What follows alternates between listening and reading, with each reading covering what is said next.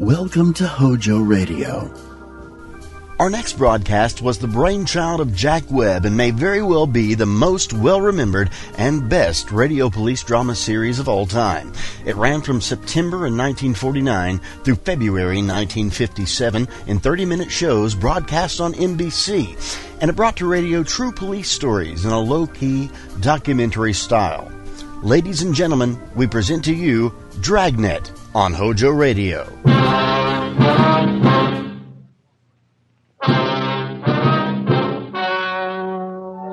The story you are about to hear is true. The names have been changed to protect the innocent. Fatima Cigarettes, best of all king-size cigarettes, brings you Dragnet on both radio and television.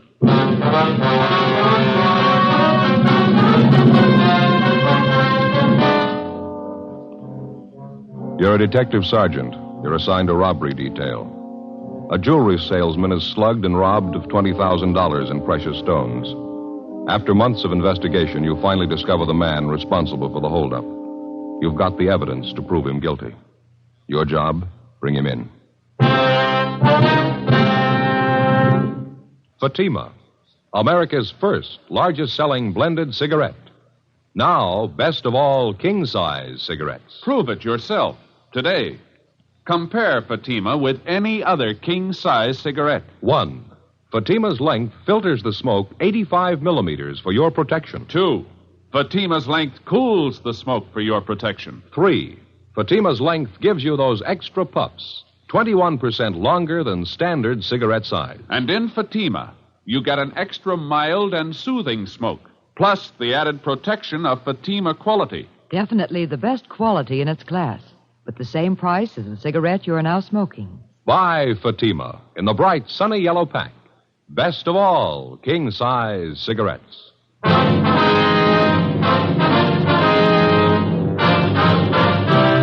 Dragnet, the documented drama of an actual crime. For the next 30 minutes, in cooperation with the Los Angeles Police Department, you will travel step by step on the side of the law through an actual case transcribed from official police files. From beginning to end, from crime to punishment, Dragnet is the story of your police force in action.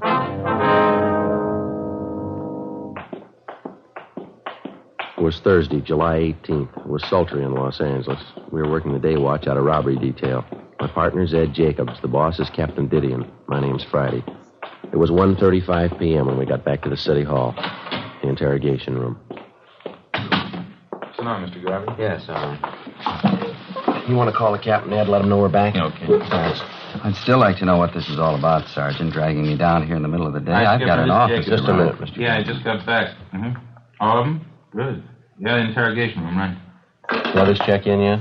Yeah, they're all back. Worked out fine. Would you please explain what this is about, why you've brought me down here? We think you know why. Well, I don't. I haven't any idea. You take me away from my store on a busy day. You put a police guard on it. You insist on bringing me down here. What's it all about? Tell me. No, you tell us, Mr. Garvey. Tell you about what? The jewel robbery 9 months ago, that holdup. What holdup? My store hasn't been Talk robbed. about your friend, Thomas Ashley. Ashley? What about him? We think you remember it. 9 months ago, parking lot back of the building down on 4th Street. Oh, sure. Some hold-up man slugged him, stole his case of samples. I remember it now. Poor Tom. The thief made a big haul, didn't he? Unset diamonds, $20,000 worth. I remember it now. I don't think Tom's gotten over it yet. I was a jewelry salesman for the same company at the time, you know. The same company Tom was working for. Yeah, we know all that. Some of the big bosses thought Tom had a hand in it. They figured it was a put-up job. Nothing was further from the truth. That's so. Sure, I know Tom. He's a close friend of mine. He wouldn't be mixed up in a deal like that. Tom and I worked out of the same office for years. We've had him over the house for dinner. We've even been on vacations together. He's one of the most honest men I know. You sure of all this, are you? Well, of course I'm sure. And that isn't why you called me down here, is it? You don't think Tom had anything to do with that robbery, do you? You don't think he was in on it? He had nothing to do with it. I think you know that as well as we do. Well, then why am I here? There's nothing I can tell you about the holdup. Only what I heard from Tom, what I read in the news. No, you can tell us a lot more, Garvey. We didn't bring you here just to pass time of day. Tom was slugged and his sample case of stones were taken. That's all I can tell you. You're a liar, mister. What? You engineered the whole thing. We know it, and so do you. Was this some kind of a joke? If it is, I think it's in very... It's a long way from a joke, Garvey. You planned the job. You got the loot. We can give you chapter and verse. I really think you're serious. You think I robbed Tom? We're past the thinking stage, Garvey. We already told you. We know you robbed him. Now, wait a minute. If thing is ridiculous. The whole idea is ridiculous. I don't know who gave you the so-called information on me, but it's wrong. There's nothing further from the truth. Nobody gave us the information. We got it ourselves. You're really serious, Sergeant? I robbed Tom, and you can prove I did. You're getting the idea. I don't know what to say. It's fantastic. I robbed my best friend Tom Ashley 9 months ago. I have $20,000 worth of diamonds, and you can prove it. Every bit of it. What about it? I think you're out of your mind. My name's George Garvey. Are you sure I'm the man you want? There couldn't be a mistake. No, there's no mistake. This thing would be funny if I didn't think you were serious. Let me ask you just one question. Maybe that'll clear it up for you. Yeah? If I held up Tom Ashley, how is it he didn't recognize me? You know better than that, Garvey. What? You didn't hold up Tom Ashley yourself. You had someone do it for you. Oh, cloak and dagger, huh? I'm afraid this is getting a little too wild for me, Sergeant. Maybe you can waste time making ridiculous charges. I can't. I'm going back to my store. It's a weak bluff, mister. It's not going to do it. Excuse me. Are you sure you two men haven't been drinking? Sit down, Mr. Garvey. I told you I'm going back to my store. Sit down. Look, you have no right to keep me here. These are ridiculous charges. You think I'm one of those cheap hoodlums you're used to dealing with. No, now come off it, mister. You got a $5,000 car and a $40,000 home. That doesn't rate you as special treatment. You're a thief, and you know it as well as we do. I don't have to take this from you. You haven't got much choice. We just finished 5 months' legwork proving it. Proving what? All right, now sit down there. You engineered that holdup. We know who you got to do it. We know how it was carried out. We know how you planned on disposing of the diamonds. We know who your fence was. We know what the split was. We know what you did with part of the money. We know how much you got left. Is that right? Yeah, that's right. What can I say? I don't even know what you're talking about. Any way you want it, Mr. Garvey. Maybe you'd like to tell me why I did all this. You know it better than we do. No, I mean it. Tell me. You weren't making enough money at your job to suit yourself, suit your wife either. That's pretty good. Marilyn would get a big kick out of that one. All right, fella, we can wait it out as long as you want. We spent 9 months on this already. Another few days aren't going to make that much difference. Just as a matter of curiosity, how'd you first start off on this tangent? Whatever gave you the idea that I had anything to do with the holdup? When you started to spend money. New car, new office for yourself, fur coat for your wife, transferred your 2 children to that private school. And that makes a holdup man out of me because I wanted to send my kids to a better school? Where'd the money come from? Can you explain that? Don't you think that's my business, Sergeant, where I get my money, what I do with it? Not when you get it stealing. I'm afraid you're going just a little too far. You insist I'm a thief. I'm going to insist you prove it. All right. Have a look over here, Mr. Garvey. Yeah? Some of the reports on the investigation. Reams of them. They cover everything from the time of the jewel robbery up to late yesterday. It's all right there. Everything from the crime report to signed statements. Well, how would that concern me? 3/4 of the stuff concerns you. Have a look for yourself. I still can't get it straight in my mind. What makes you think I had anything to do with that robbery? You know what this is, Mr. Garvey, this machine right here? No? Some kind of recording apparatus? That's right. It's a tape recorder. You've been taking down this conversation, and why? No, not this one. We've been recording every conversation that took place in your office for the last 4 months, every word. What do you mean? Just that, Mr. Garvey. Every time you talked on the phone, every visitor you had, it's all down on tape. 25 reels of it. Interesting. Is that supposed to frighten me? No, we don't care if it frightens you or not. Something else here. Yes? Reports on what you've been doing for the last 4 months. Daily reports, every movement you made. That's so. Everywhere you went, everybody you talked to, everything you did. Want to hear a sample? This must be some kind of a joke. That's the only explanation I can think of. May 12th, Thursday. Sergeants Bitteroff and Rafferty. Those are the 2 officers who were tailing you at the time. You checked in at your new office at 9:38 a.m. At 10:03 a.m., you had a visitor, Kenneth Tyson. You talked to him in your office. Conversations recorded. Tyson left at 10:18 a.m. At 10:32 a.m., you left your office. If you're trying to impress me, I'm afraid it isn't working out very well. You care for a cigarette, Garvey? No, thanks. I have my own. All right. Well, I've wasted enough time. Exactly what's the point of all this? Pretty simple. You're responsible for a robbery. We can prove it. We're giving you the chance to make a statement. It's nonsense. Is it? Of course, people following me, checking everything I do, where I spend my money, where I send my kids to school. What's it all about? It doesn't make any sense. All right, Mr. Garvey, we've said it before. We can wait it out as long as you want. Look, let's get this thing straight. Let's go back to the beginning and take it step by step. That's fine. The holdup was last fall, wasn't it? Sometime in October? October 7th, Monday, 5:20 in the afternoon. All right, now just what am I supposed to have done? None of your vague references about a new coat for my wife or where I send my kids to school. Let's have some facts. Joe? All right, Mr. Garvey. You went to work as a jewelry salesman for the company 10 years ago. Your friend Tom Ashley, the victim, started the same year. The 2 of you have been pretty close friends. That's right. I told you that. I will skip the rest of your background for now. 2 weeks before the robbery on September 24th, you had a meeting with a Kenneth Tyson. You met in the cafeteria on South Broadway.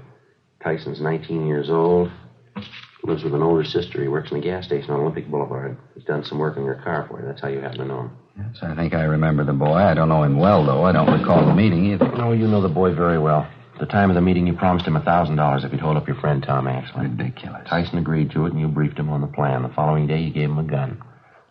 .32 caliber Smith & Wesson, serial number 362744. Nonsense. Where did you get that information? Tyson. Well, he's lying. Believe me, if he told you that, he's lying. Is he the one who robbed Tom? October 7th, at your direction, he was in the parking lot behind the Hunter Crosswell building. Tom actually came out to get in his car. He had his case of sample diamonds with him. Tyson held him up, slugged him, took the stones, and got away. Of course, it's obvious. Tyson's trying to say I put him up to it. He's trying to get out of it that way. Afraid not, Mr. Garvey. Boy couldn't have carried off the holdup by himself. Well, of course he could. It's obvious he's trying to cover up. There were 6 people in the company you worked for who knew that on Mondays Ashley always took the case of sample diamonds along when he made his calls. Only on Monday you were one of the people who knew that. I suppose you've considered the other 5 people. They were all checked out at the time. They were all cleared, you along with them. But I'm not clear anymore, is that it? This young hoodlum Tyson, you're willing to take his word over mine? After the robbery, he took the case of diamonds to you. That was the next day. You paid him $500 and promised him the other $500 when he got rid of the stones. Oh, I suppose I've gotten rid of them, or do I still have them?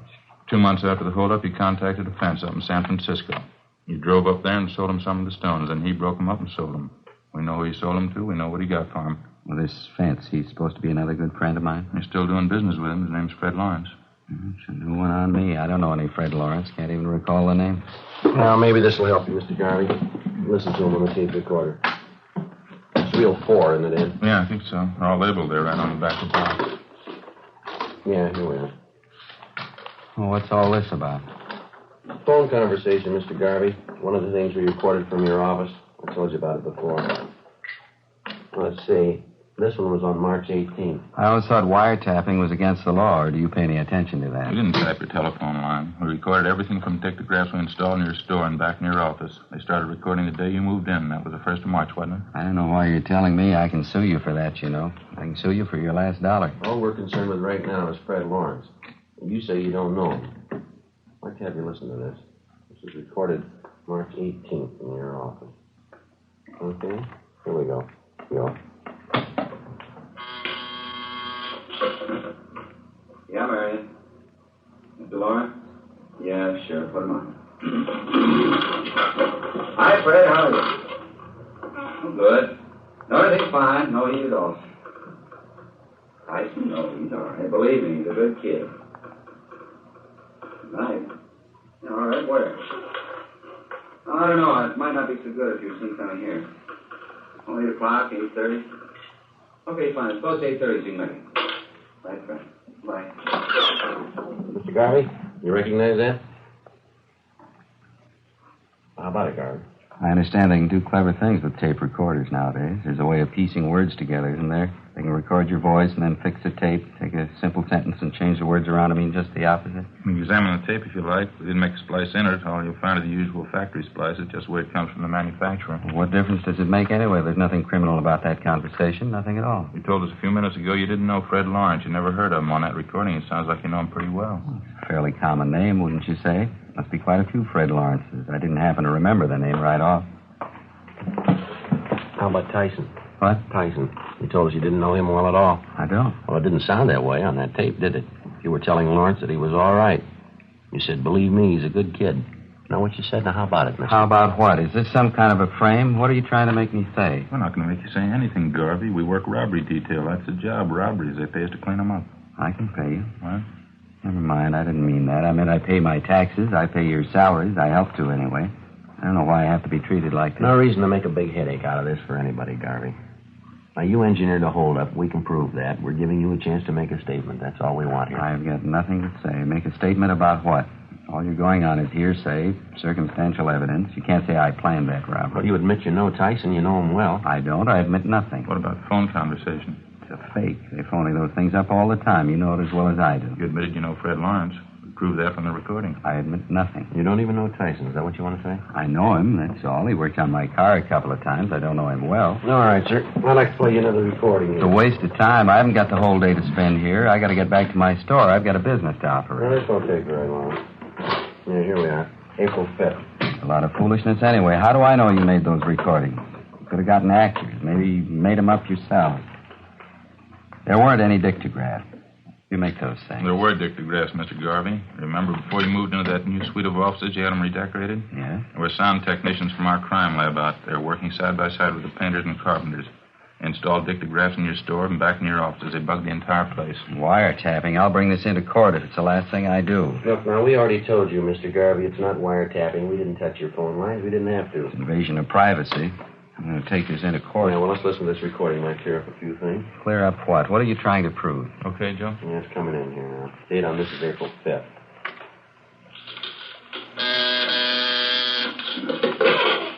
Yeah, Barry. Who? Tyson? Well, does he know I'm in? Yeah, okay, send him back.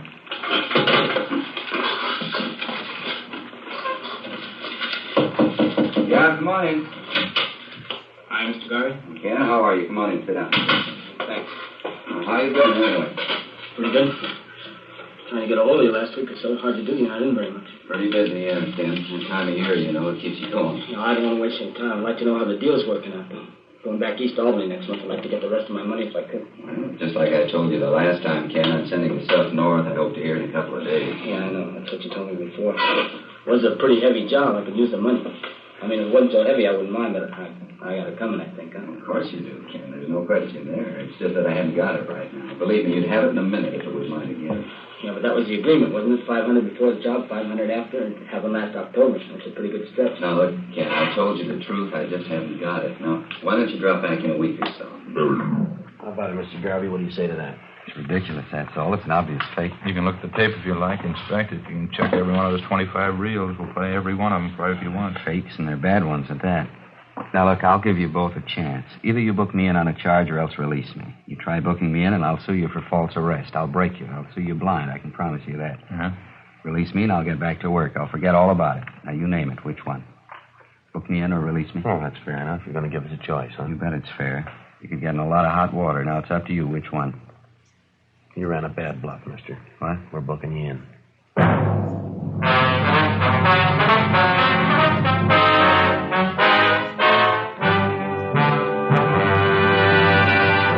You are listening to Dragnet, authentic stories of your police force in action. Compare Fatima with any other king-size cigarette. 1. Fatima's length filters the smoke 85 millimeters for your protection. 2. Fatima's length cools the smoke for your protection. 3. Fatima's length gives you those extra puffs, 21% longer than standard cigarette size. And in Fatima, you get an extra mild and soothing smoke, plus the added protection of Fatima quality. To show our confidence in Fatima, we make this money-back guarantee to every king-size cigarette smoker. Buy a pack of Fatimas. Enjoy Fatima quality, extra mildness, and superbly blended tobaccos. If you're not convinced Fatima is better than the king-size cigarette you're now smoking, just return the pack and the unsmoked Fatimas before August 1st, 1952, and we'll give you your money back plus postage. Fatima, Box 37, New York 1. Remember, each king-size Fatima gives you an extra mild and soothing smoke, plus the added protection of Fatima quality. Switch to Fatima today. Best of all, king-size cigarettes.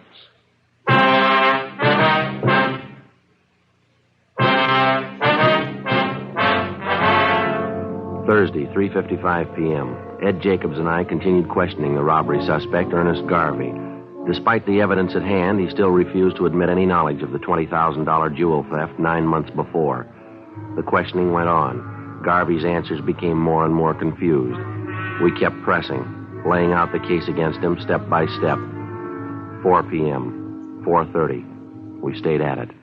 You must have taken quite a bit of money, didn't it, Garvey? A wife's new fur coat, new car for yourself. Where'd it come from? Now, look, there has to be an answer. Where'd that money come from? Simple. I borrowed it. Where'd you borrow it? Some of it from friends, some from the banks. I don't see how it concerns you. How much money did you borrow? Don't you think that's my business? Wasn't it about $7,000? Is that about right? Yeah. No, it was more. Well, what's the difference? It's my business. You want to grab that folder, Ed? The one with the dark brown. That's it. Got it. Complete financial file on you, Mr. Garvey. Took us quite a few wews getting this together. A lot of work. You must like snooping in other people's affairs. No, not especially. It's pretty dull. Here's a copy of your bank statement. It's a photostat. It doesn't make much sense. What do you mean? Well, we checked your income for that month, amounted to $620.18. Your bank statement here shows you made deposits totaling $760 the same month. Now, how is that possible? Well, for your information, I made a loan that month. That's probably some of the loan money I deposited. I quit my old job that time. I was going in business for myself. I needed the money to redecorate the new store and the office. It's as simple as that. Yeah. The photostats of your loan papers right here. Loan was for $2,000. A month before that, February, you'd borrowed from another bank. Let's see, for $3,000. Made another one in April, too. That was for $1,500, different bank again. That's right. Do we have to go over this line by line? In 3 months, you made bank loans for $6,500. Besides that, in the same 3 months, you earned a total of $1,713.88. Together, that makes $8,213.88. What's the point? Copies of your bank statements, Garvey. You have 5 different savings accounts in 5 different banks. They show from February to April, the same 3 months, you made deposits of more than $11,000. Now, how do you explain that? Garvey, any explanation? It's almost 5 o'clock. Can I use the phone? I have to call my wife and let her know. All right. We'll have to listen in on the extension. Conversation's going to be mine. Go ahead. I don't care. Okay. Dial 9 to get an outside line. No.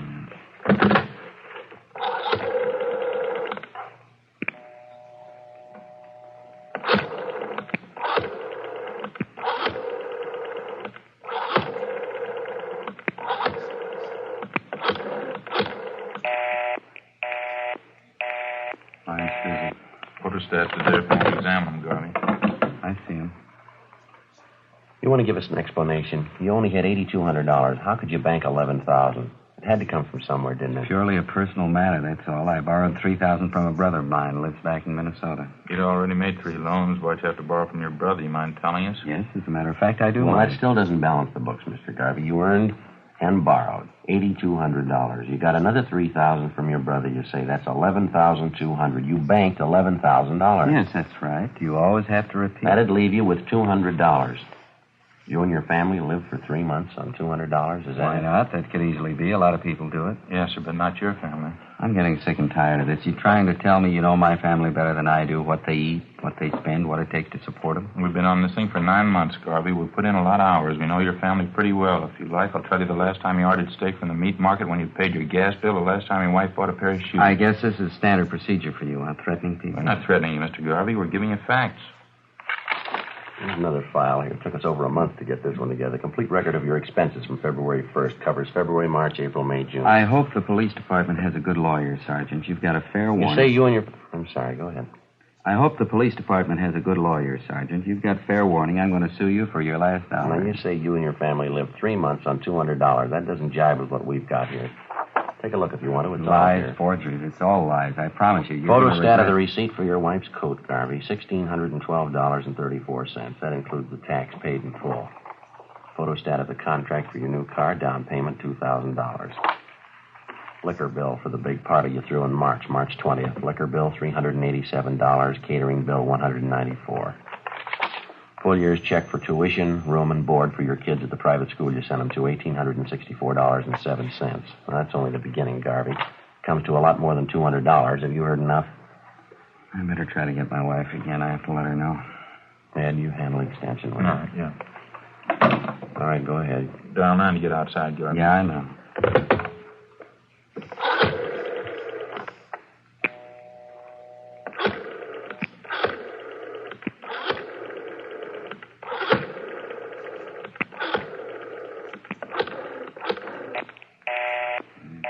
Talking. I know I'm trying to get her, stupid. Well, wait a couple of minutes. She'll get through. Gabbing on the phone all day long, gab on the phone and play cards. That's all she ever does. Got some more figures here for you, Garvey. Be a good idea if you hear them. Bills for 2 more parties you threw last month. Food bills. Why do you have to keep pushing that stuff at me? So you've been sneaking around, finding out about my personal affairs. That's supposed to be good police work, is it? This is the kind of thing... You carried off a robbery, Garvey. We're giving you a chance to make a statement. Why should I? What for? Give you a statement, have you twisted around, incriminate me? I haven't had anything to do with this kid Tyson. I better try that call. And we'll dial 9 first. I know. You told me.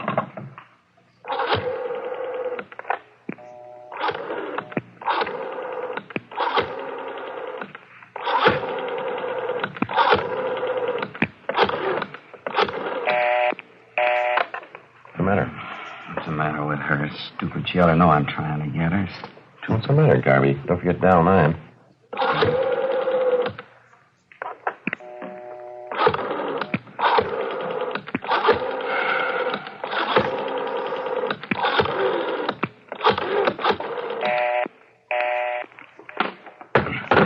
more recording you ought to hear. I'll just play part. I don't want to hear it. I'll just play a piece. I think you ought to hear it. That's the same reel there. Just fan it over there to that other part, Ed. All right. Tyson and Mr. Garvey, same place, the office.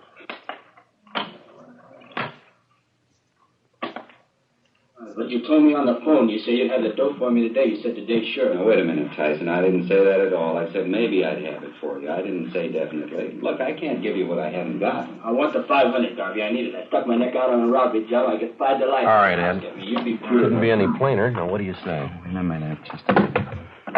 Down I. Yeah.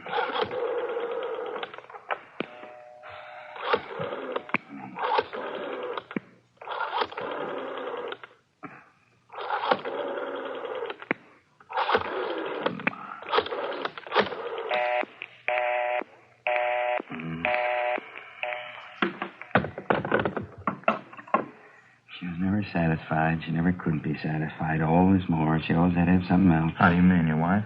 Playing cards, gabbing on the phone, that's all. She just kept writing me day in, day out. I wasn't making enough money. She didn't have any clothes. Kids ought to go to a better school. We ought to have a new house. On and on. I ought to go in business for myself, make money, lots of money. Same thing, all the time. Talk, talk, talk. There's only so much you can take. You figured the robbery'd solve the problem, is that it? Guess so. I would have tried anything just to shut her up, get her off my back for a while. I guess you got Tyson out, the other man, too, Fred Lawrence. Yeah, they were picked up this afternoon. Lawrence at the airport, Tyson in a show downtown, all three, all at the same time. What about your wife, Garvey? She knew you planned this robbery. Oh, I didn't tell her. I think she knows, though. Pretty sure she does. Maybe she'll be satisfied now. Lousy money. She had to have it. Didn't even leave me enough to pay off that kid Tyson. Private school for the children. Wall-to-wall carpets in the house. New dishwasher. New coat. New car. Everything. She just had to have them. You want to take me? Book me in? I don't care. All right. We'll stop off down the hall, take your statement. Sure, I don't care.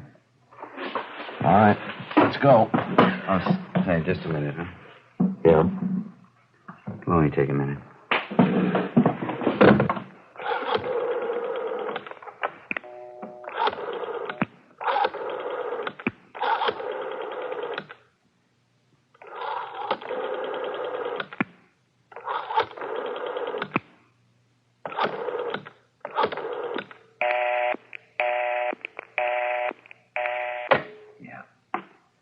That's what I figured.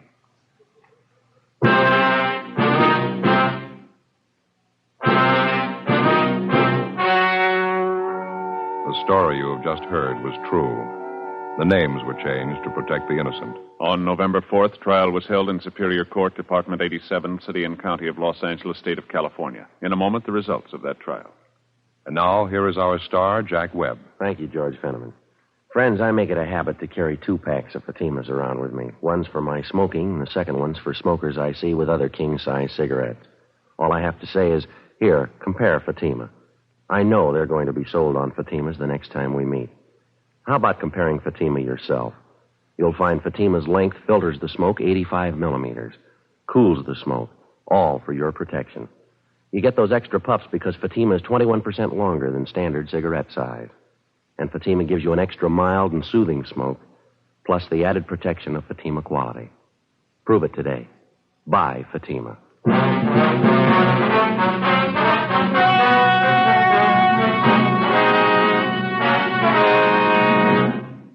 Ernest W. Garvey and Kenneth Tyson were tried and convicted of first-degree robbery, 1 count, and received sentences as prescribed by law. Fred Lawrence was tried and convicted of receiving stolen property, 1 count. First-degree robbery is punishable by imprisonment from 5 years to life. Receiving stolen property is punishable by a prison term of not more than 5 years.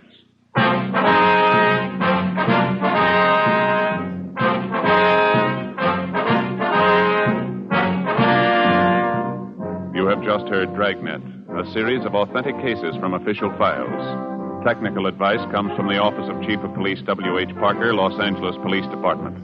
Heard tonight were Barney Phillips, Vic Perrin, and Eddie Firestone. Script by Jim Moser. Music by Walter Schumann. Hal Gibney speaking.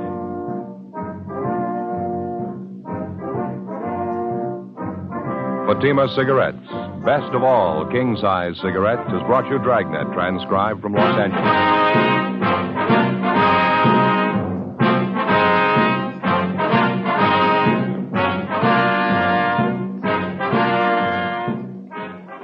February 18th, hear the Gala City Service Silver Radio Jubilee on NBC. HOJO Radio, we're your old-time radio headquarters. Stay tuned. The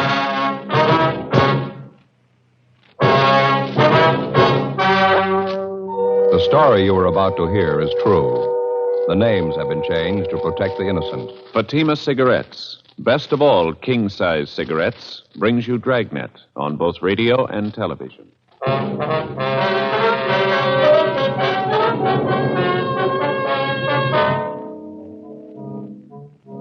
You're a detective sergeant. You're assigned to Juvenile Division. A steady supply of obscene literature is finding its way into a half a dozen high schools in your city. You get a lead on one of the sources of supply, a 17-year-old high school senior. Your job, pick him up. Fatima, America's first largest-selling blended cigarette. Now, best of all king-size cigarettes. Prove it yourself today. Compare Fatima with any other king-size cigarette. 1. Fatima's length filters the smoke 85 millimeters for your protection. 2. Fatima's length cools the smoke for your protection. 3.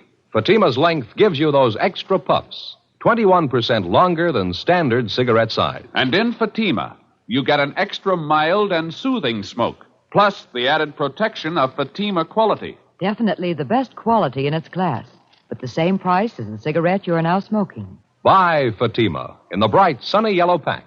Best of all king-size cigarettes.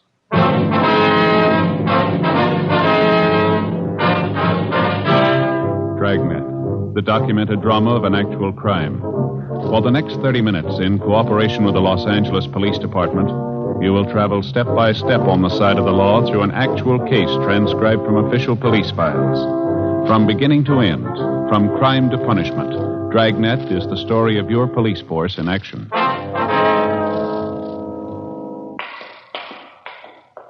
It was Wednesday, November 8th. It was windy in Los Angeles. We were working the day watch out of Juvenile Division. My partner's Ed Jacobs. The boss is Captain Stein. My name's Friday. It was 11:05 a.m. when we got to the basement floor of Gorman High School. The locker room. Which way, Steve? You want to show us which locker's yours? You still haven't told me what this is all about. Routine check, son. Yeah, but why do you have to pick on me? Why do you have to see my locker? We're not picking on you, Steve. Now, how about it? Which locker's yours? Right here. This is mine, 318. Here's the key. No, you open it, Steve. Just a couple of personal things of mine, that's all. Mm-hmm. All right. I'll open it.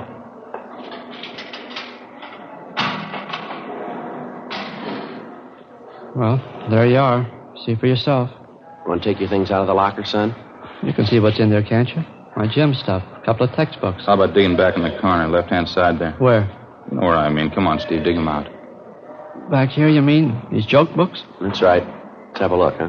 Why? Just a couple of joke books. A kid gave them to me. Bring them out, Steve. Okay. Just a couple of them. Kid gave them to me. There. Looks like more than a couple.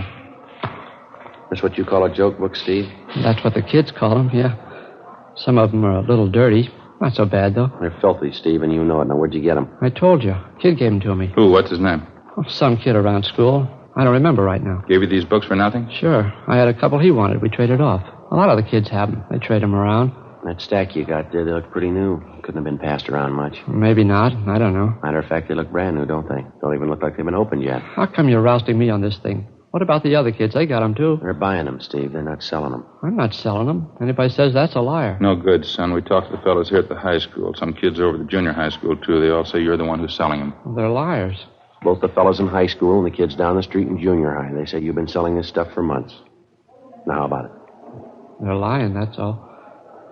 They don't know what they're talking about. You've been selling these 35 cents a piece, 3 for $1. Last couple of weeks, you've been peddling pictures, too, $1 a piece. You got any of them in your locker, Steve? A couple. I got them off another kid. What other kid? What's his name? What's his name? Some kid. I don't remember. It's not much of an answer, son. What do you want from me anyway? I told you I'm not selling the books. I don't care what those other goofs say. It's my word against theirs. Now, maybe you ought to get this straight, son. We're not out to get you. You're way down the line. We want the people at the top, the men who print this junk, the wholesalers, the big distributors. So why ask me? I don't know anything about it. Nothing. You don't want to cooperate, is that it? What am I supposed to cooperate about? I'm not mixed up in anything. We think you are, son. We know you are. Who are you selling this for? Where do you get your supply? All you see is what's in my locker. I ain't selling. I don't have any supply. You gotta go far to prove I have. Not very far, Steve. What? From about here to your home.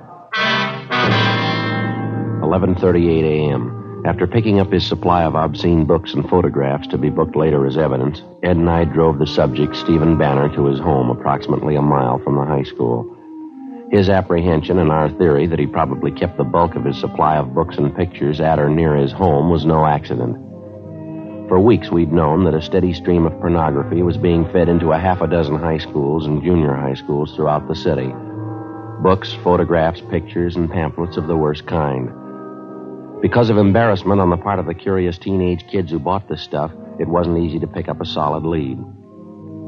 After weeks of observation and questioning, we finally narrowed down the principal source of supply to a single teenage boy, Stephen Banner. Even then, we knew he must be only one of 100 small-time distributors working for the persons directly responsible for manufacturing this sort of thing. Our only hope was that he'd be willing and able to supply us with the names of the persons responsible. When we got to Stephen Banner's home, where he lived with his sister and brother-in-law, we searched it thoroughly, but we found nothing. Both his sister and brother-in-law were at work. We went back and started checking through the garage at the rear of the house. Joe, back here in the corner? Yeah. Have a look. Steve, you want to tell us about this? Yeah. These books here? These pictures, case full of them? Yeah. Well, how about it, son? Your sister and brother-in-law know about this? No, they don't know anything. I didn't think you'd find them. Are you ready to tell us about it? My sister going to have to find out? I don't know, Steve. It's going to be pretty hard to keep it from her. Yeah, I guess so. Who's the contact, son? Where'd they come from? Charlie Fryberg. Only the books, though. Pictures came from another guy. It's a long story. Well, we got the time, son. Who is this Fryberg? Met him downtown one Sunday, Penny Arcade on Broadway.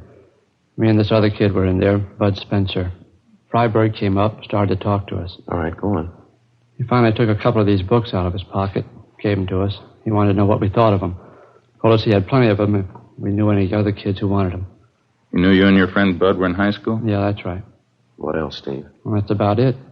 He asked me and Bud if we wanted to sell for him around school. This friend of yours, Bud Spencer, he's selling them too? Yeah. He goes to a different school, though. Both of us did pretty good with the books. Sold real fast. The pictures are even better. That's so. You say you didn't get the pictures from Fryberg. There was somebody else? A man by the name of Jack. I don't know his last name. Fryberg put us onto him, gave us an introduction, set up the deal. We got the pictures for 75 cents. Most of the time, they get us $1, $1.50 a piece. Bud and I did pretty good.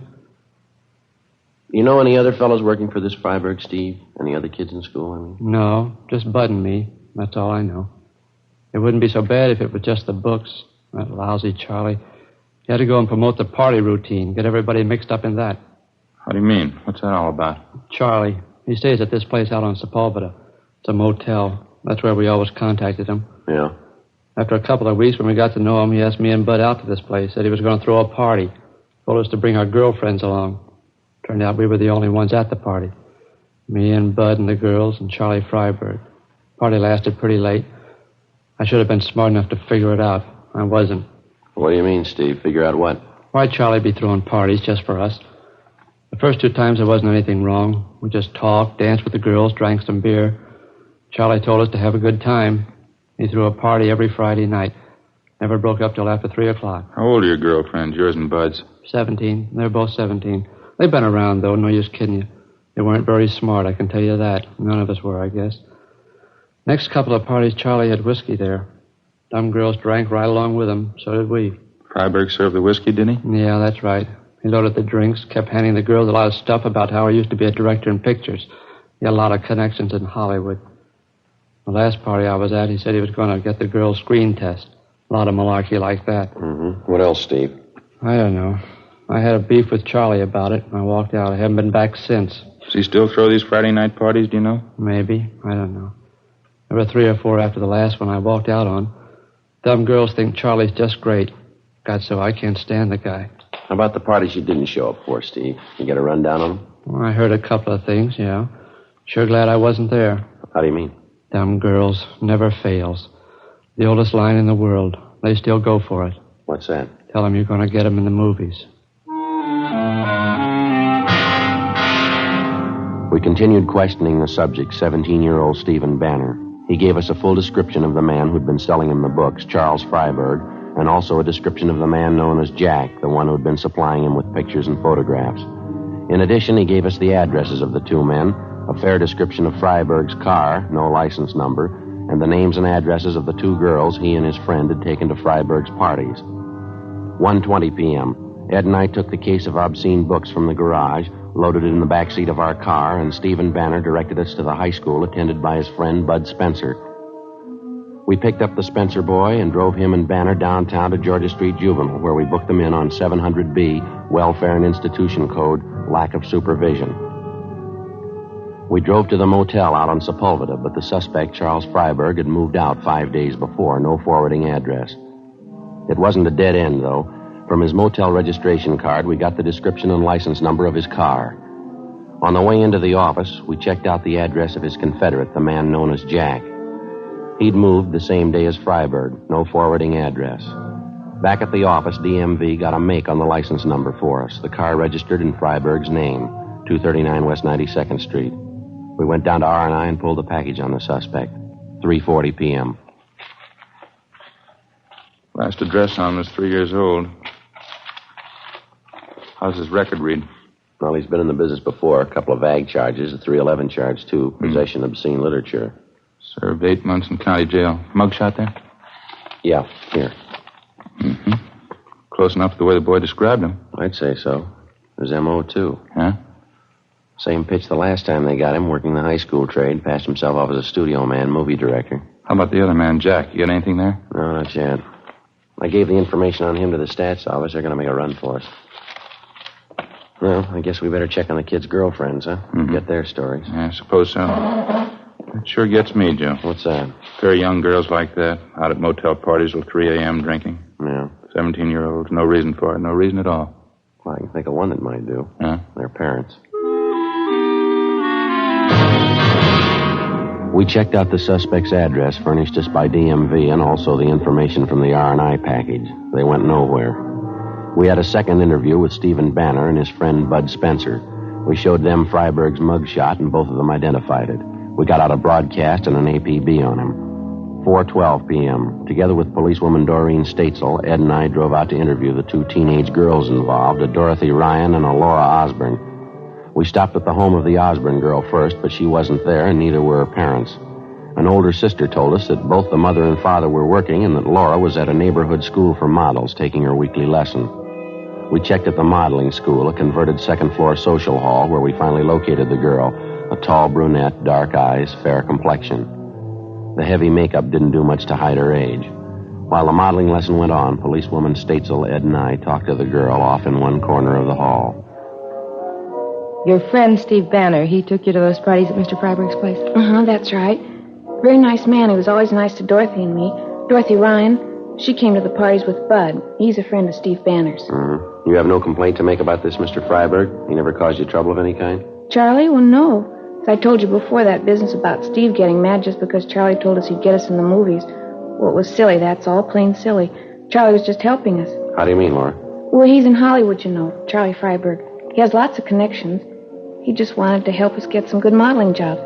That's why he took our pictures. There was nothing wrong. You continued going to these Friday night parties without the two boys, is that right? Yes, Dorothy and me. There wasn't anything wrong with it.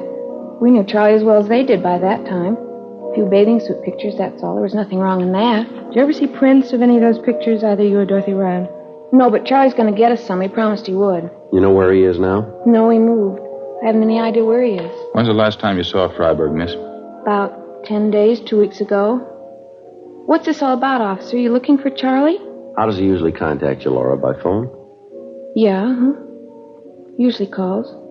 Has he called you lately? Well, I don't know. Why are you looking for him? Can't you tell me? Routine investigation, miss.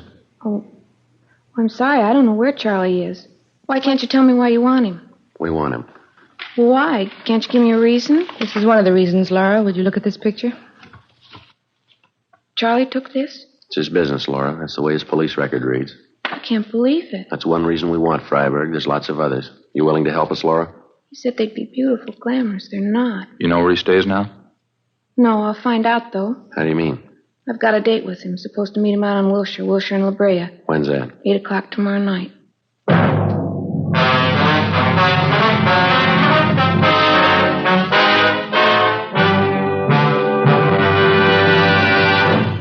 You are listening to Dragnet, authentic stories of your police force in action. Compare Fatima with any other king-size cigarette. 1. Fatima's length filters the smoke 85 millimeters for your protection. 2. Fatima's length cools the smoke for your protection. 3. Fatima's length gives you those extra puffs, 21% longer than standard cigarette size. And in Fatima, you get an extra mild and soothing smoke, plus the added protection of Fatima quality. To show our confidence in Fatima, we make this money-back guarantee to every king-size cigarette smoker. Buy a pack of Fatimas. Enjoy Fatima quality, extra mildness, and superbly blended tobaccos. If you're not convinced Fatima is better than the king-size cigarette you're now smoking, just return the pack and the unsmoked Fatimas before August 1st, 1952, and we'll give you your money back plus postage. Fatima, Box 37, New York 1. Remember, each king-size Fatima gives you an extra mild and soothing smoke, plus the added protection of Fatima quality. Switch to Fatima today. Best of all, king-size cigarettes.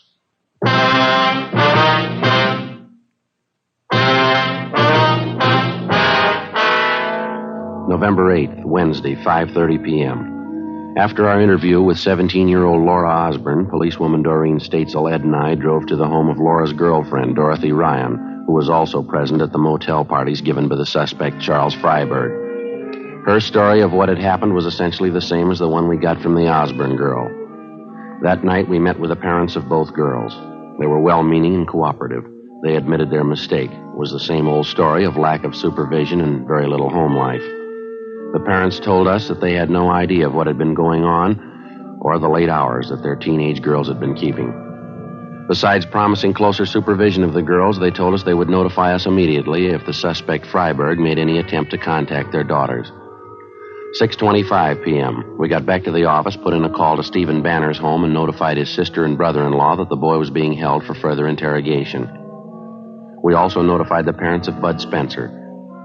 The following morning, Ed and I went across the street to the district attorney's office, presented our case, and a warrant was issued on Charles Fryberg for 702 WIC, contributing to the delinquency of a minor.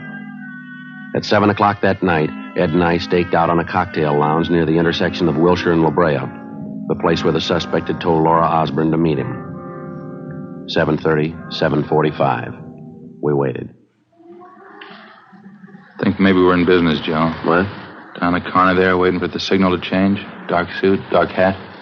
Yeah, could be. Crossing over now, heading for the bar. All right, let's go.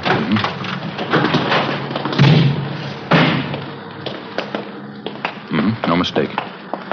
Hey, fella, hold it up on there, will you? How's that? Police officer, is your name Fryberg? What? No, that's not my name. It's your identification, please. Yes, I've got my identification. Why? Can we see it, please? Why, what do you want? Your identification. What for? I haven't done anything. Let's go, mister. Talk about it downtown. Now, wait a minute. Just a minute. I don't want any trouble. I'll show you. There. Driver's license. The rest of my stuff. Charles Fryberg. It's an old address, isn't it? Yeah. Haven't had time to change it. Just got back in town. What's the matter, anyway? Where are you staying, Fryberg? No place. I just got back in town. I told you that. Not staying any place yet. No connections at all. Where's your car? I don't have one. Haven't had one for a year. I sold it. Look, how about filling me in? What do you want with me? You want to step over here, Fryberg, out of the way? All right. Just like to know what's going on, that's all. I'd like to see what you're carrying in your pockets. Take everything out, please, one pocket at a time. What is this, a shakedown? You can start with your coat pockets. All right. There. Okay? All right, now the other one. Okay? You said you don't have a car, Fryberg. No, of course not. I told you that. Well, what are you doing with that parking ticket? We walked the suspect Fryberg 2 blocks to the parking lot listed on the claim check that he had in his coat pocket. He had black hair streaked with gray, looked to be in his mid-50s. We questioned him on the way, but he'd admit nothing. We located his car in the parking lot and searched it. In the glove compartment, besides a half a dozen photographs and small books, we found a key with a metal disc attached to it. Stamped on the disc were the words West Side Studios, number 23. Fryberg refused to identify the key. He refused to admit a thing. We walked him back to our car, and together the three of us headed out for the old West Side Studios just off Jefferson Boulevard. On the way, we tried again to question the suspect, but we got nowhere. He refused to answer even the simplest questions. One look at the West Side Studios, and you knew right away the place had seen better days. It had been fairly prominent in the early days of motion picture making, but all that was left now was 2 square blocks of broken-down scenery, 1 dilapidated sound stage, and a row of weather-beaten cottages, the tar paper peeling off the roofs. We got out of the car and started up the walk. The faded sign over the main gate read West Side Studios, founded 1920. And down in one corner, admission by pass only. The guard shack at the gate was boarded up. No sign of a night watchman. We kept walking. How come they don't keep a watchman at the gate, Fryberg? Don't they make pictures here anymore? You bet they do. The place has been going downhill for a long time. It's coming back, though. Then you do know the place, is that right? Yeah, I know it.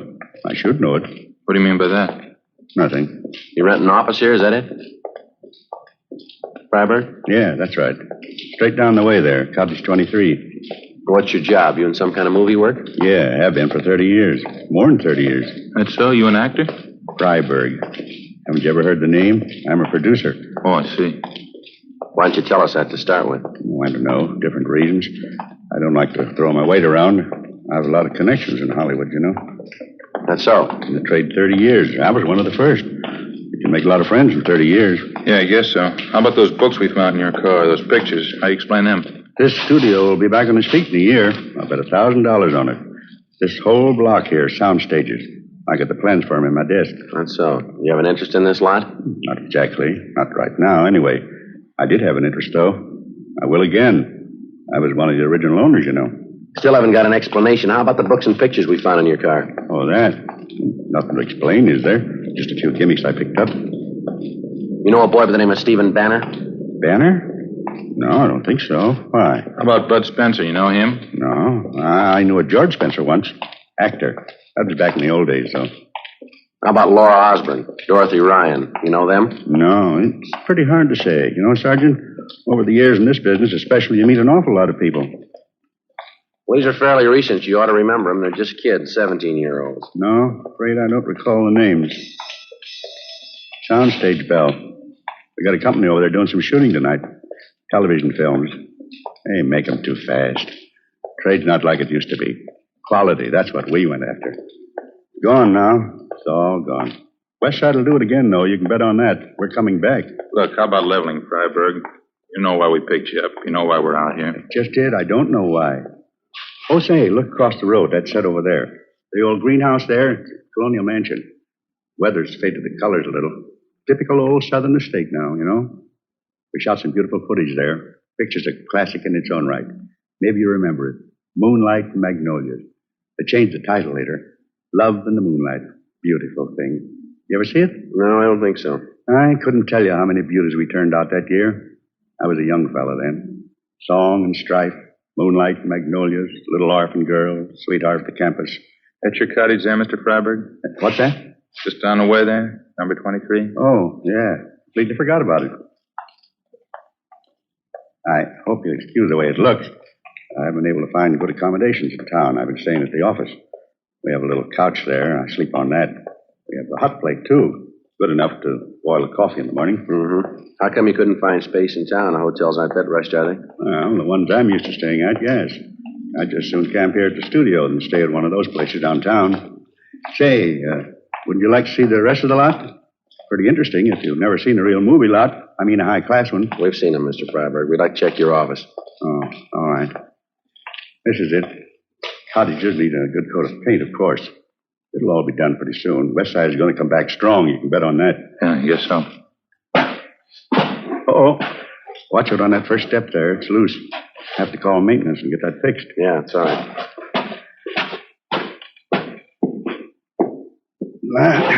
Here we are.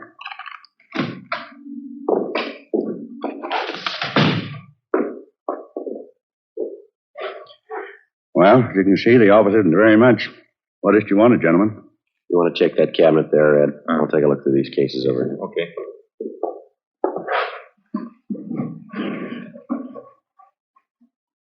This picture here on the wall. That's the cast and the production staff of my first film. Here's the other one. Me and R.Z. Bernard. He autographed the picture for me, Bernard himself. Those were the days, all right. Quality. That's what we went after in pictures, real quality. Not like today. Gone. The good days. Fine pictures. It's gone. All gone. How about it, Fryberg? These cases of books here and these photographs. Not my fault, believe me. I had to make a living. I had to make money. How do you think it feels to get cheap like that? I used to be young. I was big. I was talent. I made big pictures. How do you think it feels to get cheap all of a sudden? Cheap enough to do this kind of thing? Nobody forced you. It was your choice, mister. It wasn't my choice. You're wrong. All I want to do is make pictures. There isn't a chance anymore, not like the old days. You need hundreds of thousands, millions. It's gone. It's all gone. Had to eat. Had to put clothes on my back. You admit you're responsible for this? Books, pictures, working in the high school trade, kids like Steve Banner, Bud Spencer? After 1935, I couldn't get a job. I didn't want this. I had to do it. I'm ashamed. Who wouldn't be? I had to eat. It was the only way. I had to live. There's honest jobs to be had. How about this man named Jack? He was in with me. He was my cameraman back in the old days. You can't blame him either. He had to live, too. You willing to come downtown with us? Give us a statement? Yes, all right. All right, anything. How about the parties, the two girls, Laura Osborne, Dorothy Ryan? I took some pictures, that's all. I didn't harm them. Not in any way. You had it wrong, Fryberg. You know that. Yeah, I know. Just to have the kids there made you remember the days in your life. Best days in anybody's life. What so? When you used to have money. When you used to be young.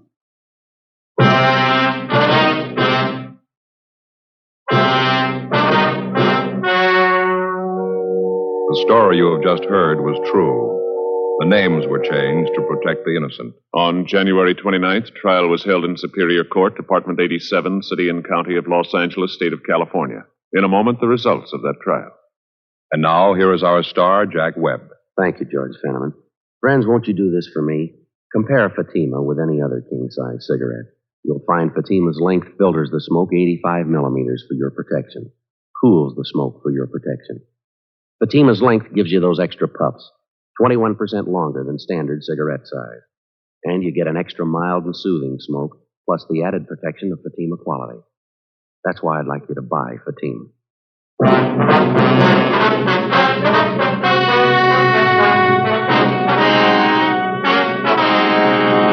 The suspects, Charles Zeman Fryberg and his accomplice, Jack L. Lavery, were tried and convicted on 4 counts of contributing to the delinquency of minors. Both of them served full terms in the county jail.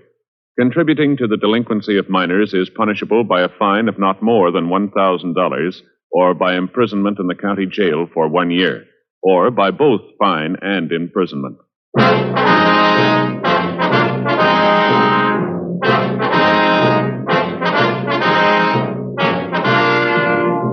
You have just heard Dragnet, a series of authentic cases from official files.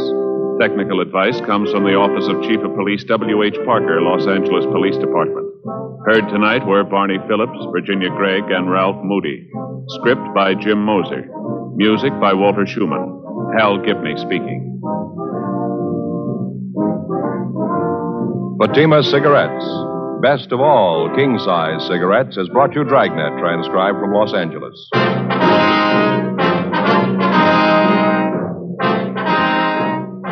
Now it's Counter Spy on NBC. The origins of Dragnet can be traced to a semi-documentary film, He Walked by Night, in 1948, in which Jack Webb had a small role. Both employed the same Los Angeles Police Department technical advisor. They used actual police cases and presented the case in a just-the-facts manner that became the hallmark of Dragnet. It's interesting to note that Jack Webb employed that format in other radio series, some predating the film mentioned above. And now, more Dragnet on HOJO Radio.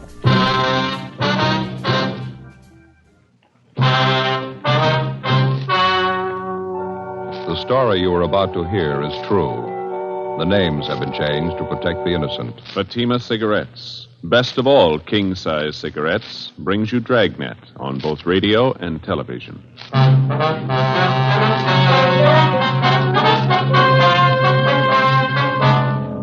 You're a detective sergeant. You're assigned a homicide detail. A 39-year-old housewife disappears suddenly. There's no explanation for it. 5 days later, evidence of possible foul play is uncovered. Your job, investigate. Fatima, America's first largest-selling blended cigarette. Now, best of all king-size cigarettes. Prove it yourself today. Compare Fatima with any other king-size cigarette. 1. Fatima's length filters the smoke 85 millimeters for your protection. 2. Fatima's length cools the smoke for your protection. 3. Fatima's length gives you those extra puffs, 21% longer than standard cigarette size. And in Fatima, you get an extra mild and soothing smoke, plus the added protection of Fatima quality. Definitely the best quality in its class, but the same price as the cigarette you are now smoking. Buy Fatima in the bright, sunny yellow pack. Best of all king-size cigarettes.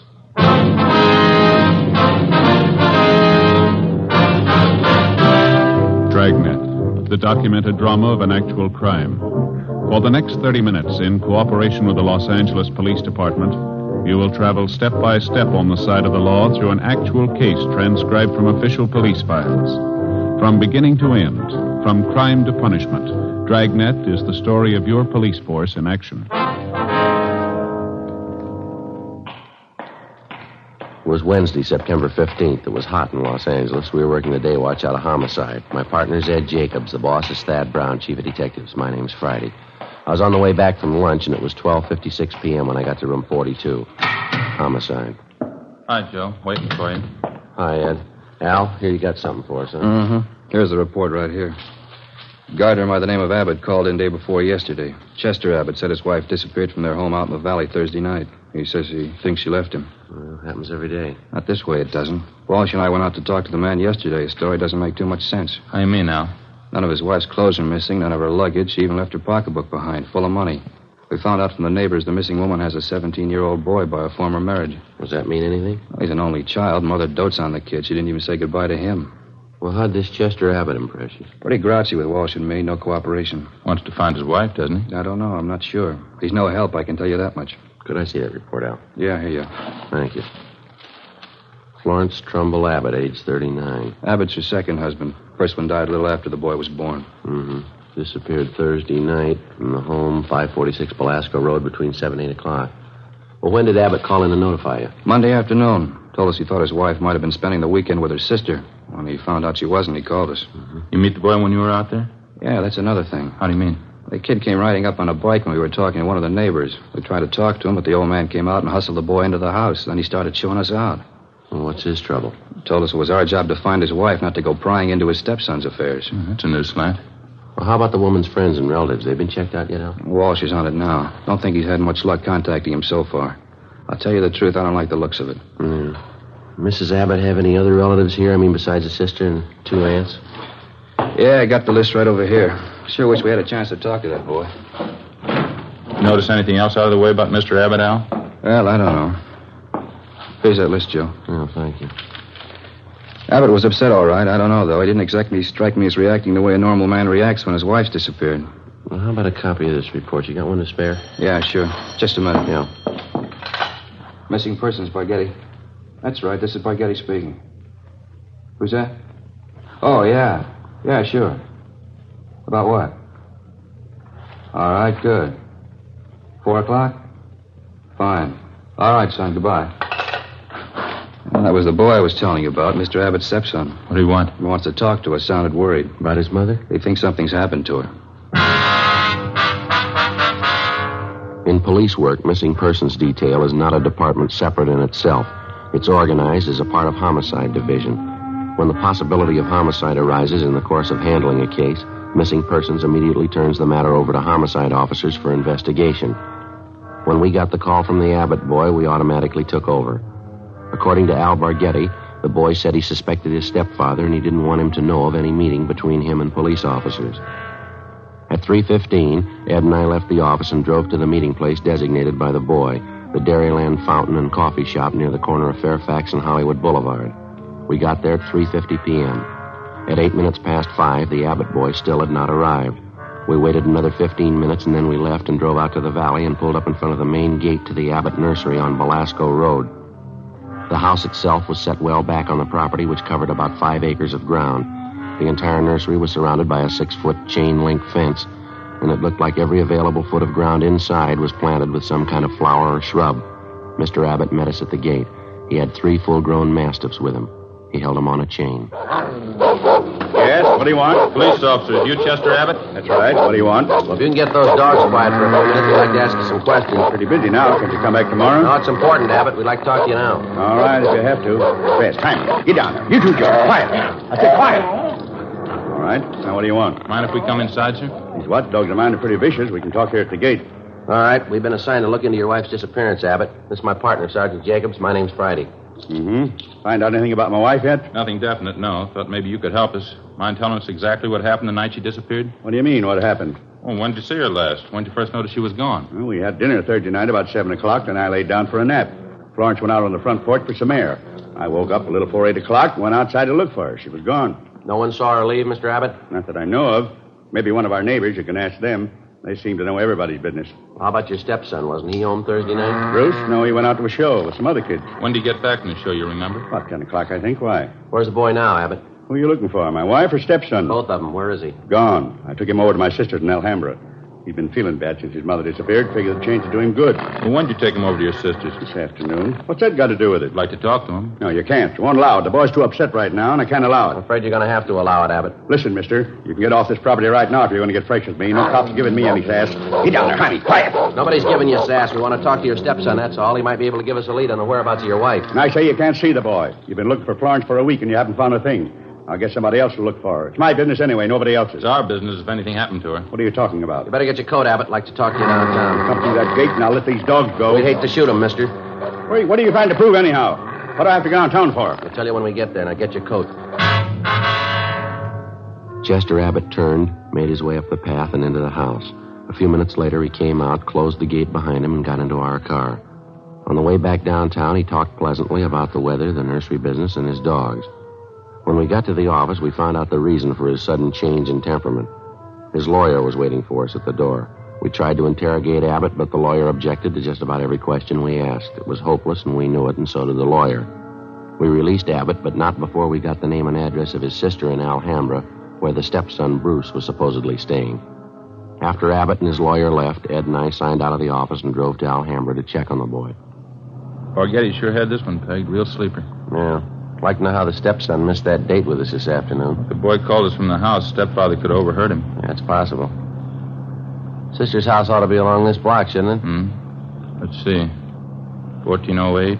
06, yeah, there it is. Gray Cottage, 1402. Okay, let's pull up here, huh? Right.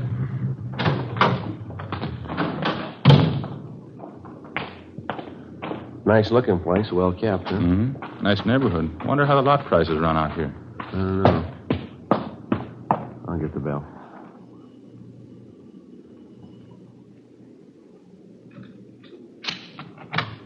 Yes, what is it? Police officers, ma'am. You Miss Abbott? Yes, Helen Abbott. Why? Well, we talked to your brother earlier today, Miss Abbott. He said he brought his stepson, Bruce, over here to stay a while. We'd like to see him if we could. Bruce? Well, yes, he was here until about an hour and a half ago. I went to the store, and when I came back, he was gone. You any idea where we can find him, Miss Abbott? Well, I telephoned my brother Chester just before you came to the door. Bruce isn't there. Yes, ma'am. Do you mind if we came in and looked around, Miss Abbott? Won't take long. Well, why? I told you Bruce isn't here. It's the truth. There's no reason to lie about it, is there? Well, no, ma'am. It's not that. Well, then what is it? No reason for me to lie to you. How about your brother? We went in and looked the house over from one end to the other. There wasn't a trace of the boy. We drove back to the Abbott nursery and satisfied ourselves the boy wasn't there. Meantime, the home of Chester Abbott's sister in Alhambra was kept under constant surveillance. No one came or went. The next morning, when Ed and I checked in for work as usual at 8 a.m., We met with Sergeant Al Barghetti. Well, I had half an idea there might be something wrong. What makes you so positive, though? That's just it, Al. We're not positive. It's the whole setup, I guess, smells bad. How do you mean, for instance? Well, Abbott's lawyer, for one thing. If a man's innocent, he doesn't have his lawyer sit with him and tell him not to answer any questions. Yeah? Number two, the kid's phone call. He didn't show up for that date. You figure. I don't know. Could be he doesn't get along with his stepfather. Happens, you know. Maybe he's trying to get back at him for something or other. Yeah, that could be. Why is Abbott hiding him out, then? You're pretty sure he's hiding him out? The way things been going, no other way to take it. Huh. Mrs. Abbott walked away from her home last Thursday night. Nobody saw her. She took nothing with her. No luggage, no clothes, no money. That's it. You checked with her family doctor? Yesterday. Told us Mrs. Abbott was in perfect health. Checked her bank statements, double-checked the name through Wanderer's file. Repeaters found missing persons. Couldn't find it in either one. Her relatives, too. How you talked to them? Some of them, yeah, Al. Got a few more to check out this morning. Oh. Well, one thing's certain. No clothes, no money, no luggage. She couldn't have gone very far. You checked all the angles, huh? Well, the sheriff's office, the jails, the hospitals. Sent out a teletype and an APB. She's been gone almost a week, and nobody's seen her. Now, how's that add up to you? Well, we got an idea. Yeah. I hope I'm wrong. 8:45 a.m. Ed and I left the office and continued making the rounds of the missing woman's friends and relatives. We checked at the Western National Bank, where Mrs. Abbott maintained another account. Her savings statement showed a total balance of $31,564.17. Her checking account had a balance of $842.71. At the Farmers Mutual, we found the record of an insurance policy issued to Florence Trumbull Abbott. It was a 20-pay life policy covering the insured in the amount of $30,000. The beneficiary was listed as the insured's son, Bruce Trumbull Abbott, if living upon receipt of such due proof. If not, the insured's husband, Chester J. Abbott. By the time we finished checking the missing woman's financial status, we figured we had a fair suspect in the husband, Chester Abbott. From casual reports, we knew he was a frugal man, almost to the point of obsession. If he was greedy as well, if he wanted or needed money badly enough to kill, then he had all the motives necessary to murder his wife. Maybe his stepson, too. 6:40 p.m., Ed and I drove back to the office. Go ahead. Long day, a lot of mileage. Wonder if Al's still around. Hey, Barghetti. Al? Yeah, here. That you, Friday? Yeah. How'd you do? Get anything? A few things. Pretty fair luck. Good. I got some more for you. Just walked in here 10 minutes ago. Who's that? Bruce Abbott. He's waiting in the next room. We went into the next room and met the Abbott boy. He was small for a 17-year-old, dark-haired, thin, a little on the sickly side. He seemed nervous and upset. He told us that he wasn't able to keep the date he made with us on the phone because his stepfather did apparently overhear the conversation and drove the boy immediately to his sister's place in Alhambra. We asked the boy what made him so sure that his stepfather was responsible for his mother's disappearance. Well, for one thing, all three of us usually go to the early show on Thursday night, Chester, Mom, and me. But last Thursday we didn't go. Why was that, son? Well, Chester said he wasn't feeling too good and he wanted Mom to stay home and take care of him. Then he told me to go on ahead to the show, so I did. What time did you get home, Bruce? About 10:15, 10 o'clock. Did you notice anything unusual when you got home, son? Not so much, no. Mom wasn't there. I didn't think much about it then. I thought maybe she was over to one of the neighbors. You asked your stepfather where she was? Uh-huh. He said he didn't know. He said he thought she was over at one of the neighbors, too. What was your stepfather doing when you got home? Just sitting in the living room reading the paper. I usually don't talk to him too much. I just asked him where Mom was, and he told me, and then I went back to my room and went to bed. Did you notice anything unusual about the way he acted? Anything different about him at all? Well, I'm not too sure. He did seem a little nervous, though. Jumpy. More than usual, I think. Mm-hmm. Anything else? Well, when I came through the front yard, I noticed the dogs had mud all over their paws. Red, Jaime, and George, all three of them. They must have been out in the nursery plots. Anything unusual about that? In a way, yeah. You see, the dogs don't go out in the plots unless Chester's with them. He doesn't want them to trample the seedlings. I noticed Chester had mud on his shoes that night, too. And you figure your stepfather was out digging somewhere in the nursery plots that night, huh? Yeah, that's right. Digging somewhere. He must have been. Can't figure out why, though. How do you mean, son? My stepfather never works at night.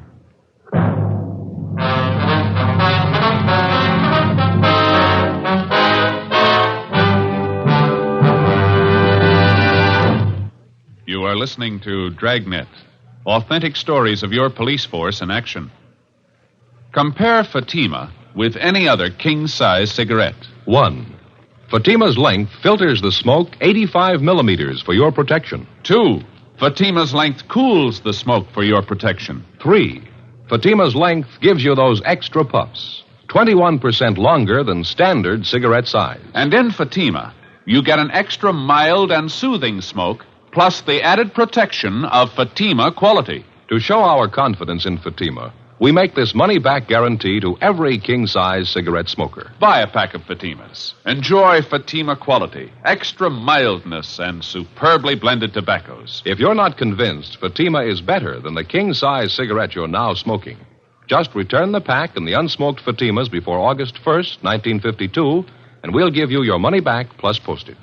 Fatima, Box 37, New York 1. Remember, each king-size Fatima gives you an extra mild and soothing smoke, plus the added protection of Fatima quality. Switch to Fatima today. Best of all, king-size cigarettes.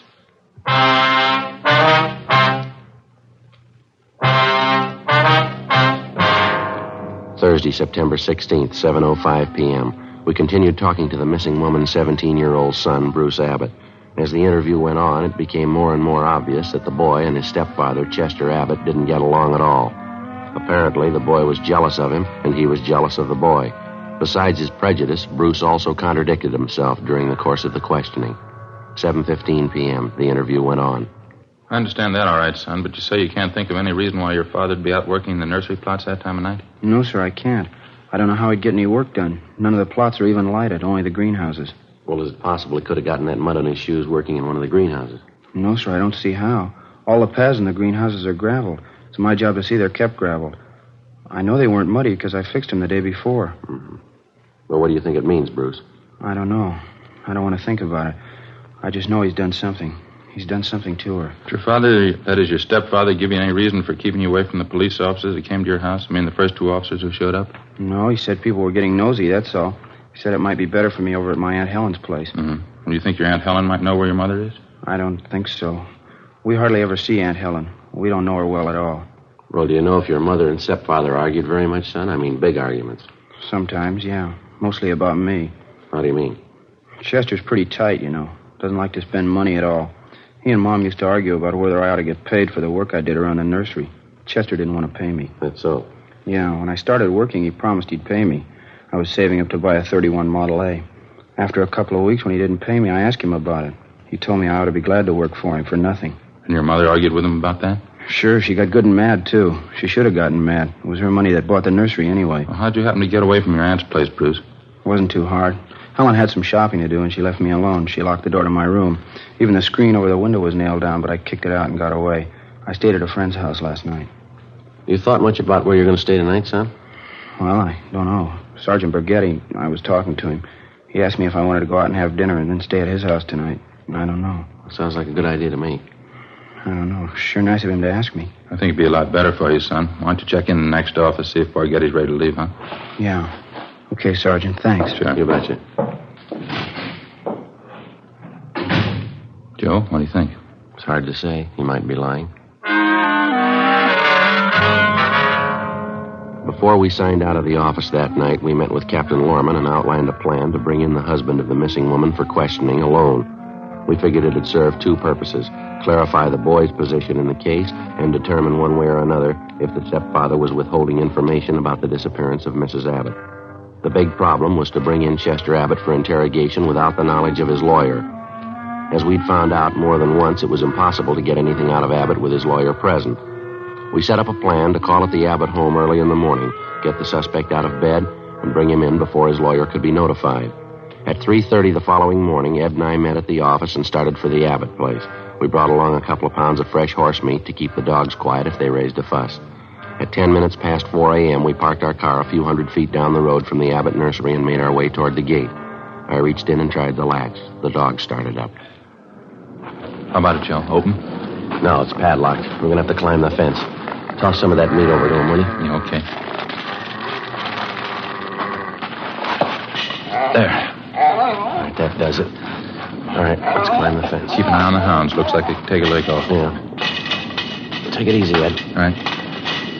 Watch that. Yeah. Here comes that other dog. Get some more of that meat ready. Yeah. There you are, boy. Go get it. Go on. All right, that's fine. Come on, let's hurry. Have a look, Joe. Huh? Windows along the side of the house. Lights just went on. Yeah, come on. All right. Who is it? Who's there? Who is it? I'll set the dogs on you. Police officers, Abbott. Friday and Jacobs. kind of business is this? What are you doing out here this time of night? You're under arrest, Mr. Abbott. What are you talking about? I think you heard me. You're under arrest. What kind of crazy thing is this? You're going to pay for this. I'll have your job. You want to get your coat? You cops are asking for a pack of trouble. You know that. Get your coat. I'd like to know what you think you're doing. Where's my stepson, anyway? What have you done with him? I got a better one for you, mister. Huh? What have you done with your wife? 4:25 a.m. Ed and I drove the suspect, Chester Abbott, back downtown to the office. He was quiet and sullen. We headed down the hall for the squad room. Light still burning in the office? Yeah, probably Bargetti standing by. All right, Abbott, in there. You're going to pay for this. You can take my word on that. Ed, you want to take him in the office here and stay with him? I'll check with Al. Okay. All right, Abbott, inside.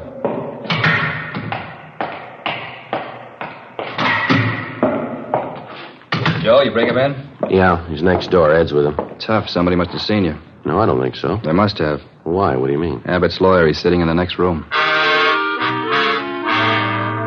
How the lawyer had been notified, we couldn't be sure.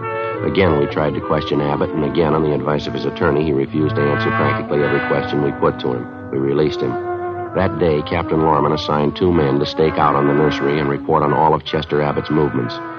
A little after 7 p.m., just after nightfall, we tried again to bring the suspect in for questioning without his lawyer's knowledge. It didn't work. The men assigned to stake out on the Abbott place reported definitely that someone was tipping off the attorney whenever unknown visitors showed up at the nursery and drove off together with Mr. Abbott. There was nothing we could do about it. The following morning, Al Bargetti came up with a lead. Had a long talk with the boy last night. Think he came up with a pretty fair lead. How's that? The old man's responsible. We know there's only one way we'll get a conviction. Yeah? Find the body and enough evidence to tie him in. Yeah, well, where do we start looking? In a new rose bed. It's next to one of the greenhouses in Abbott's nursery. Boy tell you this? Yeah, seems to make sense. We know old man Abbott's crazy about saving $1. We found that out from the neighbors and the relatives. Mm-hmm. On the nursery trade, especially in the limited area Abbott has to work in, you cultivate every foot of ground you have. You plant every foot of soil with something. Well, yeah, Al, what's the point? Well, Abbott's not the type to waste anything. He wouldn't let ground lie fallow when he could plant something that might bring in a few dollars next spring. Mm-hmm. Bruce tells me his stepfather has every inch of the property planted with something. Everything except the 6x8 plot of ground in that rose garden. Well, what did the boy say? The plot been vacant for a long? Well, he says his stepfather got it ready for planting a week and a half ago. It's still vacant. Be worth checking out. How do we do it? We can order up a crew from the crime lab. They can take probings through the plot, all around it. They ought to be able to tell us how deep the ground's been worked over lately. Okay. What do you figure, tonight? I think so, yeah. Maybe 11, 12 o'clock. What about old man Abbott? You think he's going to sit still for it? If the hunch pays off, he's going to sit still a long time. It was 10 minutes past 11 that night when we got to the Abbott nursery. Lee Jones and the crime lab crew, Al Bargetti, Ed, and 2 other men from homicide. The men on stakeout told us Chester Abbott, along with his attorney, had left the house a half hour before in his car, a dark blue coupe. They hadn't returned. Ed brought along another supply of fresh horse meat for the dog, so we didn't have any trouble there. We located the vacant plot of ground in the rose bed next to one of the greenhouses, as Bruce Abbott had described it to Bargetti. The crime lab crew started probing. The ground obviously had been worked over recently, and to some depth. They started digging. Anderson, get that light over here, will you? Thanks. Joe, see anything? No. Let's keep digging. Try it over here, huh? Yeah. You know, this is it. He wasn't taking any chances. Down a good 4 or 5 feet now, wouldn't you say? Yeah, at least that. Anderson, more light, huh? All right, let's go at it. All right, wait a minute. Yeah. Woman's shoe here.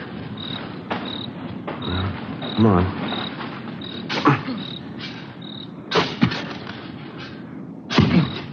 Just a minute. Yeah, that's it. The shoulder there. It's a body. Well, it paid off, Al. The boy had it figured. Yeah. Too bad he was right. Ed and I went back to our car and notified communications to broadcast a warrant for murder on Chester Abbott. His description, together with the description of his car and license number, was rebroadcast every 15 minutes. The attorney was contacted, and he stated that Mr. Abbott had dropped him off at his home more than an hour before. He knew nothing of his whereabouts. Ed and I went back to check the Abbott home and found the front door unlocked. We went inside and looked around. In one bedroom, we found clothes scattered over the bed and on the floor. There was only one old suit left in one closet. On the table next to the bed, we found an airline's timetable. We got to the phone and notified communications to alert all special details at railroad stations, bus terminals, and airports, and then to get out an APB. After that, we checked with the airlines. One of them told us a man answering Abbott's description had booked passage to Mexico City that night under the name of Charles Frazier. The plane was scheduled to leave at 1:52 a.m. at the Burbank Airport. We called the detail at the airport and alerted them. Then we drove over to the field to follow through on it. It was 1:32 a.m. when Ed and I took up our positions just inside Gate 3, where passengers were boarding Flight 72 for Mexico City. There was no sign of the suspect either on the plane or in the waiting room. Think he'll show? I don't know. Want your bag over here? Where's Spaghetti? Over there by the cocktail lounge. See him? Oh, yeah. What time you got now? 1:38. Plane's due to take off in another 4 minutes, isn't it? Mm-hmm. Any sign of him, Al? No, nothing. Just made the rounds. Checked with Stevens and Cummings. If he got in, he came in somebody's suitcase. Couldn't have possibly gotten through without one of us seeing it. Well, he hasn't got much more time. Maybe it's a dead end, huh? You don't see how he could have gotten wise, do you? Over there. No, by the ticket counter there. You see him? Yeah, that's him. Come on. Right. All right, just a minute, Abbott. I haven't got time now. I'll miss my plane. If you have anything more to say to me, you can wait till I get back. Right, not, Abbott. And take it up with my lawyer. I'm in a hurry. We found your wife's body. How's that? In the rose bed next to the greenhouse. I don't know what you mean. You must be mistaken. No mistake. Hands behind your back. What's this all about? I haven't done anything. All right, let's go. No, just a minute. You got it wrong. I don't know anything about it. We think you do. Now, come on. Wasn't my fault. I didn't know what I was doing. I plead insanity. She drove me to it. We were arguing about the boy, and she slapped me. I didn't mean to do it. All right, let's go, Abbott. Can you wait just a minute more? What for? My plane. One for Mexico City. Funny, isn't it? What's that? I was so close. Just missed it. Not by more than 1 minute. No, you're wrong about that, Abbott. Just 1 minute, that's all. Well, you missed it before you ever bought your ticket. How do you figure? When you first decided to kill your wife. Come on.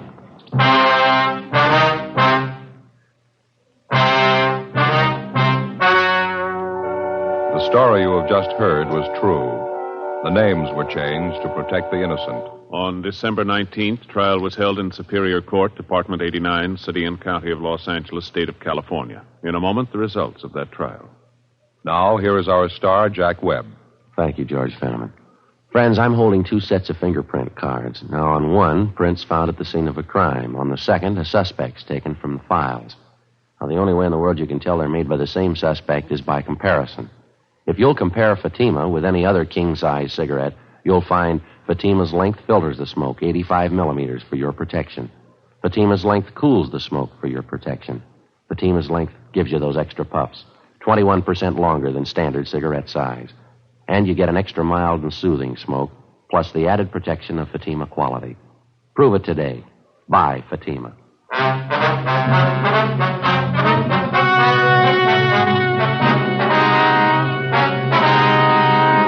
Chester Vernon Abbott was tried and convicted of murder in the first degree.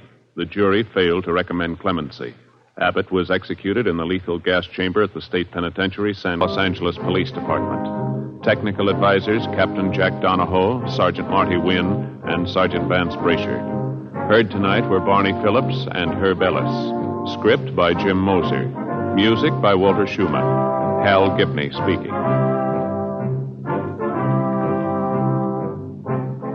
Fatima Cigarettes. Best of all king-size cigarettes has brought you Dragnet, transcribed from Los Angeles.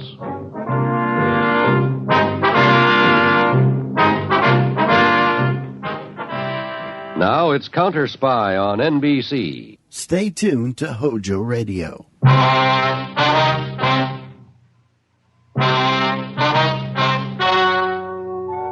The story you are about to hear is true. The names have been changed to protect the innocent. Fatima Cigarettes, best of all king-size cigarettes, brings you Dragnet on both radio and television.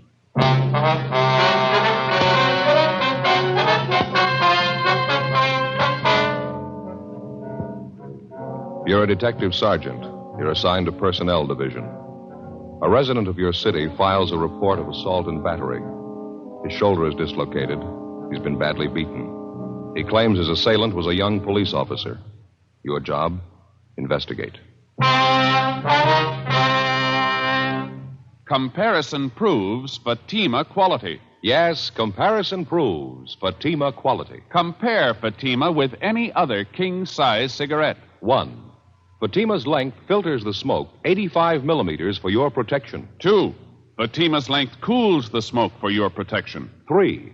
Fatima's length gives you those extra puffs, 21% longer than standard cigarette size. And you get an extra mild and soothing smoke, plus the added protection of Fatima quality. Definitely the best quality in its class, but the same price as the cigarette you are now smoking. Prove Fatima quality yourself today. Buy Fatima in the bright, sunny yellow pack. Best of all king-size cigarettes.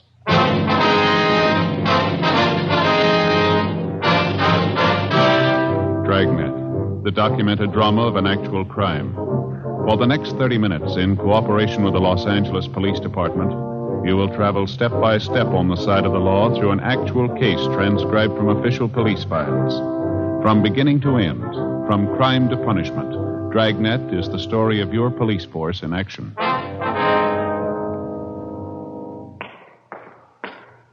It was Tuesday, June 11th. It was mild in Los Angeles. We were working the day watch out of BIA. My partner's Ed Jacobs. The boss is Lieutenant Jesse. My name's Friday. It was 10:23 a.m. when I got to room 83, the squad room. Joe, you catch up with the lieutenant? Yeah, in a meeting. He said he'd be out about 11:30. He wants us to handle it for the time being. Oh. Well, Joe, this is Officer Blanchard. This is my partner, Joe Friday. I'm glad to know you, Friday. I think I've seen you around Central a couple of times. Yeah, sure. How are you? Well, what's this thing all about? Do you mind telling me? You worked yesterday, did you? Yeah, that's right. My regular beat, South Central area. Anything out of the ordinary happen while you were on duty? No, not much. Made a couple of pinches, that's about all. Pretty quiet otherwise. Did you make one of those arrests at 7928 Cortlandt Avenue? Yeah, that's right. A woman, 2 men, users. All 3 of them were booked in violation of State Narcotics Act. Any of the 3 familiar to you at all, Blanchard? I mean, had you ever seen them before the time you arrested them? No, none of them. I knew the place, though. I've been keeping an eye on it lately. One of those old-fashioned homes converted into a rooming house. Uh-huh. I've been noticing some of the people going in and out of the place. They didn't look too good to me. That's why I say I've been keeping an eye on the house. Now, what's the story on this, anyway? You get a kickback on an arrest I made? Well, we'd like to have your version of it first, Blanchard. Exactly what happened. How'd you come to make the pinch? Well, I was walking my regular beat.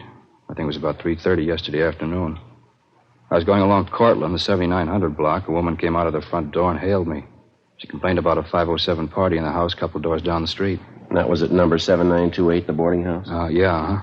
I checked it out. The party was going on up on the 3rd floor. I went up, found the girl and the 2 men in the room facing on the street. The girl was fixing a pop for herself when I came in. 2 caps of heroin on the table in front of her. Mm-hmm. What'd you do then? I made a grab for the 2 caps. One of the guys beat me to it. He got him, ran to the next room, and tried to flush him down the drain. He didn't quite make it, though. I got one of the caps before he could get rid of it. What'd you do then, Blanchard? Well, I sat the 3 of them down, called into the office. I checked the room over while we were waiting, found 2 more caps of heroin, usual equipment to go with it. When the radio car showed up, the 3 of them were taken downtown to narcotics squad and booked. That's all I can tell you about it. Well, during the time you were waiting there in the room, Blanchard, did you have any trouble with the suspects at all? Well, I got a lot of talk from one of the men, a fellow by the name of Evans. He's supposed to run the boarding house. He claims he didn't have anything to do with it. He didn't know the girl was a hype. You know, the usual stuff. That was the extent of it? Just talk?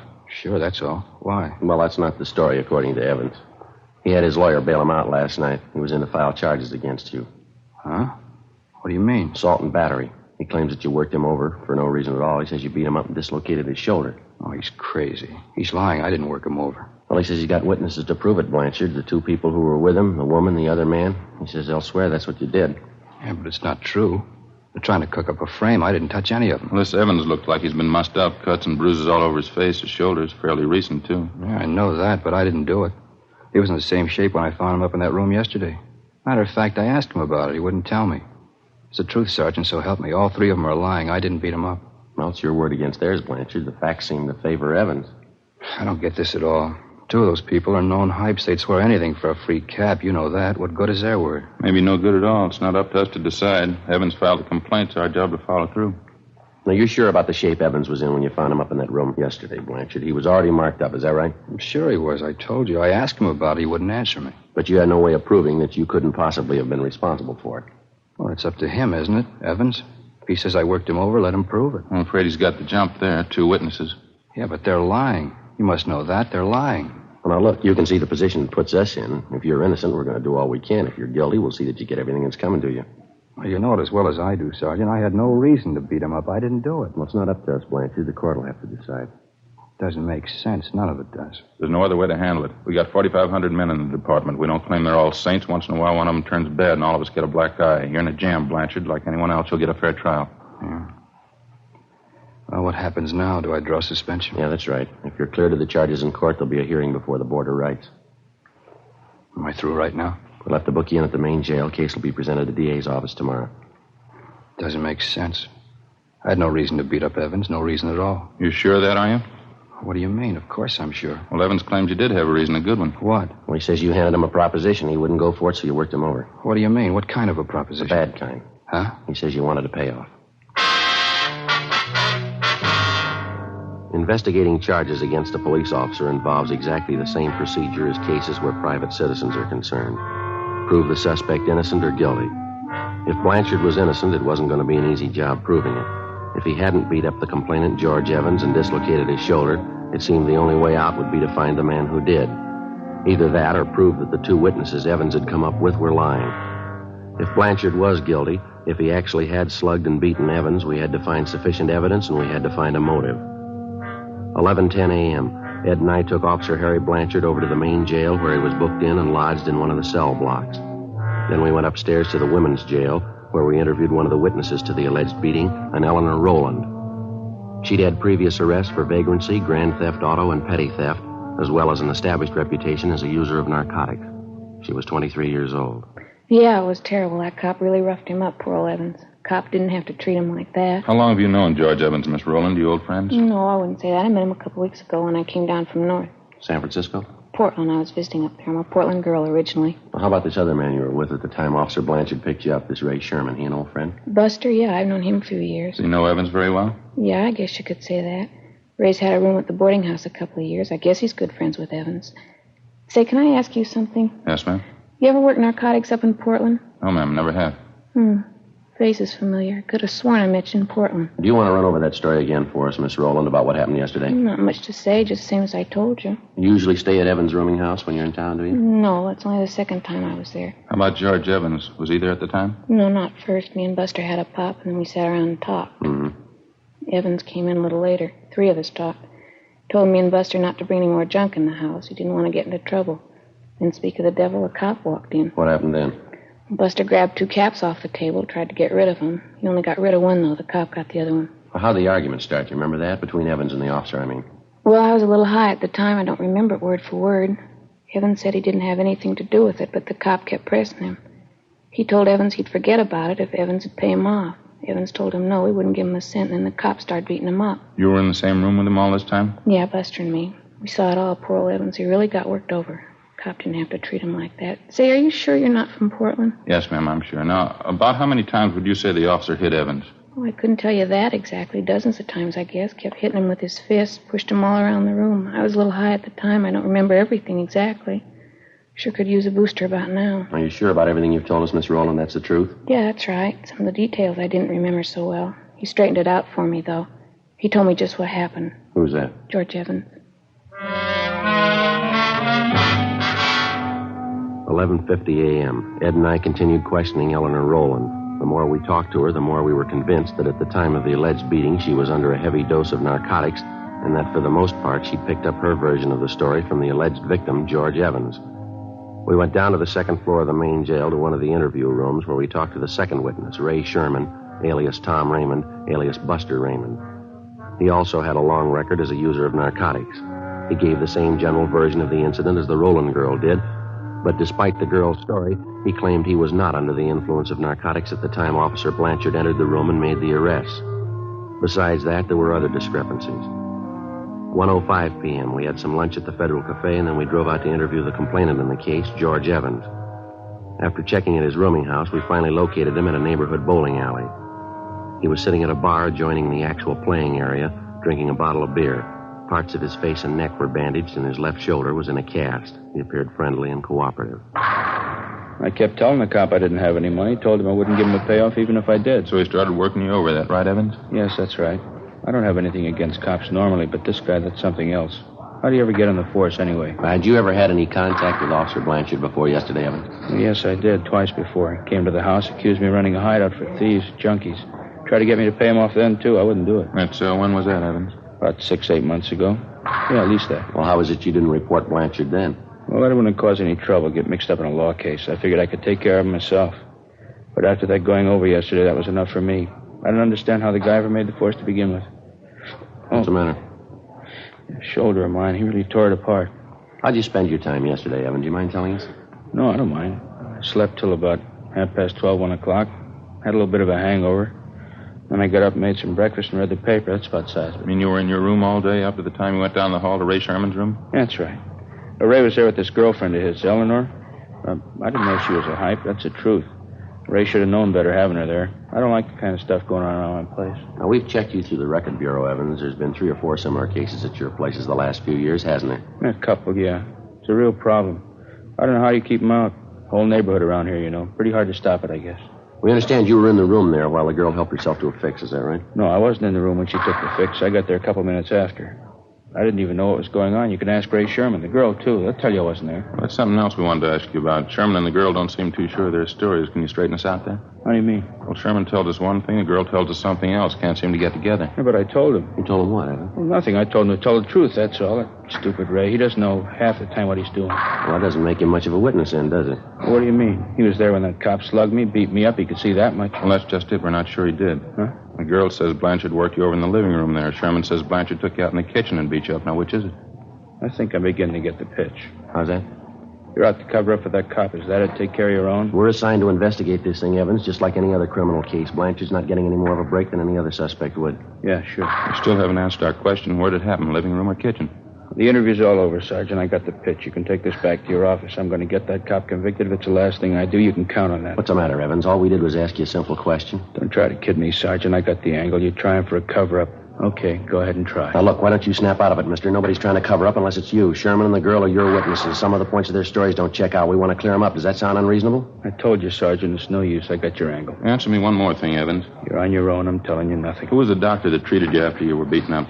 Down at Georgia Street, the emergency. You ought to know that. No, I mean for your shoulder. We checked over your car down at Georgia Street. No mention there of a dislocated shoulder. No, of course not. I didn't even know I had one until I was bailed out. I had my own doctor fix it. You mind giving us his name? Why should I? I was willing to go along, cooperate, then you started playing it cagey, trying to cover up for that cop. Now you work it out on your own. All right, mister. Any way you want it. You bet that's the way I want it. You had this whole thing framed from the beginning. Now you're off the track, Evans. You're not kidding me. You're trying to prove that cop's innocent, trying to make me out a liar. What am I supposed to do, help you prove I'm a liar? No, you've helped enough already. Ed and I double-checked through Officer Blanchard's departmental record. It showed that Blanchard had been working his present beat for a little more than 4 months. Evans had told us that Blanchard allegedly had solicited payoffs from him at least 6 to 8 months before. The following day, Ed and I made further inquiries in the neighborhood of Evans' rooming house and also among his friends and associates. For one thing, we found out that Evans had not spent the entire morning and early afternoon in the house. He'd been seen leaving his place by several neighbors at about 10 a.m. Through one of his contacts, we got the address of an ex-wife, since remarried, a Marie Evans Zarconi. We located her in a small apartment in the East Wilshire district, a small brunette woman about 35. Now, you tell us she used to be married to Evans. Yeah, that's right. Well, what kind of business was Evans in when you were married to him, ma'am? Well, he had that rooming house over on Cortland Yes, Avenue. ma'am, we know about that. Was there anything else? What's the matter, anyway? Just a routine investigation. We'd like to have as much background on him as you can remember. Are you on fairly good terms with Evans now? No, I haven't seen him since we split up. About a year and a half ago, I think. That's why I couldn't stand him. What was the trouble, ma'am? You mind telling us? He just isn't much good, that's all. You find a lot of names to fit him. He was in everything. How do you mean? That's why I got away from him. Every cheap, lousy racket you can think of, he was in it. Peddling dope, blackmail, making book, some of the two-bit rackets. He's been in all of them, one after the other. I had to get away. Rooming house on Cortland Avenue, that's where he's been operating all this time? As long as I've known him, yeah. About 3 years, I'd say. Mm-hmm. Is narcotics just a sideline with him, or does he go in for it pretty heavy? He was in it pretty heavy when I left him. I don't know what he's been doing since. I don't care. Just soon forget all about it. Yes, ma'am, I can understand. What's the matter now, anyway? Got a case against him? Well, not exactly. Evans is filed against a police officer, assault and battery, soliciting a bribe. We're investigating the charges. Sounds like him. Some cop really rough him up? Well, we don't know, ma'am. That's what we're trying to find out. Oh. Well, I'd like to help you out. Don't think I can, though. Well, just one more question, ma'am. While you were married to Evans, did you have a family doctor? I mean, one that you called regularly when you were sick? Yeah, we did. Why? Well, what was his name? Can you remember? Yeah, Dr. Chase. Would you like his address? "2:47 p.m. We got to Dr. Chase's office, and luckily we found him in. Take a look at this magazine, Joe. What? National Geographic. Looks like a real old one, wouldn't you say? Yeah, it sure does. Cover's torn off there. Yeah. What do you know about that? It's older than I thought. Look at this here. Well, what do you got? These pictures, eh? Look. 4 pages of them. Pretty grand affair, huh? Yeah. Teddy Roosevelt breaks ground for Panama Canal. How about that? Yeah. Sorry to keep you waiting, gentlemen. That's perfectly all right, Doctor. Let's see now. You want to know about... Mr. Evans, Doctor. George Evans? Oh, yes, Evans. What was it exactly, Sergeant? What did you have in mind? Well, the first thing we'd like to know is if you've treated Evans recently, the last week or so. Yes, as a matter of fact, I have. He was in here, well, let me see now. Let's see, yes, I thought so. He was in here 3 days ago. I had some bad cuts and bruises. Mm-hmm.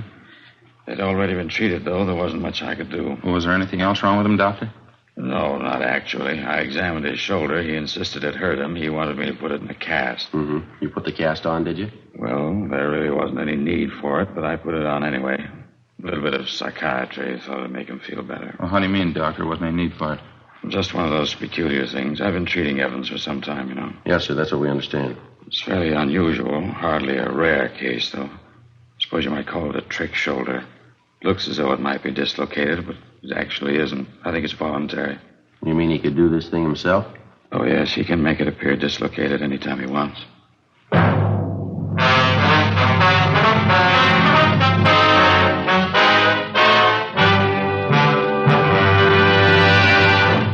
You are listening to Dragnet, authentic stories of your police force in action.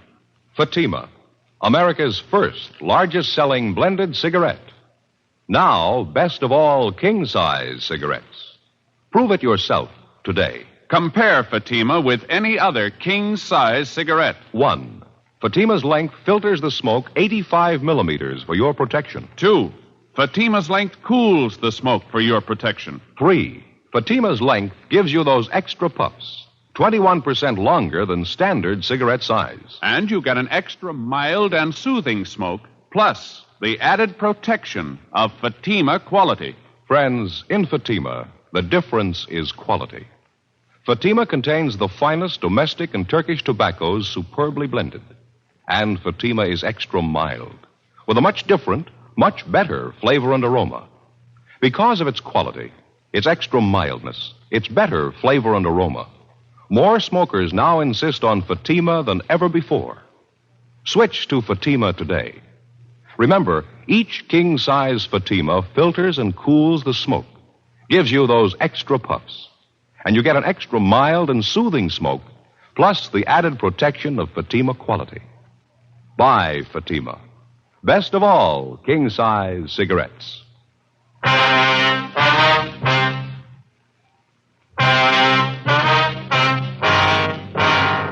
Saturday, June 15th, 10 a.m. The investigation continued. Meantime, the newspapers were still making front-page material out of the story. One of the morning banner lines read, "Cop slugs cripples citizen to get payoff," and another one, "Police brutality rouses entire city." Our investigation went on. Early Saturday afternoon, Ed and I succeeded in locating a former friend of Evans who told us that he'd seen him downtown the morning of the day on which the alleged beating had taken place. The same time Evans had told us he was in bed nursing a hangover. The former friend, a Fred Werner, said Evans was in the company of 2 known gamblers, Carl Sweetser and Stanley Parrish. He told us that he'd spotted the 3 of them together at about 11:45 a.m. We questioned Sweetser and Parrish, but they refused to tell us anything. They admitted that they were acquainted with Evans, but they knew nothing about the beating he'd received. We continued making the rounds. 5:30 p.m. We dropped to the main jail and questioned Evans' 2 witnesses again, Ray Sherman and Eleanor Rowland. We got the same stories as before. 6:18 p.m. We got back to the city hall. Long stretch, huh? Sure be glad to get home. Yeah, not a bad day, though. We had fair luck, didn't I we? suppose so. It could always be better. Sure like to get the straight story one way or the other. You want to check the book, Ed, see if we got anything? Yeah, okay. No, not much, Joe. Call from a Tom Donnelly, you know him? Donnelly? No, that doesn't sound too familiar to me. I got it. Personnel Jacobs. How's that? I'm afraid he's gone for the night. Yeah, huh? No, I'm sorry. I wouldn't know. All right, thank you. There's another message here for us, Joe, in the book. Yeah? From Blanchard's wife again. I'm getting to feel pretty silly about it, telling her the same thing night after night. Why don't you call her tonight? Well, you've been doing all right. Why give up now? Personnel, Friday. Yeah. What was that? Mm-hmm. Your name? Yeah, okay. Uh-huh. 10 o'clock tonight? All right, that's fine. That's so. Sure. Yeah, we'll meet you. Okay. 10 o'clock. Yeah, fine. Bye.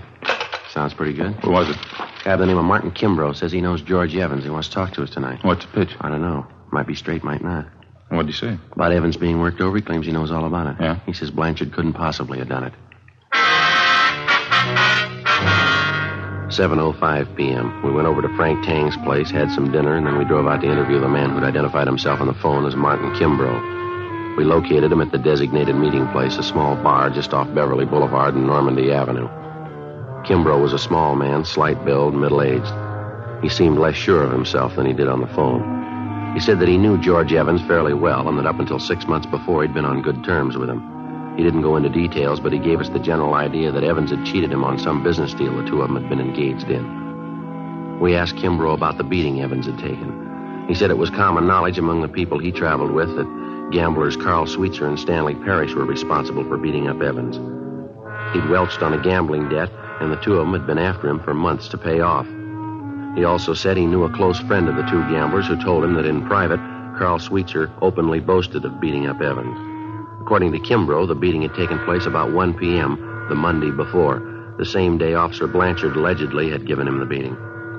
We located Sweetser in the coffee shop of a small hotel on South Rampart Street. I'm afraid I don't know what you're talking about, Sergeant. I don't know any George Evans. I've never heard of him. We understand you do, Sweetser. Heard you used to play cards with him. Got it from a couple of people. That's all. I guess they made a mistake. I don't remember the name at all. Maybe he's going under a different one, huh? Well, how about his description? You ought to remember that. Well, maybe I meet quite a few people. It's kind of hard to place all of them, you know. What's the guy look like? Oh, he's tall, dark complexion, dark hair, scar under his chin. He dresses pretty well, usually wears a suit. No, doesn't mean a thing to me. Runs a rooming house over on Cortlandt Avenue. He's been in quite a few rackets on and off. Sorry, I'm afraid I wouldn't know him. Now, look, we haven't got any beef with you, Sweetser. That's not the point. Evans is trying to get away with a fast one. We're out to stop him. We could use your help. How about it? I don't see how I can help you. What's the beef, anyway? We think you know. It's been all over the newspapers the last couple of days. Oh, yeah. A young cop? What's Evans got against him, anyway? He's trying to save face. We figure that's what we hear, anyway. Well, what do you mean? Well, I think you know how Evans likes to play the big shot. It wouldn't do his stock much good around town if the real story got out. I don't follow. What story are you talking about?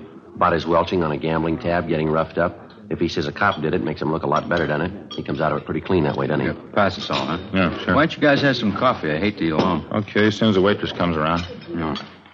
Oh, what else you hear about this Evans? Pretty bad boy, that, right? Bad enough. He's got a fast mouth, telling quite a few stories around the neighborhood.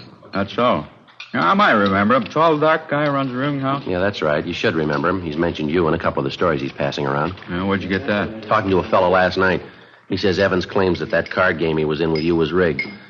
That's why he didn't pay you off. He claims you and Stan Parrish framed the whole thing. Is that right? That's a laugh. Huh? Phony bums are all alike. Lose a couple of dollars and squeal like a pig. What's this Evans doing now? He's up for narcotics rap. He's out on bail. Cheap punk.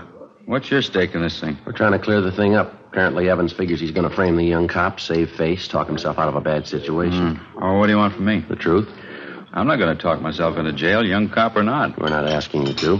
You want to clear the case, huh? All you need is proof the cop didn't give Evans a working over. That's right. Okay, you got a deal. Without actually incriminating himself in any way, Carl Sweetser gave us information and leads which, after they were checked out, showed definitely that George Evans was slugged and beaten in a neighborhood at least a mile from his rooming house. We talked to half a dozen people who saw Evans in that neighborhood shortly after 1 p.m., the day of the incident. We talked to the clerk at the drugstore where Evans went to buy iodine and bandages. They all told us that he bore the markings of a severe beating as early as 1 o'clock that afternoon. Evans had told us repeatedly that he'd received the beating at the hands of Officer Blanchard no earlier than 3 or 3:15 that afternoon. Ed and I drove over to the main jail where we interviewed Evans' two witnesses again. The girl, Eleanor Rowland, was the first to break. She admitted that Evans had promised both her and her friend, Ray Sherman, $50 apiece if they would go along with him in his plan to frame Officer Blanchard for assault and battery and soliciting a bribe.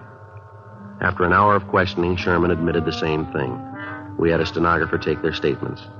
4:50 p.m., Ed and I got in the car and drove out to the rooming house on Cortlandt Avenue. Yeah? Oh, how are you, Sergeant? You want to get your coat, Evans? Like to see you downtown. What for? What's it about? Filing a false report. You know the story. What are you talking about? What do you mean a false report? You've been checked out all over town, Evans. Your doctor, your ex-wife, your gambling friends. We talked to them all. So what? What's that prove anyway? Proves you were lying, mister. That young officer, Blanchard, he didn't beat you up. There's nothing wrong with your shoulder either. Dr. Chase will vouch for that. Look, I don't care what he says. I don't care what any of them say. I got my case against that cop. I'm sticking with it. You're not going to talk me Why out. don't you give it up, Evans? We had a talk with Carl Sweetser. What did he tell you? Enough to convince us you're trying to frame Blanchard. We've got statements from people who saw you before you got back home Monday afternoon. They say you were mussed up then. That was at 1 o'clock in the afternoon. You've been telling us Blanchard wasn't at your place till 3 o'clock. Now, how do you explain that? Well, I don't know. Maybe I didn't have the time right. My watch could have been off. It doesn't make any difference anyway. It's going to make a lot of difference. How about getting your coat? I'm going to call my lawyer first. That isn't going to do much good. We've got statements from your two witnesses, Ray Sherman and the girl. They've admitted the whole thing. Now, you haven't got much of a case left. I don't care what they say. They're lying. Both of them. They're lying. You ought to know, mister. What? You taught them how.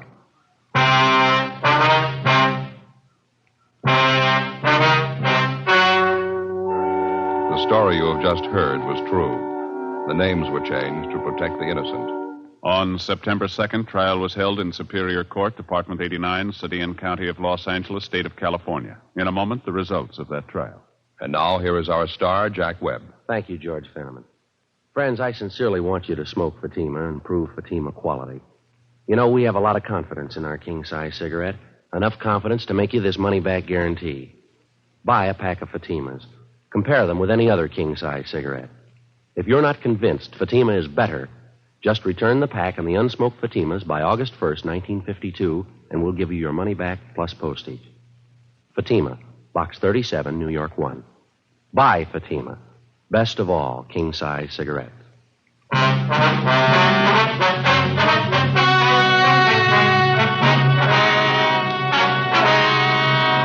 A complaint was received on George Evans from the city attorney's office for violation of Section 5243 Municipal Code, filing a false report to the police department, a misdemeanor.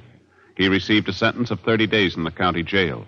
Ray Sherman was tried and found guilty of Section 11500 Health and Safety Code, possession of narcotics. He was sentenced to 1 year in the county jail and 3 years probation. Eleanor Rowland was filed on as a bag addict, Section 11721 Health and Safety Code. She was sentenced to 60 days in the county jail. Officer Harry Blanchard was cleared of the charges pending against him and was reinstated. You have just heard Dragnet, a series of authentic cases from official files. Technical advice comes from the Office of Chief of Police W.H. Parker, Los Angeles Police Department. Music by Walter Schumann. Hal Gibney speaking. Fatima Cigarettes, best of all king-size cigarettes, has brought you Dragnet, transcribed from Los Angeles. Actor and producer Jack Webb's aim in Dragnet were for realism and unpretentious acting. He achieved both goals, and Dragnet remains a key influence on subsequent police dramas in many media. The show's cultural impact is demonstrated by the fact that even after 5 decades, elements of Dragnet are known to those who have never heard nor seen the program. The ominous 4-note introduction to the brass and timpani theme music titled Danger Ahead is instantly recognizable, as well as the show's opening narration. Stay tuned for more Dragnet right here on HOJO Radio.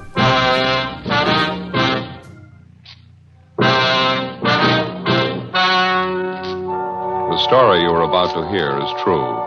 The names have been changed to protect the innocent. Fatima Cigarettes, best of all king-size cigarettes, brings you Dragnet on both radio and television.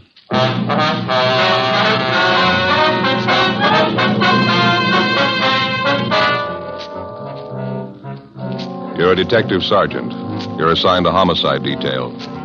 You receive a complaint about the owner of an apartment building. He signs leases for the apartments, and he threatens to kill the tenants if they move in. Your job? Investigate. Comparison proves Fatima quality. Yes, comparison proves Fatima quality. Compare Fatima with any other king-size cigarette. 1. Fatima's length filters the smoke 85 millimeters for your protection. 2. Fatima's length cools the smoke for your protection. 3. Fatima's length gives you those extra puffs. 21% longer than standard cigarette size. And you get an extra mild and soothing smoke, plus the added protection of Fatima quality. Definitely the best quality in its class, but the same price as the cigarette you are now smoking. In Fatima, the difference is quality. Buy Fatima in the bright, sunny yellow pack. Best of all, king-size cigarettes.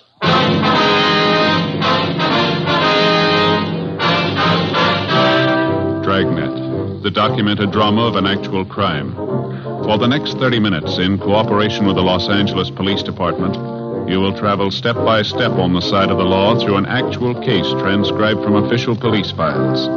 From beginning to end, from crime to punishment, Dragnet is the story of your police force in action. It was Wednesday, May 9th. It was hot in Los Angeles. We were working the night watch out of homicide detail. My partner's Ed Jacobs. The boss is Captain Lorman. My name's Friday. It was 6:47 p.m. when I got back to the Capitol Avenue Auto Court. Cotty's number 11. No reason in the world for it. I tried to reason with him. He wouldn't even listen. It's the craziest thing I ever saw. Yes, ma'am. Now, Joe, did you find the phone all right? Yeah, I checked the office. Lopey says they picked up Daniels a few minutes ago. They're bringing him downtown now. Oh, they got him, did they? They're going to put him in jail? Well, it depends, ma'am. It's going to take a little more investigating first. I don't see what else you need. He threatened us with a gun, me and Doris Ashby. If that isn't a crime, I don't know what is. A few more questions we'd like to ask you, ma'am, if you don't mind. A couple of things we'd like to clear up. I told you just how it happened. Doris will tell you the same thing. He's just a crazy old man, if you ask me. Ought to be put away. Did you ever have any trouble with Mr. Daniels before this afternoon, Miss Cameron? Excuse me, the baby. Yes, ma'am. What is it now, honey? Can't you sleep? You try now, won't you? Daddy will be home pretty soon. That's a good boy. You try and sleep now. Miss Cameron? Yes. Oh, you be quiet now. I don't want any trouble from you. You heard me. Be quiet now. You got your hands full, ma'am. Don't I know it? A canary, a 4-month-old baby trying to keep house in an auto court. I knew it was going to be like this. I never would have left Paso Robles. You've only been in town a week or so, is that right? It's closer to 2 weeks. Seems more like 2 months trying to get along in a place like this. A room and a bath, no place to cook, rinse out diapers. It's terrible.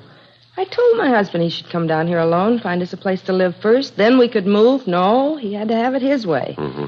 You say your husband made the first contact with Daniels. He gave him a deposit on this apartment, is that right? Yeah, that's right. The same day he started work at the aircraft plant in the valley. We've been living in Paso Robles since we got married. A month ago, Pete, that's my husband, he got a lead on this aircraft job down here. Him and Ralph came down and signed up for it. Ralph, who's that, ma'am? Ralph Ashby. He's Doris's husband. Doris Ashby. She's my best girlfriend. We were neighbors up in Paso Robles. Oh, I see. They're not doing much better than we are right now. They're staying in another court up the street. Same thing, room and a bath. Doris is expecting, too, a poor kid. Did you hear me? You be quiet now. You want to wake up the baby? About the arrangements your husband made with Daniels to lease this apartment, Miss Cameron. When was all this? A week ago Monday, the day after I moved down here. My husband and Ralph Ashby saw the rental ad in the paper, and they went over and talked to Daniels. He said, all right. He had an apartment for the Ashbys and one for us. Nice places, too. I see. Ralph and my husband signed the leases, gave him the first and last month's rent in advance. It was all decided. Well, how is it you couldn't move in right away, Miss Cameron? Well, he said he was having the apartment house redecorated. Daniels did, I mean. He told Ralph and my husband the apartments would probably be ready for us on the 8th. That was yesterday. He said the 9th for sure, and that's today. And you tried to move in this afternoon, and Daniels refused to let you in. Is that it? I had the movers get all our things out of storage and move them out to the apartment. So did my girlfriend, Doris. The movers were just starting to get our furniture out of the van and move it into the apartment when Mr. Daniels showed up. He acted like a crazy man. Well, did he give you any reasons why you couldn't move in? He tried to give us a lot of reasons. None of them made any sense. You can ask Doris. She'll tell you. She was there with me. Well, what did Daniels say, now, just for instance? He said a lot of things. First, he told us there was no water in the apartments. It hadn't been turned on yet. He said the gas wasn't turned on either. Well, I knew that was a lie. I was in the apartment late in the morning. Everything was fine. The gas was working, so was the water.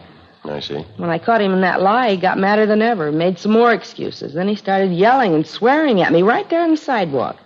Said the apartment just wasn't ready yet. I told him to go climb a tree. We signed the lease. We paid the rent. We were moving in anyway. Told the movers to go ahead, take in the furniture. Well, what did Daniel say then? Nothing. He just got real purple in the face, and he put his hand in his coat pocket, and he took out a gun, pointed it at me and Doris, and I had the baby in my arms. Imagine that. Mm-hmm. He actually told you he'd shoot you if you tried to move in the apartment, is that right? In so many words, yes, he did. He threatened the moving men, too. They tried to talk to him. He wouldn't listen. We all tried to talk to him. He didn't make any sense at all. I wasn't going to take any chances with the baby in my arms. Doris and I got in the car and drove away. So did the movers. They left with us. Can't say I blame them either. Yes, ma'am. That Daniels must be out of his mind. It's the only thing I can figure. A real nut. Well, did either you or your husband have any arguments with him at all before this afternoon? No, everything was fine. This afternoon was the second time I ever spoke to the man. And he had no objections to your having children or pets in the apartment? None at all. That's one of the first things my husband told Daniels when he went to look at the apartment. We had a baby and a canary. Daniels said it was all right with him. He didn't object at all. I understand there's 6 apartments in the building, Miss Cameron, that right? Yes, that's right. They're all vacant as far as I know. Daniels just bought the building a month ago. That's what he told my husband, anyway.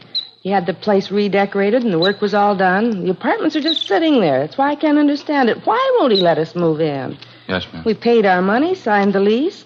If he gave us any kind of a good reason why we shouldn't move in, I could understand it. But to keep us out for no reason at all, to stand out there on the sidewalk and threaten to shoot us if we move in, me with a baby in my arms, I don't know. He must be crazy. You say you were in the apartment this morning, Miss Cameron. Did you notice anything unusual about the place, anything out of the ordinary? No, nothing. And you say Daniels couldn't give any reason at all why you shouldn't move in? Just one. It convinced me. Yeah. That gun. Before we left Mrs. Cameron, we took her crime report and had her sign it, and then we drove back downtown to the squad room where Gene Bechtel and Lloyd Bond were waiting with the suspect, Edward Daniels. They'd already checked him through R&I. He had no previous criminal record. They gave us a .22 caliber H&R revolver along with 6 shells which had been found on the suspect at the time of his arrest. The gun had been loaded. Pawn shop records showed that the weapon had been purchased by the suspect and had been registered in his name. We had stenographer Eleanor Eastlack type up the crime report, and Ed and I took Daniels down the hall to the interrogation room. He was a small, thin man, blue eyes, gray hair. Don't know what all the fuss is about. I own the building. I can keep people out if I want to. Well, we saw the lease you signed with the Camerons. The other couple, too, they paid their rent. Why the sudden change of heart? I don't think that's any of your business. Matter between me and the tenant. It's our business when you threaten him with a gun, Daniels. Assault with a deadly weapon, that's a felony. Didn't hurt the woman. Just wanted to scare her, that's all. Just a couple of farmers anyway. Never should have given him the lease in the first place. Lousy kid with him and that bird chirping all the time. How'd you happen to have that gun with you this afternoon? Didn't happen to have it. Carry it all the time. It's my business, isn't it?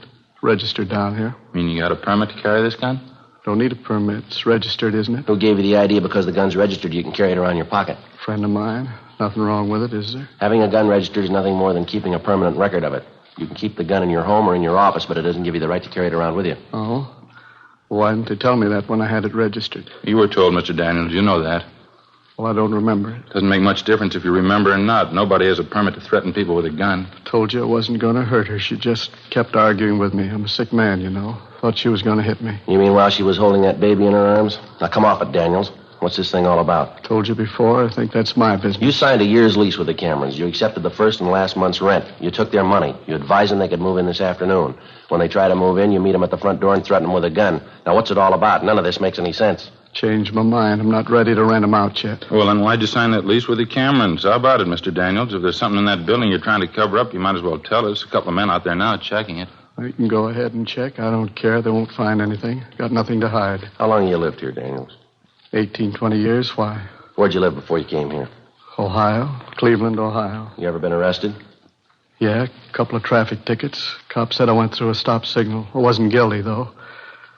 What's the point, anyway? What are you trying to get at? Trying to force me to let those people in that apartment? I'm not trying to force you into anything, Daniels. Business about the lease is a civil matter. That's between you and the Camerons. And what are you holding me here for? We told you. You threatened that woman with a gun. She signed an ADW report. What do you mean, ADW? Assault with a deadly weapon. Now, that's a pretty serious charge, Daniels. Didn't hurt the woman. Didn't even touch her. Pointed the gun at her, didn't you? Yeah. The gun was loaded, wasn't it? Yeah. It was capable of being fired? Yeah, but I wasn't going to shoot her, I told you. Just wanted to scare her off, get her out of there. It's the truth. I wasn't going to shoot her. What do I have to do to convince you? You don't have to convince us. What do you mean? Who do I have to convince? You got your choice, a judge or a jury.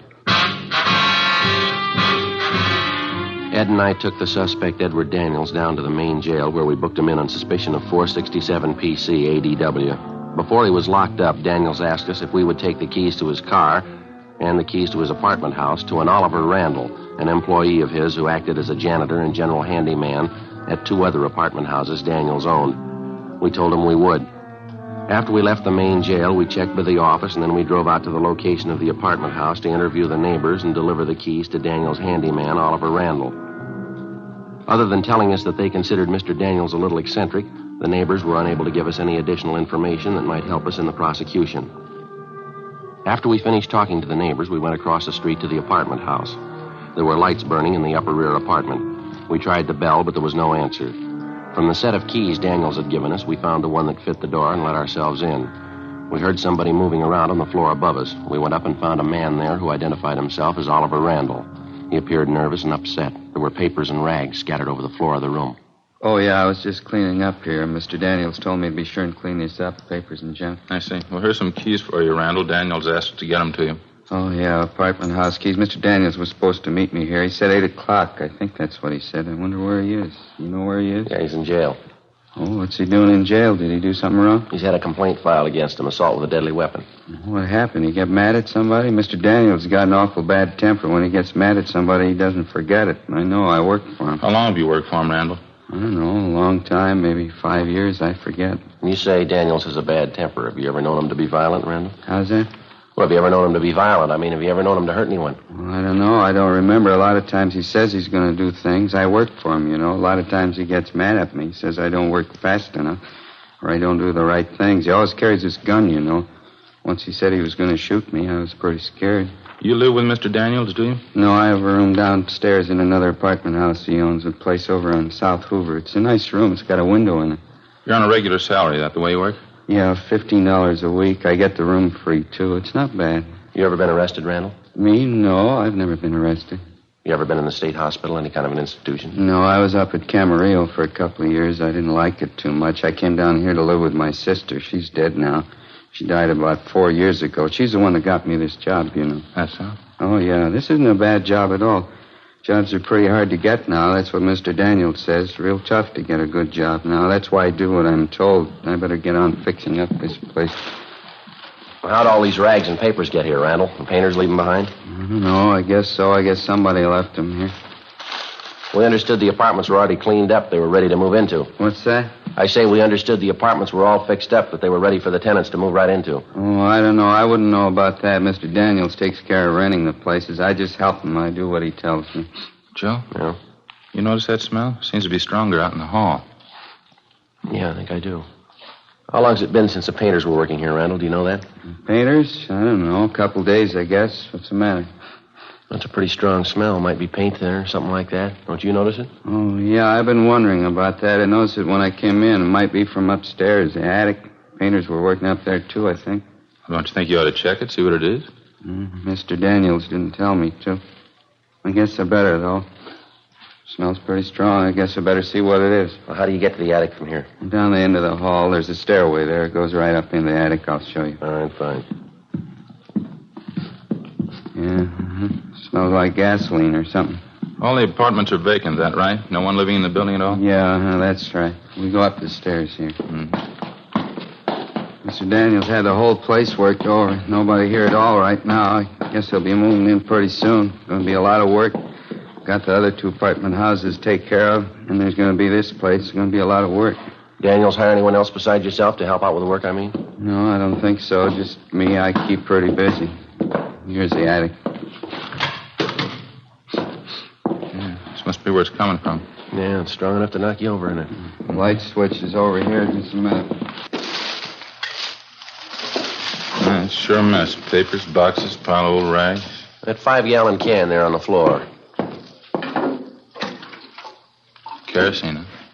Yeah, it's just about empty, too. It's all spilled all over the floor. Mr. Daniels ain't going to like that. He's going to get mad. You usually keep this stuff up here, do you, Randall? I don't know. I guess it was with the painter's stuff. Those cans and things on the table there, I guess it got knocked off and spilled.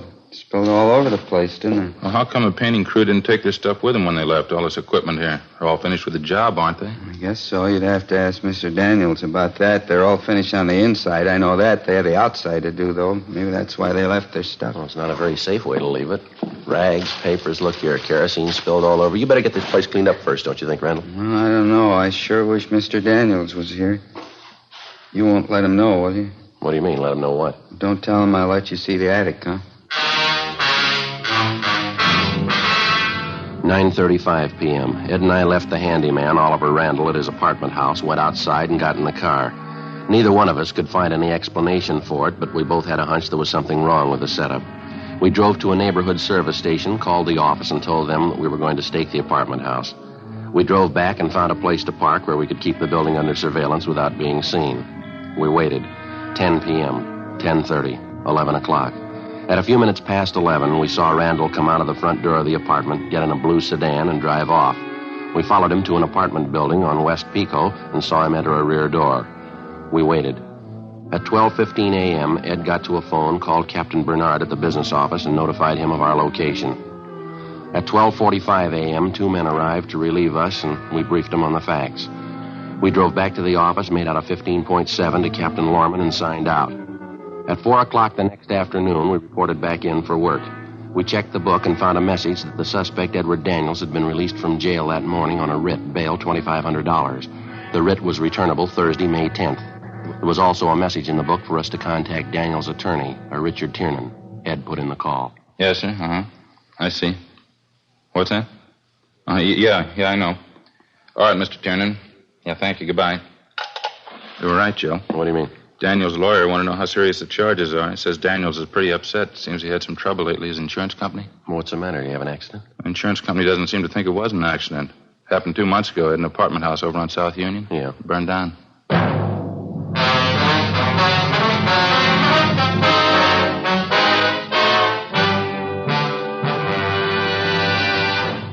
You are listening to Dragnet. Authentic stories of your police force in action. Fatima, America's first largest-selling blended cigarette. Now, best of all, king-size cigarettes. Prove it yourself today. Compare Fatima with any other king-size cigarette. 1. Fatima's length filters the smoke 85 millimeters for your protection. 2. Fatima's length cools the smoke for your protection. 3. Fatima's length gives you those extra puffs, 21% longer than standard cigarette size. And in Fatima, you get an extra mild and soothing smoke, plus the added protection of Fatima quality. To show our confidence in Fatima, we make this money-back guarantee to every king-size cigarette smoker. Buy a pack of Fatimas. Enjoy Fatima quality, extra mildness, and superbly blended tobaccos. If you're not convinced Fatima is better than the king-size cigarette you're now smoking, just return the pack and the unsmoked Fatimas before August 1st, 1952, and we'll give you your money back plus postage. Fatima, Box 37, New York 1. Remember, because of its quality, its extra mildness, its better flavor and aroma, more smokers now insist on Fatima than ever before. Insist on the best. Fatima, extra mild and soothing, plus the added protection of Fatima quality. Smoke Fatima. Best of all, king-size cigarettes.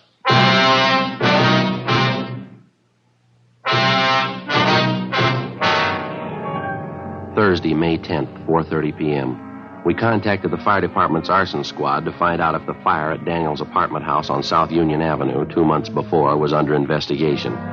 After checking back, they told us investigators from the arson squad had found a large amount of kerosene to be present in some of the burned timbers found in the debris after the fire was put out. They said that Mr. Daniels had admitted after the fire that the apartment building had been recently redecorated and that kerosene, paint, and other inflammables had been stored in the attic of the building. Ed and I contacted the insurance adjuster handling the case, a Snyder Peebles, and he told us there wasn't any doubt in his mind that the fire at Daniels' apartment house 2 months before was of incendiary origin. But he said so far the investigators were unable to prove it. The one thing that seemed to puzzle him was if Daniels planned on burning down the building, why did he go to the trouble and expense of redecorating first? Well, as soon as it was dark, Ed and I drove out, relieved the men on stakeout at the apartment house on West Pico, where the handyman, Oliver Randall, had his room.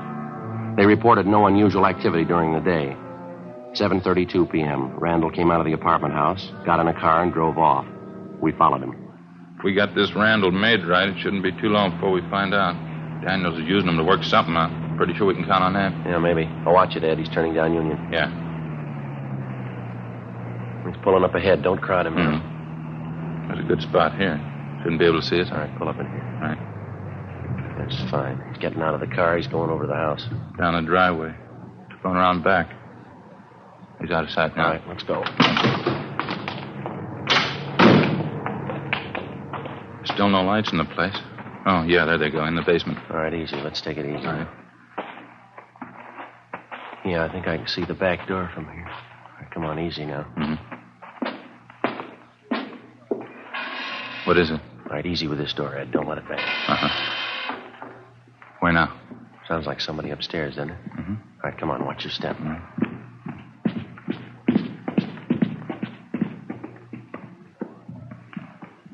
Come on, next floor up. Yeah.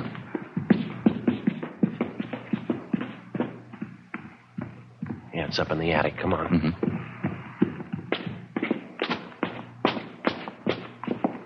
All right, come on. Uh-huh. Through this door.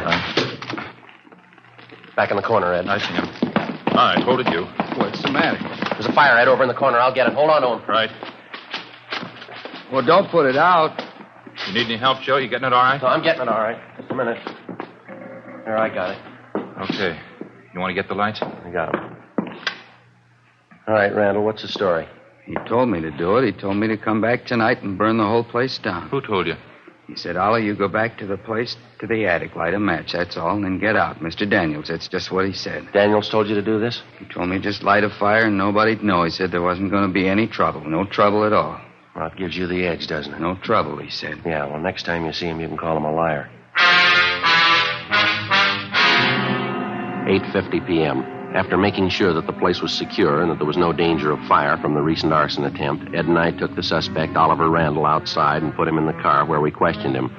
He made no attempt to disguise the fact that he had been directed by his regular employer, Edward Daniels, to commit arson by setting fire to the attic of the apartment house. In addition, he told us that Daniels had threatened him with bodily harm if he refused to obey the order and set fire to the building. He had this gun, you know, Mr. Daniels did. He always had it with him. I was scared of it, I don't mind telling you. Uh-huh. Well, he threatened to kill you if you didn't do what he wanted, that it? Yeah, I guess so. He used to get mad a lot of the time, and he had this gun. He always had the gun. He'd get mad at me and tell me he was going to shoot me. I'm afraid of guns. How about the fire at the other apartment house, Ollie, the one over on South Union Avenue? Yeah, that was a big fire. Did you start that one? Daniels told me there was nobody living there. He said nobody'd get hurt. Nobody did get hurt, did they? Did you start the fire? Yeah, I guess so. I guess I did. Mr. Daniels tell you to do it? He said it was his building. He owned it. He could do anything with it he wanted to. I didn't want to do it. He told me I'd have to. He said he'd hurt me with that gun, and he said he'd fire me, too. I didn't want to lose my job. You knew you were doing wrong, didn't you, Ollie?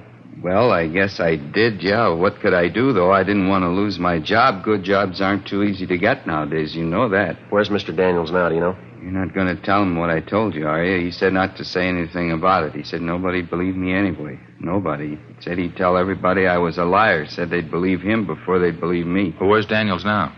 If I tell you, you won't let him hurt me, will you? No, we won't let him hurt you. You're going to have to help us out, though. What do you want me to do? I'd like to find out where Daniels is first. He's in a movie over on Pico by his house. He's waiting for me. You mean he's waiting for you in the show? See, in the center section, 10 rows from the back. He's waiting for me now. Well, how's it you're supposed to meet him there? I don't know. He said if anybody wanted to know where we were tonight, this would prove we didn't start the fire. We were at the show. I was supposed to start the fire and then go to the show and meet him, 10 rows from the back, the center section. You want to show us where this movie is, Ollie? Yeah, okay. Mr. Daniels won't tell you anything. No, he's going to be mad. He won't tell you anything. Well, that's where we need your help, Ollie. What do you mean? We'll let him tell you.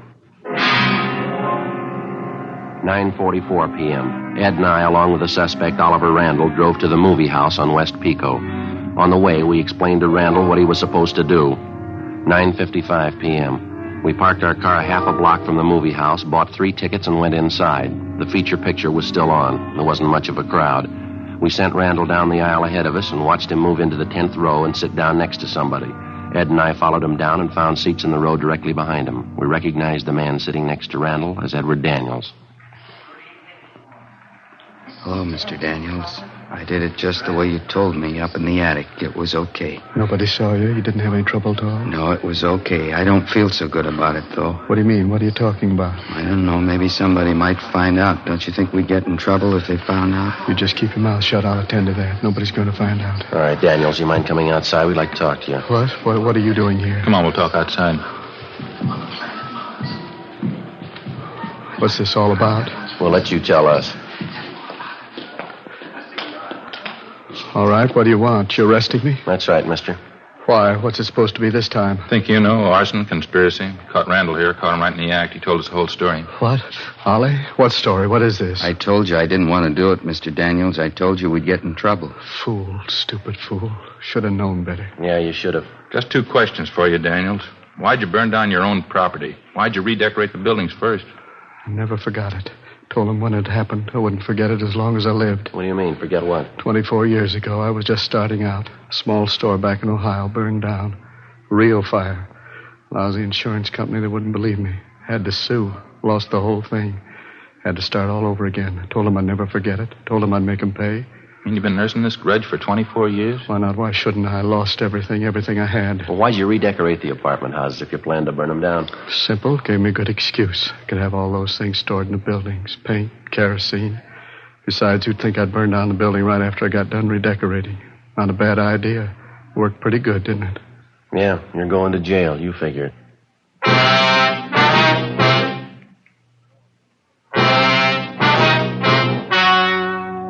The story you have just heard was true.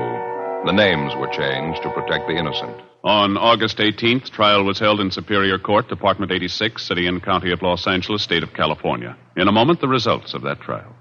And now, here is our star, Jack Webb. Thank you, George Fenneman. Friends, comparisons are often very helpful in modern police work. Now, for instance, a suspect may be identified by comparing his M.O., or method of operation, with the known facts of a case. Comparisons are important to you in choosing your king-size cigarette. Compare Fatima for quality.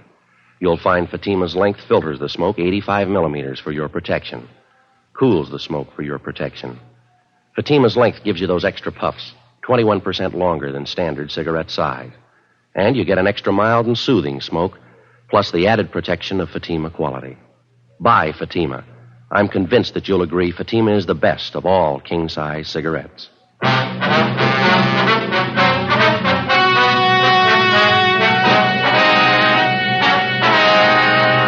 Edward John Daniels was tried and convicted of 2 counts of conspiracy and 1 count of arson and received the sentence as prescribed by law. Conspiracy is punishable by imprisonment in the state penitentiary for not more than 2 years. Arson is punishable by a prison term of not less than 1 or more than 5 years. Daniel's accomplice, Oliver Randall, was examined by 3 psychiatrists appointed by the court and was found to be mentally incompetent. He was placed in a state hospital for the mentally deficient. The charge of assault with a deadly weapon against Edward Daniel.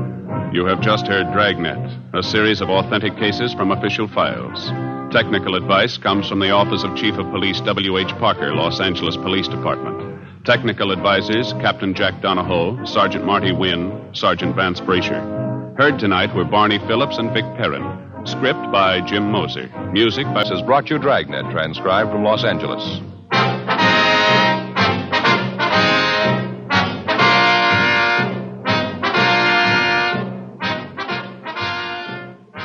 HOJO Radio, where the classics come alive.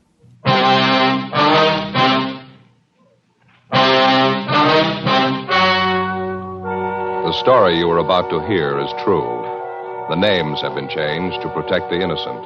Fatima Cigarettes, best of all king-size cigarettes, brings you Dragnet on both radio and television.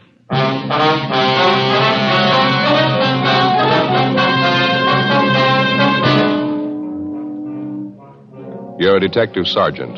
You're assigned to robbery detail. 2 convicts escaped from the state penitentiary. They're heading for your city. They're armed. They've boasted they won't be taken alive. Your job? Get them. In Fatima, the difference is quality. Yes, in Fatima, the difference is quality. Prove it yourself today. Compare Fatima with any other king-size cigarette. 1. Fatima's length filters the smoke 85 millimeters for your protection. 2. Fatima's length cools the smoke for your protection. 3. Fatima's length gives you those extra puffs, 21% longer than standard cigarette size. And in Fatima, you get an extra mild and soothing smoke, plus the added protection of Fatima quality. Definitely the best quality in its class, but the same price as the cigarette you're now smoking. Buy Fatima in the bright, sunny yellow pack. Best of all king-size cigarettes.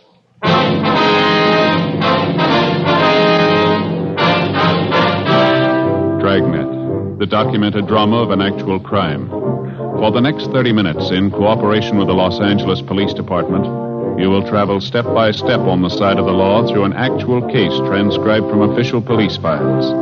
From beginning to end, from crime to punishment, Dragnet is the story of your police force in action.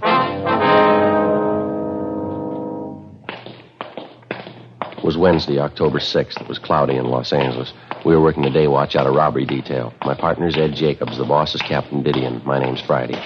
We were on the way out from the office, and it was 2:40 p.m. when we got to Kesterson Boulevard. Number 1256.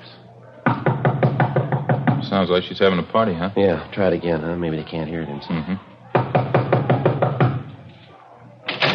Yes? Police officers, ma'am. You Ruth Thompson? Yes, that's right. What is it? Well, my name's Friday. This is my partner, Sergeant Jacobs, Central Robbery. We'd like to talk to you a few minutes if we could. Well, I have a party going on right now. A few of my friends are over. What'd you want, Sergeant? It's about an Andy Powell, Miss Thompson. I understand you know him. I did know him, yes. I haven't seen him for a long time, 3 or 4 years anyway. Mind if we ask a few questions about him? Won't take long. All right. Come in, please. Thank you. We're sorry to disturb you, ma'am. It's pretty important or we wouldn't hold you up Oh, here. it's all right. Down the hall here. All right. We can talk in the kitchen if you don't mind. It's my girlfriend's birthday today. Thought it'd be nice to have a little party for her. Oh, I see. Chair there, if you like. Oh, here, let me wipe it off. Somebody spilled a drink on it. Probably Danny always spilling drinks. Suppose you know about Andy Powell, Miss Thompson, what happened this morning? What's that? About Andy Powell. You heard what happened this morning? Just what I read in the morning paper. They said he broke out of San Quentin, another man with him. It's true, then? He did break out? Yes, ma'am. That's the information we have. There's an all-points bulletin out on him. Well, I don't want to get involved in it. It's none of my business. Andy doesn't mean anything to me. Well, at the time he was sent up, you were engaged to Powell. Is that right? Yes, but that was before he got into trouble, before he went to San Quentin. I saw him after the trial. I told him how I felt about it. I told him it wasn't any use. You mean you called it off, that it? Wasn't much else to do. It was robbery, 5 years to life. It wasn't the first time either. Andy knew it'd be a long time, so die. Really, I had to tell him. I had to call it off. We understand you were on Powell's correspondence list while he was up at Quentin. You wrote to him, did you? Yes, the first couple of months. We haven't written lately, though. There wasn't any point to it, no point at all. Well, when was the last time you heard from Powell, Miss Thompson? The last time you wrote to him? Oh, 8 or 10 months. At least that. As I say, there wasn't much sense in going on. Andy knew he was in there for a long time. He couldn't expect me to wait all that time. Matter of fact, he said he didn't expect it. He told me that. You been up to visit Powell recently, Miss Thompson? No, I haven't. Well, then you haven't seen him since he went up to Quentin. You'll swear to that? Why do I have to swear to it? I already told you Andy doesn't mean anything to me. It didn't make sense. It's all over. I'm not even a relative. Why do I have to swear to anything? You haven't seen Powell since he went up to Quentin, is that right? Miss Thompson, is that right? What if I saw him or if I didn't see him? What difference does it make? It's none of my business. Oh, did you see him, Miss Thompson? What difference does it make? I don't have anything to do with him. He doesn't mean anything to me. I told you. Did you see him? This morning. When? Late this morning, about 10:30. Was he alone? No, another man was with him. Who was the other man? You recognize him? Bert Selby. It's the way he introduced him. He didn't try to hide it. Some fellow he broke out of jail with. What'd they want? Why were they here? Clothes, money. Looked like the devil, both of them. Terrible. What'd you give them? They asked for him. Not that silly. Didn't trust me any more than they trust you. And he had a knife. I tried to tell him I didn't have any money. He didn't believe me. Came at me with that knife. I gave him the money. How much? About $17, $18, some loose change. They emptied my purse. They took it all. Anything else? Clothes, a couple of suits of my father's. He died last year. They took his gun, too. Never thought Andy'd be that way. It was terrible. What kind of a gun was it, Miss Thompson? Colt revolver, 38, I think. They took that and the clothes and the money. It was about 10:30 this morning. Well, how come you didn't report that? You say you knew about the escape. You knew they were wanted, didn't you? Why should I? They warned me about it. They threatened me. They said they'd come back and get me if I told the police. Look, I don't want to get mixed up in this. I'm engaged to a nice fella now. We want to get married. I don't want to get mixed up in this. Andy Powell's nothing to me. Did you watch the two men when they left the house here? You notice if they drove off in a car? No, I didn't. I just shut the door and prayed I was rid of them. Took my money, food, my dad's clothes. Don't make it any tougher, huh? Please. Well, it's not a question of that, ma'am. We have to find them. We're going to need all the cooperation we can get. I told you everything I could, honestly. They said they'd come back and kill me if I even talked to you. I can't do any more. I sure hope you don't find him. How's that? When Andy went out the door, it's the last thing he said. He said if the cops ever found him, there was going to be a fight. Terrible look on his face. Yeah. He said you'd never take him alive.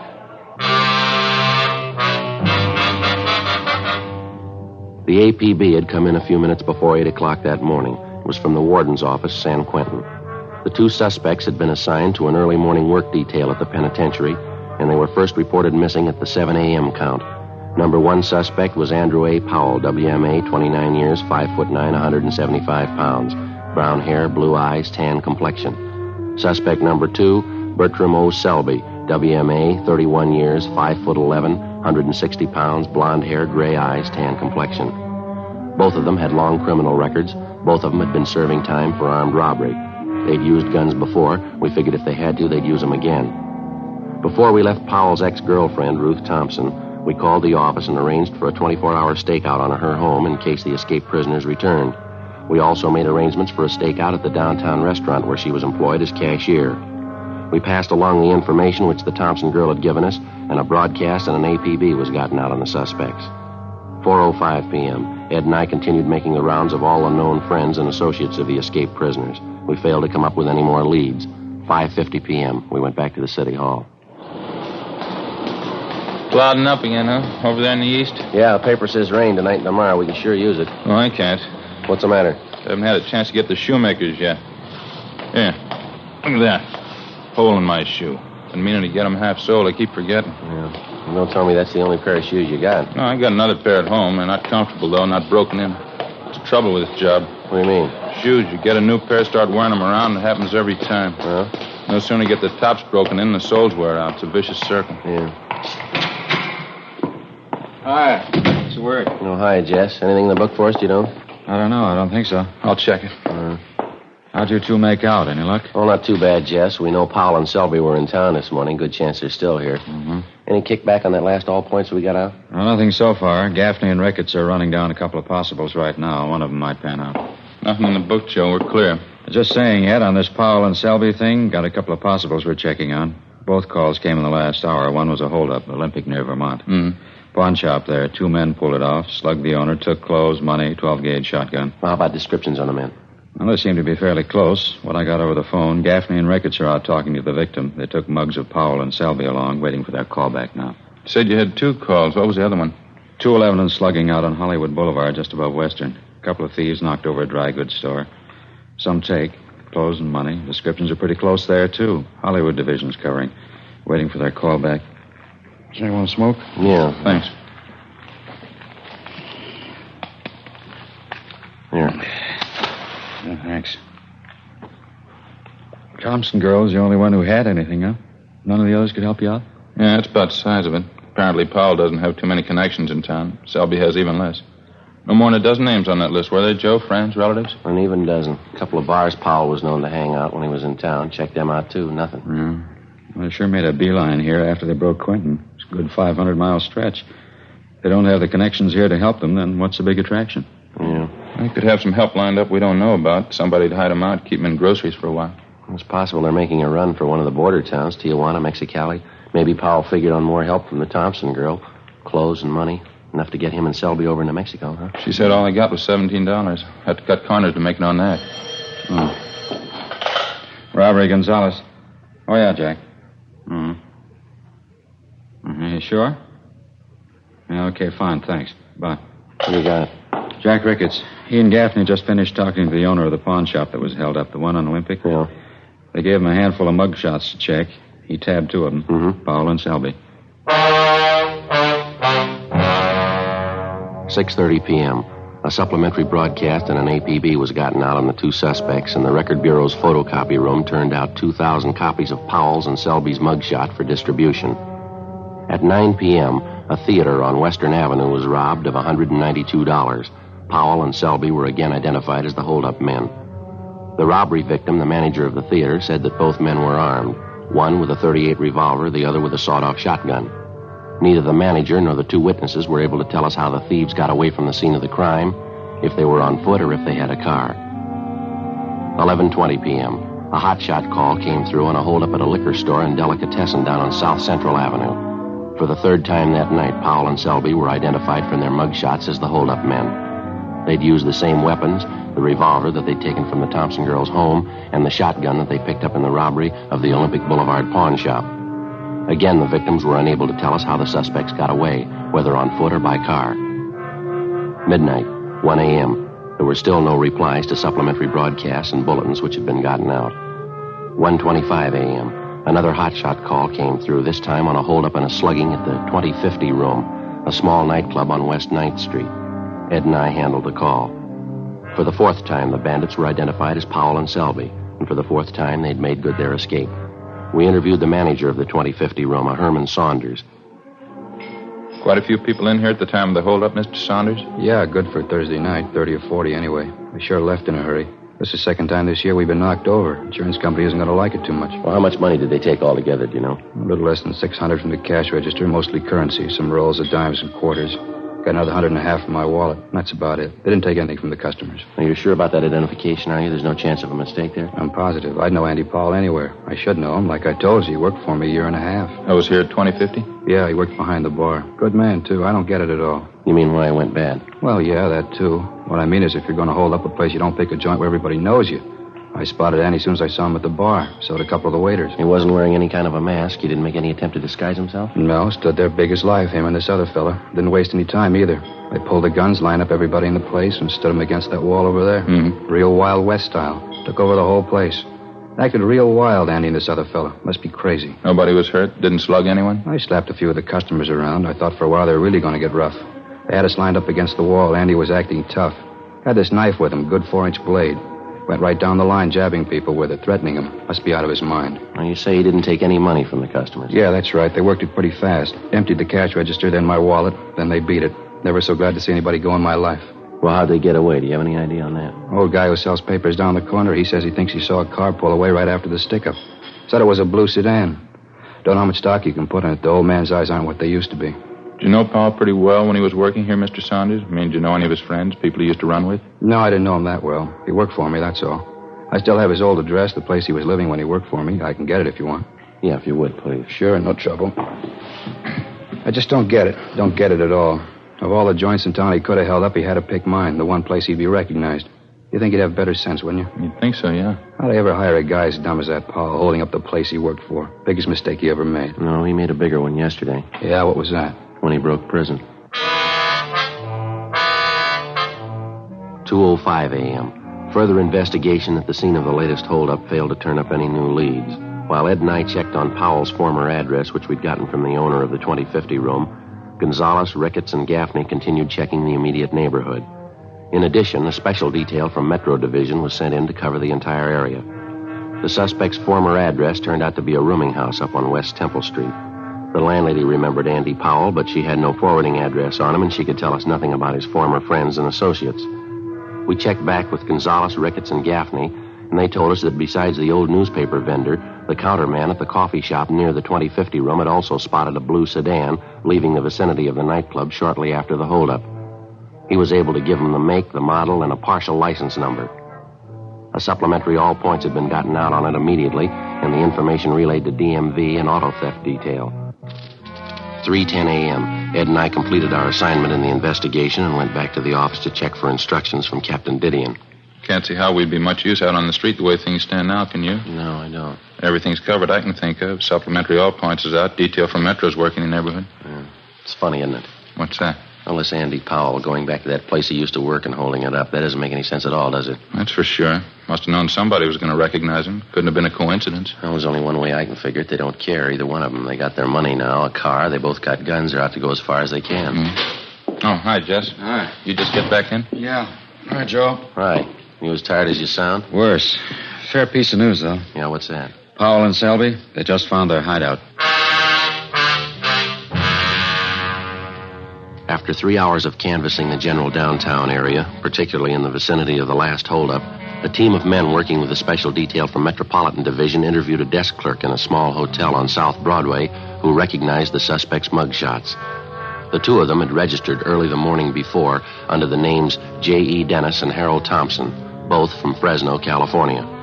The hotel room was searched, and 2 San Quentin inmate uniforms were found stuffed under the mattress of the bed. After the room was processed for fingerprints, there was no doubt that the recent occupants were Powell and Selby. The clerk had no idea when they were supposed to return. The hotel was staked out immediately, and the citywide search for the escaped prisoners went on. The following day, Thursday, October 7th, 11:30 a.m., still no sign of the suspects, no further reports or leads as to their whereabouts. The search went on. Ed and I signed back in at the office. 10 minutes later, a long-distance phone call came in for us. When was that, Mort? What's that? Yeah, close enough, right? We'll let you know, yeah. Bye. Mort Gear down to San Diego. Yeah, what do you want? One of their traffic officers was checking a car about 8 o'clock this morning, 586 parking. Mm-hmm. Blue sedan, fits close to the description of the escape car. Well, it's a pretty common model, isn't it? Did he say anything else? Traffic man checked the inside of the car, glove compartment, found half a dozen rolls of dimes and quarters, same name stamped on all of them. Yeah. 2050 room.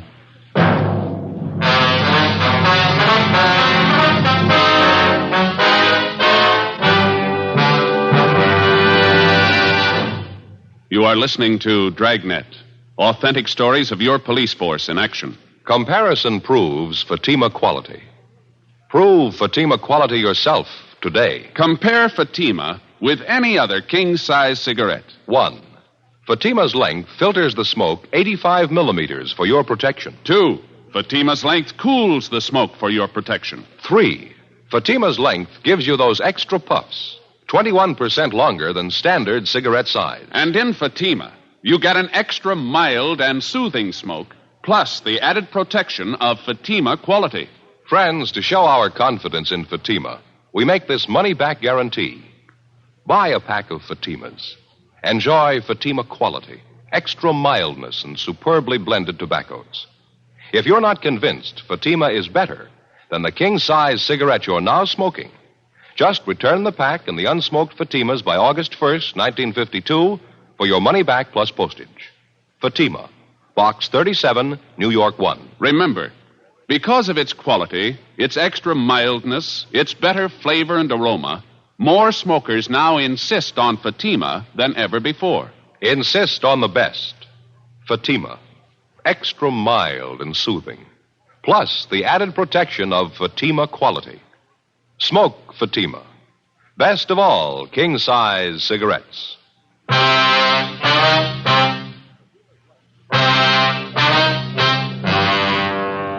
October 7th, Thursday, 1 p.m. After we got the report from Lieutenant Mort Gear that the escape car, along with a few dollars of the stolen money, had been located in San Diego that morning, Ed and I had a meeting with Captain Didion. It was beginning to look like our first hunch was right.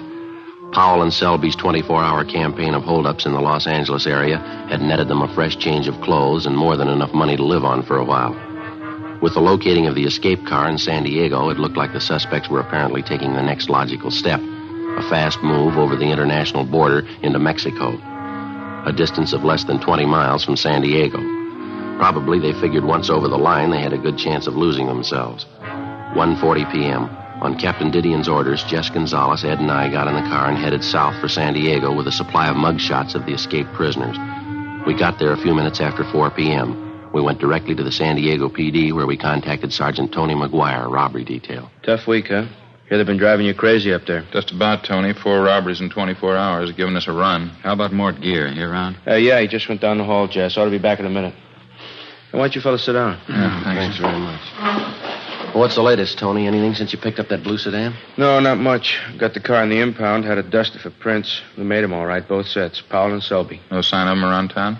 No, got it pretty well covered, too. Not a trace. We're in a good spot to make it over into Mexico. Hate to disappoint you. What do you mean? We think they already made it. At 6 o'clock that night, Gonzalez, Ed, and I, together with Lieutenant Gear, Tony McGuire, and Sergeants Gayton and Schultz, drove south from San Diego to the international line. We left mugshots of Powell and Selby with the immigration officers at the entry gate. Then we drove into the town of Tijuana, contacted the local commandant of police, and he promised us full cooperation.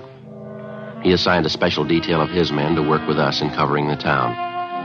At 8 p.m., the block-by-block canvass of the city began. Every back alley, every bar, every restaurant, every hotel, they were all checked. The tourist attractions, the souvenir stands, the nightclubs, the highlight pavilion. We went straight through on it, 8 o'clock that night until 5 o'clock the next morning. All it got us was sore feet and a mediocre lead from a native taxi driver. After being shown the mugshots, he told one of the Mexican officers in the detail that about noon that day, he'd picked up 2 Americans resembling Powell and Selby and driven them to the town of Tecate, another Mexican tourist spot about 25 miles to the east. 10:30 a.m., we drove over and checked with the police at Tecate, and they told us that 2 Americans had arrived in the town that morning. He invited Jess Gonzalez to go along with the 3 of his men to the hotel where the men were supposed to be staying. Ed and I waited in the office. Hi. Hi, Jess. What do you got? Oh, not much. Went over to the hotel. The 2 men weren't there. Desk clerk says they told them they were driving out to a little village about a mile from here. Mm-hmm. Police commandant asked me to come back here and wait. Said he and his men would drive out to the village and check the men out. That seems a little funny, doesn't it? Well, he didn't invite me to come along. It's not a good idea to push him. I mean, after all, it's his jurisdiction. Yeah. We're supposed to wait here till they get back? Yeah. It might be him now. See, policia? Yeah. See. About half an hour, yes, sir. All right, gracias. Goodbye, see. The commandant, he and his men found the 2 Americans. Yeah? No go. They're not Powell and Selby. Half an hour later, the police commandant of Tecate returned to the station along with his men and the 2 American tourists in question. One look at them, and we knew we'd made the trip from Tijuana for nothing. Except for their build and the color of their hair, the 2 Americans bore little or no resemblance to Powell and Selby. 2:30 p.m. We headed back for Tijuana, and we checked in with Mort Gear and the rest of the men. While we'd been gone, they'd chased down half a dozen leads, but none of them had panned out. The rest of the afternoon, we covered the racetrack at Agua Caliente and distributed mugshots of the suspects to all track police officers. The mutual windows were covered, and also the foreign book. No luck. The 6 of us took time out for a bite of supper, and we talked it over. Logically, the next place in line to cover was either the fishing town of Ensenada on the coast or the city of Mexicali further inland. We decided to try Ensenada first. 7:30 that night, we checked in at the Ensenada police station where we met with the local sub-commandant, Pedro Martinez. Like the other commandants in Tijuana and Tecate, he offered full cooperation and gave us a special detail of men to aid in the search. We gave him a supply of mugshots of the 2 convicts to distribute among his men. Here you are, sir. These are pictures of one of them, Andrew Powell. This one here is the other man, Bert Selby. All right, thank you. Juan? See? ¿Qué es? These pictures, Juan. Criminals. They're for distribution to the men, 1 each. Sí. ¿Estos son los hombres? Sí, ¿por qué? Un momento. Sí. Excuse me, officers. Yeah, sorry. Go ahead. ¿Qué pasa? Joe, what is it? Well, it's got me, I don't know. See the look on his face when the chief showed him the mugshots? Yeah, he's got something on his mind. Let's wait a minute. Officers, I hope you will excuse me. Yes, sir. Anything wrong? My assistant, Teniente San Filippo. He says he knows the pictures of these men. Oh, how's that? He says he saw these men this morning here in Ensenada. Yeah, he's sure about that, is he? Yes, sir. He says he's sure. He says the 2 men were here last night, right here in the station. You mean your men booked them in? They committed some kind of crime? Oh, no, sir. They came in to report a crime. 8:20 p.m. On further questioning, the assistant to the Ensenada commandant of police told us that the night before, 2 men answering Powell and Selby's description had come in to file a complaint at the central police station. They charged that they'd had their pockets picked at a local bar while they were under the influence of alcohol. The 2 complainants, who matched Powell's and Selby's descriptions perfectly, signed themselves J.E. Dennis and Harold Thompson, both from Fresno, California, the same names and addresses that had been used by the occupants of the Southside Los Angeles hotel room where the discarded prison uniforms had been found a day and a half before. After a brief talk with the police commandant, he dispatched a special detail to go out and pick up the 2 men registered as Dennis and Thompson at a motel near the south end of the city. At the commandant's request, we remained at the office. 9 p.m., 9:30. The detail assigned to the job returned, but with only one of the suspects with him, Andrew Powell. While resisting arrest, the other suspect, identified as Selby, received a cut forehead and was being taken to a local clinic for treatment. The commandant briefed us on what had happened. Their rooms were searched, Officer Friday. Some money was found, also 2 guns, a revolver, a shotgun. Here they are. All right, thanks very much, sir. Well, Powell, how about it? You ready to cop out? What are you talking about, cop out? What'd you guys come all the way down here for anyway? You can't touch us. What makes you think we can't? You can't, that's all. You know better. You can't arrest us down here. No jurisdiction. We didn't arrest you, Powell. The Mexican officers did. Okay, fine. Now, how do you expect to get us out of Mexico? Guess again, copper. You know you can't do it. You haven't got the right to. Maybe. You want to tell us where you have the loot? The money you took in those holdups? Why should I? Look, why don't you admit it? We got you beat. We got over the line. You can't touch us down here. I don't bet on that, mister. Commandant? Yes, sir? You want to tell him how it stands? I will see that the general in charge of the Northern District is notified in the morning of your case. He will see that you and your partner are deported. What are you trying to pull? You can't do that. You know it. It's illegal. So is robbery, Powell. Come off it. Doesn't make any difference. You can't touch us in Mexico. It's against the law. You can't touch us. A popular misconception, Mr. Powell. I'm afraid you have made a mistake. If you like, you can pass the word. How long would it be for us to receive the prisoners at the line, sir? I don't know. A long time, I think. Maybe as long as 1 o'clock tomorrow. You know you can't do this. You'll never get away with it. I know a lawyer in Tijuana. I'll get him to straighten it out. You understand, Sergeant, we can't hand this man over to you now. But if you will be at the international border at 1 o'clock tomorrow, I'm sure they'll be crossing over. You can't do this. It's illegal. You know you can't. We're going to try. Wasting your time? Why don't you admit it? You can't arrest us. We got over the line. We got you beat. You can't arrest us, and you know it. You know that, don't you? There's only one thing I know for sure, Powell. Yeah? San Quentin. You got out and you're going back.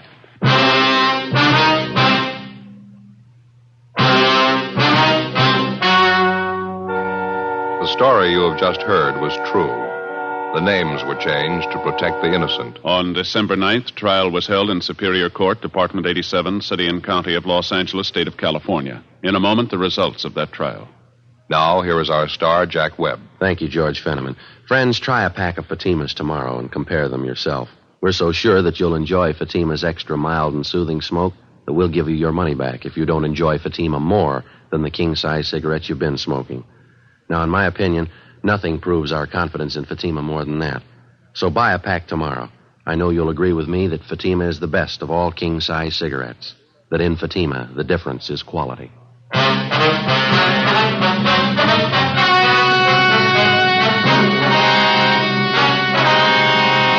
Andrew Powell and Bertram Selby were deported from Mexico as undesirable aliens and turned over to U.S. authorities at the international border. They were immediately arrested by police officers on the American side and returned to Los Angeles for trial. They pled guilty to 4 counts of first-degree robbery and received sentences as prescribed by law. First-degree robbery is punishable by a prison term of from 5 years to life. After being returned to San Quentin, Powell and Selby were filed on, tried, and convicted of escape. Both of them are now serving life terms in Folsom State Penitentiary, Represa, California. For their cooperation in preparing tonight's broadcast, Dragnet wishes to thank Chief of Police Adam E. Jansen and the San Diego Police. You have just heard Dragnet, a series of authentic cases from official files. Technical advice comes from the Office of Chief of Police W.H. Parker, Los Angeles Police Department. Technical advisors Captain Jack Donahoe, Sergeant Marty Wynn, Sergeant Vance Brasher. Heard tonight were Barney Phillips, Whit Connor, Herb Ellis. Script by Jim Moser. Music by Walter Schumann. Hal Gibney speaking.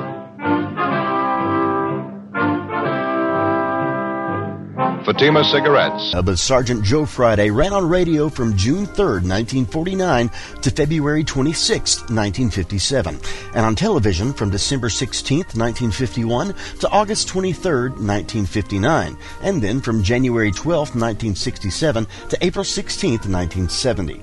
All those versions ran, of course, on NBC. There were 2 Dragnet feature films, a straight adaptation starring Jack Webb in 1954, and, of course, a favorite of mine, a comedy spoof in 1987. There were also television revivals without Webb in 1989 and 2003. Stay tuned for more classic Dragnet, right here on HOJO Radio.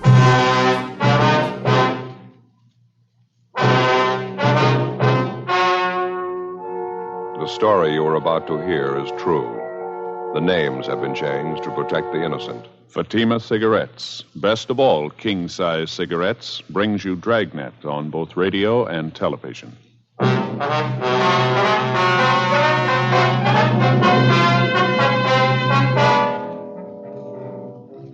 You're a detective sergeant. You're assigned to homicide detail. A 38-year-old woman disappears. She leaves her sister and her 4 children behind. There's evidence of foul play. Your job, find her. In Fatima, the difference is quality.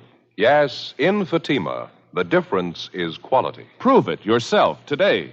Compare Fatima with any other king-size cigarette. 1. Fatima's length filters the smoke 85 millimeters for your protection. 2.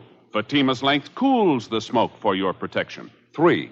Fatima's length gives you those extra puffs, 21% longer than standard cigarette size. And in Fatima, you get an extra mild and soothing smoke, plus the added protection of Fatima quality. Definitely the best quality in its class, but the same price as the cigarette you're now smoking. Buy Fatima in the bright sunny yellow pack. Best of all, king-size cigarettes.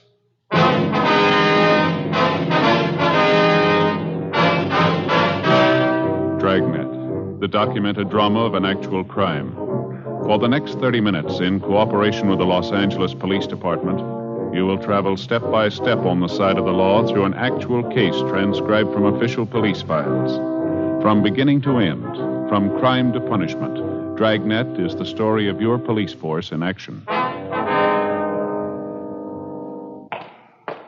It was Monday, June 3rd. It was overcast in Los Angeles. We were working the day watch out of homicide detail. My partner's Ed Jacobs. The boss is Thad Brown, chief of detectives. My name's Friday. I was on the way back from communications, and it was 8:15 a.m. when I got to room 42. Homicide. Joe, what's doing? Hi, Brian. You seen Ed? Went down the hall a minute, said he'd be right back. Oh, thank you. I don't see anything in the book. Nothing new, huh? Not much. Pretty slow. How's your mother, Joe? Heard she wasn't feeling too well. No, she's not, as a matter of fact. Doctor says it's anemia. It's going to take a little time to get over it, I guess. No, sorry to hear it. I got to do some checking down at the auto desk. If I get any calls, have them switch it down there, will you? Yeah, I sure will, Brian. Thanks. You betcha. Oh, excuse me, Ed. Pardon me, Tom. Hi, Ed. What'd they give you? Missing report, woman. How about the mail? No, it's nothing. That the missing report there? Yeah, it's all here. Some woman out on 64th Street, name's Rose Baker. She's been gone about a week. Mm-hmm. Last seen Tuesday, May 27th, 10 p.m. Who's this that made the report? Carl Shelton? Who's he? It's her boyfriend. Miss Baker's husband died about 5 years ago. She's been running around quite a bit since then. Had a lot of man trouble. Well, she disappeared before then, huh? Yeah, half dozen times. Never been gone this long, though. Holmes took this report from Shelton. He gathered Miss Baker's not too stable. She's known to drink quite a bit. Doesn't seem to care anything for her home or kids. Yeah, I see it here. She has 4 children. They're living with her aunt, Mrs. Baker's sister. It's kind of a funny arrangement, isn't it? Yeah. Baker woman packed her bags and walked out of the house about a year ago. Her sister's been taking care of the kids ever since. Mother comes back for a visit once in a while. Mm-hmm. This address we've got on Mrs. Baker, it's the same address as her boyfriend, Carl Shelton. Isn't Yeah, that's right. They both have apartments in the same building. Is this a recent picture, Miss Baker? Supposed to be, yeah. It's a nice-looking woman, huh? Yeah. Sister's listed here as the last person who saw her. Well, how's that? Baker woman still wasn't living at home, was she? According to the sister, Mrs. Baker came over to the house to see her the night she disappeared, sometime around 8 o'clock. 2 of them had some business to talk over. Mm-hmm. Seems the sister had a check for $400 she got from selling some furniture. Claimed the kids had been sick. She had doctor bills to pay. You mean Mrs. Baker's sister took care of things to that extent? Apparently. Anyway, after the sister got the check for selling the furniture, Miss Baker wanted half the money. Sister said that's why she came to see her that night. 2 of them got in the car and went out to find somebody to cash the check. Mm-hmm. You want a drink of water? No, thanks, Andy. Where do you get a $400 check cashed at 8 o'clock at night? Would you know? Sister said Miss Baker knew somebody who'd cash it for him. Turned out the person couldn't cash it. Sister stopped at a bar for a glass of beer. Mrs. Baker took the car and went to look up somebody else she thought could cash it. That was it. Mrs. Baker hadn't been seen since. Who was this somebody else? No idea. Sister claims she doesn't know. Mrs. Baker didn't tell her. Sounds like Mrs. Baker wanted the whole check, wouldn't you say? That's what the sister figured when Mrs. Baker didn't come back. She finished the glass of beer, left the bar, and started walking home. 2 blocks from the house, she found her car parked. No sign of Mrs. Baker. Car keys were in the glove compartment, so it's the sister's share of the money, $200 in cash. Well, how about the firm that issued the check? They get it back canceled? Yeah, a couple of days ago. Miss Baker's endorsement on the back. Yeah, sounds pretty wild, doesn't it? Whole thing does. Talked to half a dozen people who saw Miss Baker that night, and none of their stories jibe. How do you mean? Her boyfriend, Carl Shelton, he claims Miss Baker told him she was going out of town for a few days with a girlfriend. They check it out? Yeah. Girlfriend didn't know anything about it. Then they talked to a woman who works with Miss Baker. She says, yeah, the Baker woman was planning a trip. Miss Baker mentioned anything about it to her sister? No. Sister says Miss Baker told her just the opposite. Said she was getting out of her apartment into a new place. She was going to spend the next couple of days moving. They checked the boyfriend, Shelton. Said if Miss Baker was moving, was news to him. Well, either she's a liar or one of her friends are, huh? It's all bollock stuff. No 2 stories anywhere near alike. What do they figure for a motive? They got a line on anybody who might have wandered out of the way? Big field to pick from. She fought with Carl Shelton. She fought with his sister, some of the people she worked with. She had 3 or 4 other men around town on the string, too. Any one of them could have wanted her out of the way. All her relatives been checked out, and all her friends, places she'd be most likely to go? All checked. Not a trace of her, nothing. Yeah, I guess we better start moving on it. A lot of ground to cover. See if we can't straighten out some of those stories. One thing's sure. Somebody's lying. 8:35 a.m. Before we left the city hall, we checked with Sergeant Holmes in Missing Persons, who'd taken the report on Rose Baker's disappearance. He had nothing to add to what was in the report and what he'd already told Ed. First on the interview list was the sister of the missing woman, Bernice Marin. She was employed as a saleswoman for a grocery supply firm. We called at the home where Miss Marin lived with her 4 nieces and nephews, but there was no answer.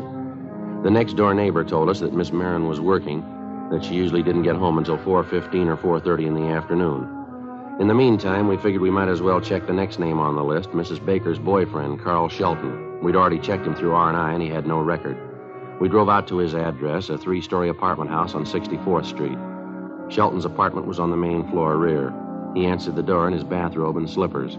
He told us that he was employed at one of the local oil refineries, and that this particular week he was working the graveyard shift, 11 at night until 7 in the morning. He showed us back to a small kitchen at the rear of the apartment. While we questioned him, he fixed a percolator of coffee and put it on the stove. You're sure about Miss Baker's plans, are you? She never mentioned anything to you about moving out of the apartment house here? No, never. Somebody's handing you a line there. If Rosie was going to move, she'd tell me about it. Just a minute, I got to get that coffee. It looks about done. You fellas want some Java? Got a whole pot full here. No, thank you. How long did you say you've known Miss Baker? Oh, about a year and a half. We got along pretty good. Did right from the start. Sure don't understand her taking off like this. Miss Baker ever talk to you much about the family? Her sister, 4 children? I mean, did you see them regularly? Seem to get along with them all right to you? I don't think I'd know that. Rosie never had much to say about them. The only thing I could gather was that she just got sick of the routine, you know. Keeping of a house, doing the wash, mopping, dusting, taking care of 4 kids. She just checked out, that's all. Let her sister Bernice take over. Mm-hmm. If you ask me, she never should have had a family to begin with. Rosie isn't the kind. She's a party girl, likes a good time, you know what I mean? One thing I don't understand, Shelton. You said a minute ago you couldn't figure out Miss Baker's going off like this. When you filed a missing report on her, you said she was planning a trip out of town. Yeah, that's right. Well, isn't it possible she might have taken off without telling you? No, I don't think so. She'd have told me. She's planning a trip, all right, but she wasn't going to leave till the next night, Wednesday night. She's going to pick up this girlfriend of hers, Iris, and the 2 of them were going to take the bus down to Laguna for a couple of days. Well, it's our understanding this girlfriend, Iris, didn't know anything about the trip. Can you explain that? I don't know. I guess Rosie forgot to tell her. Can't figure these women sometimes. Maybe she was going to phone her Wednesday morning. She knew Iris could get away almost any time. And you think it's possible she might have gone down to Laguna by herself? No, that's not like Rosie. Besides, before I went in to report her missing, I called a couple of places down Laguna where Rosie usually stops at. They hadn't seen her. Possible she might have gone some other place? No, without telling me, no. Besides, she wouldn't go alone. I know that. Sheldon, we understand Mrs. Baker was friendly with 2 or 3 other men around town. You think it's possible she might have gone someplace with one of them? Sheldon? No, I can't buy that. If it was 8 months ago, I'd say maybe, but not now. Why not? Well, we had it out, that's all. It was all settled. She wouldn't do anything like that again. Pretty sure about that, are you? Yeah, positive. I don't get it at all. She wouldn't do that to me, taking off, just packing up and leaving. Rosie wouldn't do that to me. Well, she's got 4 children. Yeah. She did it to them. We questioned Carl Shelton for another half hour, but he failed to come up with anything in the way of a definite lead. 10:40 a.m., we drove to the home of the missing woman's girlfriend, an Iris Kirby. 2 things she was pretty definite about. She knew nothing about an out-of-town trip Mrs. Baker was supposed to have planned for the 2 of them. And secondly, she had no use for Carl Shelton. She told us that Shelton was her ex-boyfriend and that she had introduced him to Rose Baker and that shortly after that he dropped her. A few weeks later, Shelton began to keep steady company with Mrs. Baker.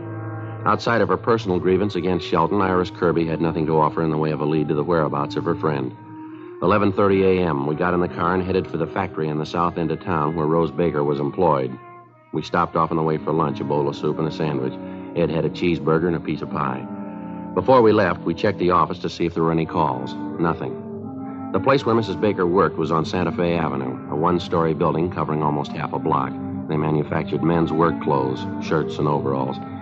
We checked with the personnel office. We asked if Rose Baker had any friends that she worked with. We were told that there was a Mildred Dunn who was a fairly close friend of the Baker woman. Ed and I waited in the office while they sent down to the plant for Mildred Dunn. Ms. Dunn?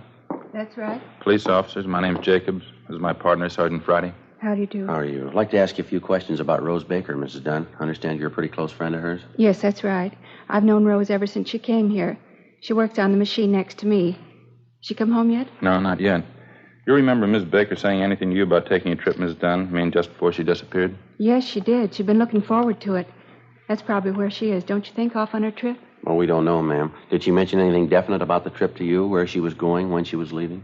Well, I think she was going to Laguna Beach. It's hard to tell. She's always kidding around, Rose is. Once she said she was going to fly to Switzerland for a vacation. San Moritz. She's always kidding around like that. Oh, that's so? Like once when she had a date with Fred, she said she was going to the pump room in Chicago. You know, just being funny. I see. Who is this Fred, Mrs. Dunn? Fella in the shipping department, Fred Lyons. Nice fella. He and Mrs. Baker see much of each other? They used to, yes, quite a bit. I don't know if they were serious about each other. I thought they were till the last month or so. Maybe they had a tiff or something. Maybe Rose got tired of him. I don't know. But you do think the two of them were serious at one time? Oh, yes. It wasn't more than a month ago. Then all of a sudden they weren't sweet on each other. At least Rose wasn't about him. She told me that. Mm-hmm. Well, I guess we better check on him, then. Mm-hmm. Is this Fred Lyons working today, do you know, ma'am? Oh, no. He quit last Tuesday. 1:15 p.m. We finished questioning Mildred Dunn, and we went back to the personnel office to get Fred Lyons' description and last known address. We checked out the address, but Lyons had moved out the previous Tuesday and left no forwarding address. We questioned the landlady, looked over his rooms, checked through the neighborhood, and talked to everybody he knew. We found nothing to indicate that Lyons had anything directly to do with Rose Baker's disappearance. But we did find out that he knew Mrs. Baker and that he thought quite a bit of her. We went back to the office, got out a broadcast and an APB on Lyons. Want to check the book, Joe, see if we got any late calls there? Yeah, sure. I'll get it. Right. Homicide, Jacobs. That's right. Mm-hmm. Are they sure? Where was that? All right, thank you. Got something. Yeah? Hollywood Division. Woman's purse found in a vacant lot out there. High school kid found it. A lot of identification inside. Yeah. Rose Baker. 3:15 p.m.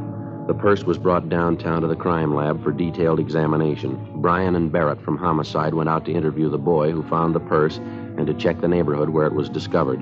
Meantime, Ed and I drove out to talk to the missing woman's sister, 36 years old, Bernice Marin. She and her sister's 4 children lived in a 5-room stucco house just off Exposition Boulevard. We got there shortly after Miss Marin returned home from her job. Her 2 older nephews were out in front cutting the lawn.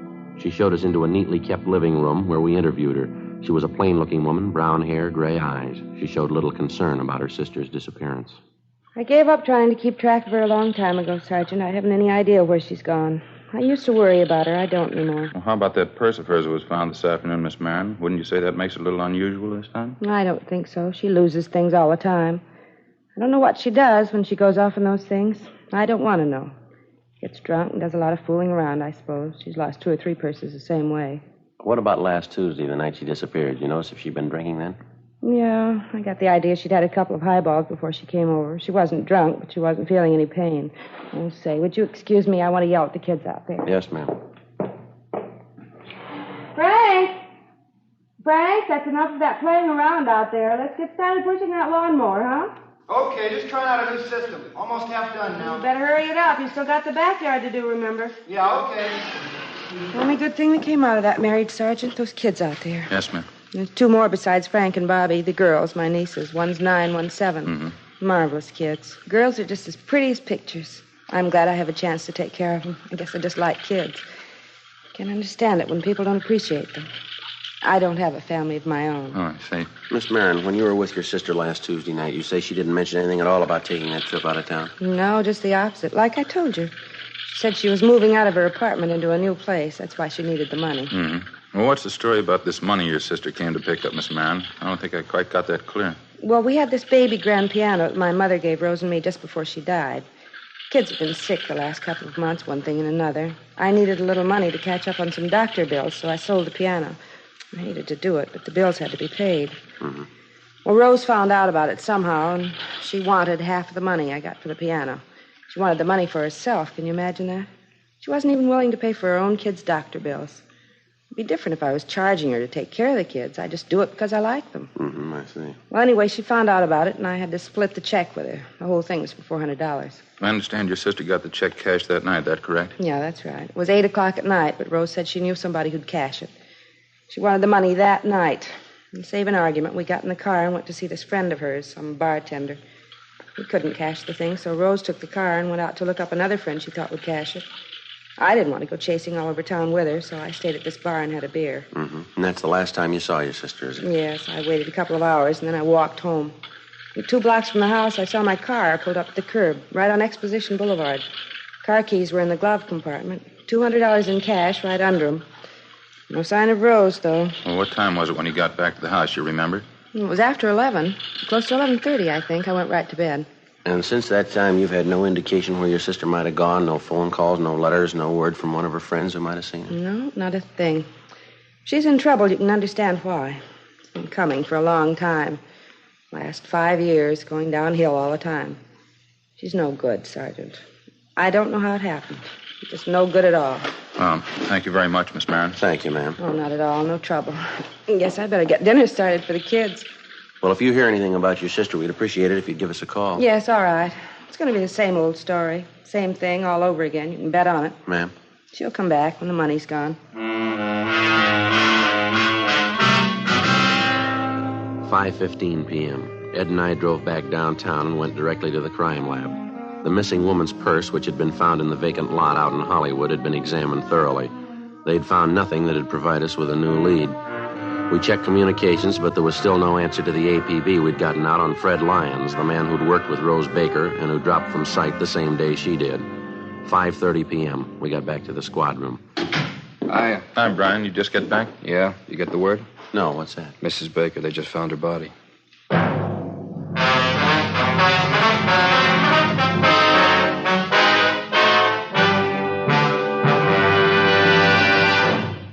You are listening to Dragnet, authentic stories of your police force in action. Comparison proves Fatima quality. Prove Fatima quality yourself today. Compare Fatima with any other king-size cigarette. 1. Fatima's length filters the smoke 85 millimeters for your protection. 2.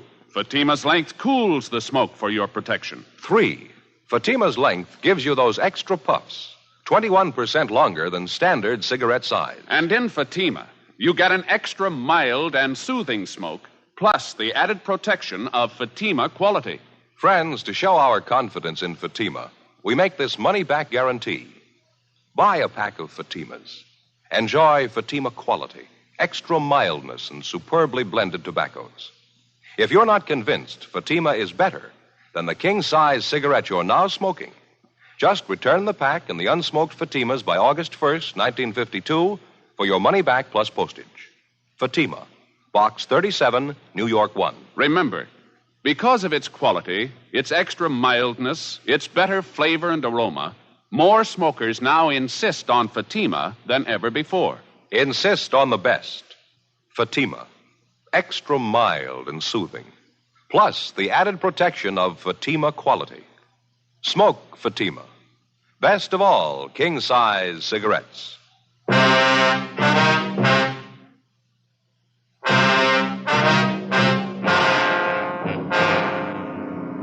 June 3rd, Monday, 6 p.m. The body of 38-year-old Rose Baker had been discovered in the Hollywood Hills area. Approximately 3/4 of a mile from the intersection of Mulholland Drive and Oak Knoll Terrace, a dirt road branched off to the left of Mulholland and wound about 300 yards down the hill to a dead-end stop. Just below the guardrail, which circled the edge of the road, there were 2 eucalyptus trees. They overlooked a deep ravine covered with scrub oak and patches of laurel. Halfway down one slope of the ravine, they found the body of the missing woman. There were 2 bullet holes in the left side of the skull. There was another one at the base of the throat. In her clenched right hand, there was a 50-cent piece. The immediate area surrounding the body had been roped off, and Lieutenant Lee Jones and the crime lab crew were making their preliminary investigation. There was no sign of the murder weapon. The coroner arrived, and when the preliminary investigation was completed, the body was taken downtown to the county morgue. All clothing and personal effects were removed from the body and sent to the crime lab for detailed examination. Rose Baker's sister, Bernice Marin, was brought to the county morgue and identified the body. A few minutes after 10 o'clock that night, Ed and I got back to the office. I got it. Homicide, Friday. Is this Sergeant Friday? Yes, sir, that's right. This is Carl Shelton, Sergeant. You were out to talk to me this morning, you remember? Oh, yeah, Sheldon. I heard about Rosie just a couple minutes ago. I got to talk to you, Sergeant. There's something I got to tell you. Was that so? Do you want to tell me now? Well, I don't want to tell you on the phone. I'll drive in to see you. I'll leave right now. Well, yeah, all right. Do you mind telling me what it's about? Yeah, I know who killed Rosie. 11:08 p.m. Carl Shelton arrived at the office. Ed and I took him down the hall to the interrogation room where he gave us his story. He told us, first of all, that he was well acquainted with most of the regular customers at the tavern where Rose Baker and her sister had first stopped to cash the $400 check. He told us one of these people, a Leroy Hansen, had contacted him after he read in the morning paper about Mrs. Baker's murder. I've known Leroy at least 4 or 5 years. Used to work with him. He wouldn't lie to me. What did this fellow tell you, Shelton? That's Leroy Hansen. He said he got to the bar a little after midnight. It had to be at least that, because Leroy doesn't get off work till 11:30. He said he saw Rosie sitting in a car parked a couple doors down from the bar. There was a woman in the car with her. He described her just like Rosie's sister. They were having a beef. This friend of yours hear what Mrs. Baker and this woman were talking about? No, but he's smart enough to know a big argument when he sees one. He says they were really going to it. Is he sure about the time? He's got to be. Leroy works at a sheet metal plant south of town. He gets off at 11:30. Takes him more than a half hour to get in. Why should he lie about it? He wasn't even going to mention it till he found out she was dead. This woman he says Miss Baker was with, she fits her sister's description that close? Exactly. And there was a guy with Leroy. He'll back it up. If the sister says she wasn't sitting in that car with Rosie outside that bar after midnight, she's a liar. Well, she is if you can prove your story. Here's the phone. You ask Leroy. 11:22 p.m. We put in calls to both of the men who were supposed to have seen Rose Baker and her sister Bernice sitting in a parked car outside the tavern 6 nights before. Both of them corroborated Carl Shelton's story down to the last detail. They were especially certain about the time. Bernice Marin told us that on the night her sister Rose disappeared, she hadn't seen her after 9:15 p.m., and that she had walked home and was in bed by 11:30. Both Leroy Hansen and his friend told us that they had seen Rose Baker and a woman answering her sister's description sitting together in a car parked outside the tavern. They were both certain at the time that it was well past midnight. We made a check on Leroy Hansen and his friend. As far as we were able to find out, there was no logical reason why they should lie about what they'd told us. Ed and I got in the car and drove out to the home of Bernice Marin, just off Exposition Boulevard. It was 20 minutes past midnight. We rang the front doorbell and got her out of bed. Oh, hello, officers. Didn't know who it was. Come in. Thank you, ma'am. Oh, you have to wait long before I answered. I sleep pretty sound. Afraid we'll have to ask you to get dressed, Miss Marin. I'd like to talk to you downtown. Why? What's the matter? Well, some more questions we have to ask you, ma'am. A few more things we have to clear up about your sister. It's pretty important. Well, I've told you everything I know. I don't like to go out and leave the kids alone at night. What is it you want to ask me about? Well, you told us the last time you saw your sister was about 9:15 last Tuesday night, Miss Marin. Yes, that's right. We've got a couple of people who claim they saw you with your sister after midnight Tuesday. You were sitting with her in your car parked outside a tavern. You're having an argument with her. At least 2 people saw you, and they'll swear to that. No, that couldn't be right. They claim it is. They say it was after midnight and they saw me with Rose? Yes, ma'am, that's what they say. And you believe it? You believe it was me? Yes, ma'am, we do. You think I killed Rose, is that it? Yes, ma'am, we think so. How about it, Miss Marin? It'll take me a minute to get my clothes on. I want to talk to the oldest boy, my nephew Frank. Would it be all right? Well, I'll have to go along with you. All right. This way, down the hall. All right. In here. I don't want to wake the other kids if I can help it. All right. Frank. Wake up, Frank. Frankie? What do you want, Aunt Bernice? I hate to wake you up, Frankie. I'm going to have to go downtown tonight. I'm leaving now. In case I'm not here when you and the kids get up, I want you to take care of everything, all right, honey? Yeah, okay. What do you have to go downtown for? Well, it's something about your mother, Frank. Might take a little time. You see the girls get off to school on time in the morning, won't you? Bobby, too. The sandwiches are all made. They're in the icebox. All you have to do is put them in a paper sack, all right? Yeah, okay. Why do you have to go now? Can't you wait until tomorrow? No, I'm afraid not, honey. You take care of everything, huh? Make sure all the doors are locked. And don't forget to feed the dog. No, I won't forget. What's the matter? Is there anything wrong? No, of course not. Now, if something happens so I can't get back tomorrow, I'll call you on the phone, all right? Yeah, okay. You be sure and call, huh? I'll call you, honey. Go to sleep now, huh? It'll be all right. You get some sleep. Good night, Frankie. Yeah, okay. Good night. I'm sorry to keep you waiting. I had to tell Frank what to do. The kids wouldn't understand. I mean, if they woke up and didn't find me here. Yes, ma'am. What'd you do with the murder gun, Miss Marin? Out in the garage, I'll show you. I had her 4 kids to raise. It's not easy. You know what it costs to feed them, put clothes on their back? It's not the kids I minded. They're wonderful. I love every one of them. I'm glad to get the chance to raise them. I'm never married myself. Never had any of my own. Mm-hmm. Hasn't been easy at all, working all day, coming home and cooking for them, doing the wash, trying to keep the house clean. Rose never gave me a dime to pay a bill, for her own kids, too. She gave us nothing, and she tried to take everything, tried to bleed me for my last dollar. She cashed the check that night and said she was going to keep all the money. I couldn't stand anymore. We argued, and I killed her.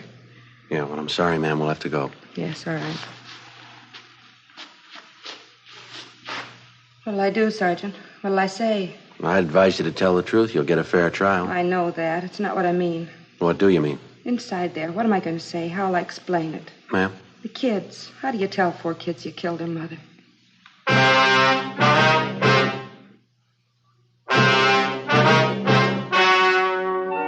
The story you have just heard was true. The names were changed to protect the innocent. On October 3rd, trial was held in Superior Court, Department 92, City and County of Los Angeles, State of California. In a moment, the results of that trial. Now, here is our star, Jack Webb. Thank you, George Fenneman. Friends, I make it a habit to carry 2 packs of Fatimas around with me. One's for my smoking, and the second one's for smokers I see with other king-size cigarettes. All I have to say is, here, compare Fatima. I know they're going to be sold on Fatimas the next time we meet. How about comparing Fatima yourself? You'll find Fatima's length filters the smoke 85 millimeters, cools the smoke, all for your protection. You get those extra puffs because Fatima is 21% longer than standard cigarette size. And Fatima gives you an extra mild and soothing smoke, plus the added protection of Fatima quality. Prove it today. Buy Fatima.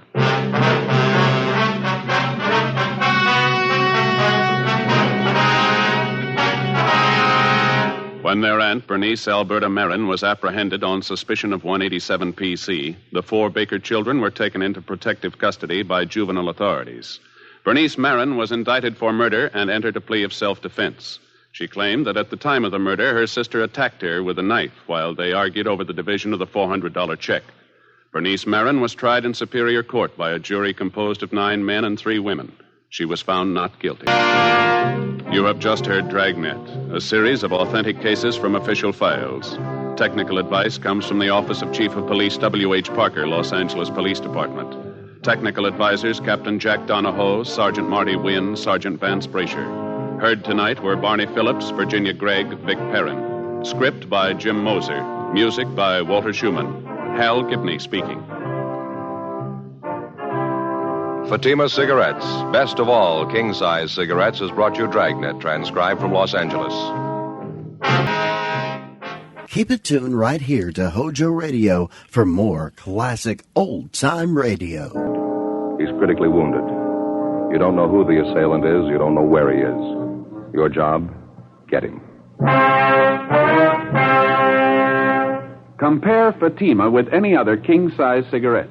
Prove Fatima quality yourself. You'll find Fatima's length filters the smoke 85 millimeters for your protection. Fatima's length cools the smoke for your protection. You'll find Fatima's length gives you those extra puffs, 21% longer than standard cigarette size. And in Fatima, you get an extra mild and soothing smoke.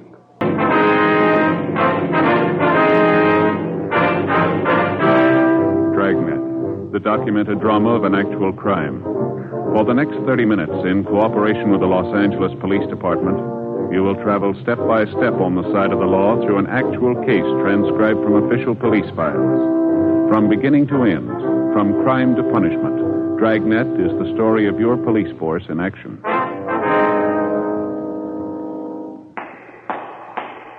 It was Thursday, January 20th. It was mild in Los Angeles. We were working the night watch out of homicide detail. My partner's Ed Jacobs. The boss is Thad Brown, chief of detectives. My name's Friday. I was on the way back from dinner, and it was 9:57 p.m. when I got back to the city hall, room 42, homicide detail. Hi, make it in time? No, they were closed up. Oh, that's too bad. Where'd you eat? Well, that cafeteria down the street was terrible. Nothing at all, huh? Well, I figured I'd be safe with a corned beef hash. Even that wasn't much. Soggy, you know. Probably standing all day. That's too bad. I asked Johnny if he'd stay open a couple of minutes late. Told him you were coming right over. The place was closed tight when I got there. Couldn't raise anybody.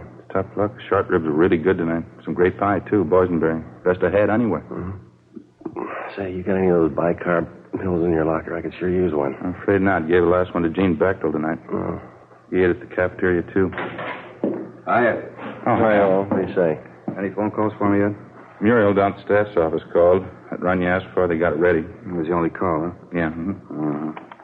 What is it, Al? Something wrong? No, why? You've been moping around like you lost your best friend. What's the matter? You mad at the world? No, just my in-laws. The wife had her father and mother over for lunch today. The old man's getting to be a real pain in the neck. Don't get along with him, huh? I keep trying to. Doesn't seem to do much good. All he can think of is money. It's all he can talk about.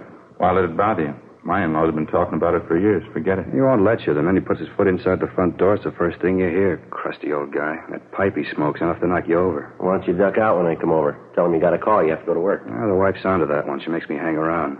Keeps telling me your father and mother like me. You never know it. The old guy's a real tyrant. See, the wife comes from a big family. Every time I see her old man, he has to make a point of telling me how smart his other sons-in-law are, how much dough they're making. Yeah, see. Yeah, same routine every time. One of his daughters married a carpenter. He's making $20 a day. One of them married a hod carrier. He's making $25 a day. Always ends up asking me how much I'm making. Why don't you tell him it's none of his business? I did today. That's what started the argument. I walked out. Crusty old guy. Yeah, so I get it. Homicide, Friday. Yes, sir. Where? Mm-hmm. Would you repeat? Yes, sir, I have it. Fine, thank you. Yes, sir, right away. Shooting, Kirkman near Alpine. Let me grab my coat. No details? Man down on the sidewalk, apparently hurt bad. Neighbor said it was a family fight. Come on, we better hustle it out. Let's go. That's one good thing about this job. What do you mean? Trouble. You don't know what it is till you hear about other people's.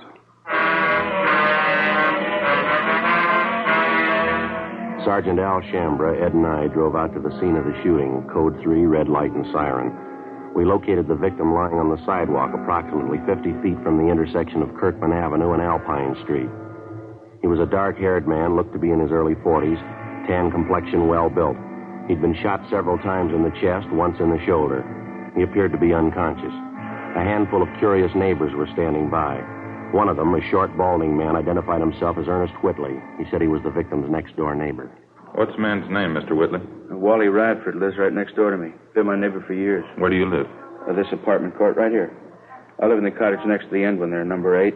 Wally lives in number 9. One right in the end there facing us. See? Yeah, what do you know about the shooting, Mr. Whitley? Well, I didn't have anything to do with it. I was watching television with the wife. I heard the shots outside. You can ask the wife. She'll tell you. You heard the shots outside of Radford's cottage, is that right? Yeah, that's right. Where's the ambulance? Why don't they come? They've been notified. They're on the way. Well, who did the shooting, Whitley? Would you know that? Well, not for sure. We were watching television, like I said, when I heard the shots, wife and I. First, I heard the shots, and then I heard somebody yell. I thought it was some high school kids in a hot rod or something. You know, horsing around outside. Wife told me to get up and take a look anyway, so I did. Uh-huh. On the way to the door, I heard another shot. Then somebody yelled out again like they were hurt. Must have been 6 or 7 shots anyway. Just as I opened the door, I saw Wally go running past. I didn't know what was coming off. He ran right out toward the street here. Weaving back and forth, looked like he'd had a couple of drinks. I didn't know what it was. You didn't see the actual shooting? You didn't see anyone with a gun? Well, no. The only one I saw was Wally. He ran right by me, holding his hands up to his chest. I yelled to him, but he didn't stop. I didn't know if he was drunk or what. When he got out here to the sidewalk, I saw him fall down. I went after him. It was terrible. Say, either one of you got a smoke? Yeah, sure. Look, I'm still shaking like a leaf. There you go. Swell. Thank you. On the light? Yeah, please. Thanks. You're welcome. Was Radford still conscious when you reached him, do you know? Just about, yeah. I don't know how many times he was shot. He was rolling around on the ground. Pain was terrible. The whole front of his shirt was all stained. I yelled to Mike Desmond, one of the other neighbors. He called you fellas. Did Radford say anything to you? How it happened? He kept moaning about the pain. Kind of made me sick. It was a relief when he passed out. Mm-hmm. Did he tell you how it happened? Yeah, his wife. I figured that was it when I saw what was wrong with him. He told you his wife shot him? Well, they had a big fight today, Wally and his wife. Started this afternoon, been going on all day, all night, yelling at each other, throwing things around. I never expected this, though. Something must have snapped. She must be out of her mind. Where's his wife now? I don't know. Still back in their cottage, I guess. I've been here since the shooting. I didn't see her leave. Joe? Yeah. We got our hands full. Now, what do you got? Just talking to one of the neighbor women back in the court here. She said that Mrs. Radford phoned her about 5 minutes ago. Identified herself as the victim's wife, cottage number 9. What did Miss Radford want with the neighbor? She said she was giving fair warning. She wanted her to pass the word along. What do you mean? Claims she's going to kill anybody that comes after her.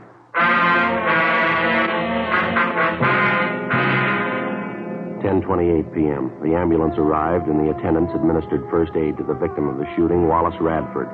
Before he was rushed to Georgia Street Receiving Hospital for further treatment, Radford regained consciousness long enough to confirm the fact that it was his wife who shot him.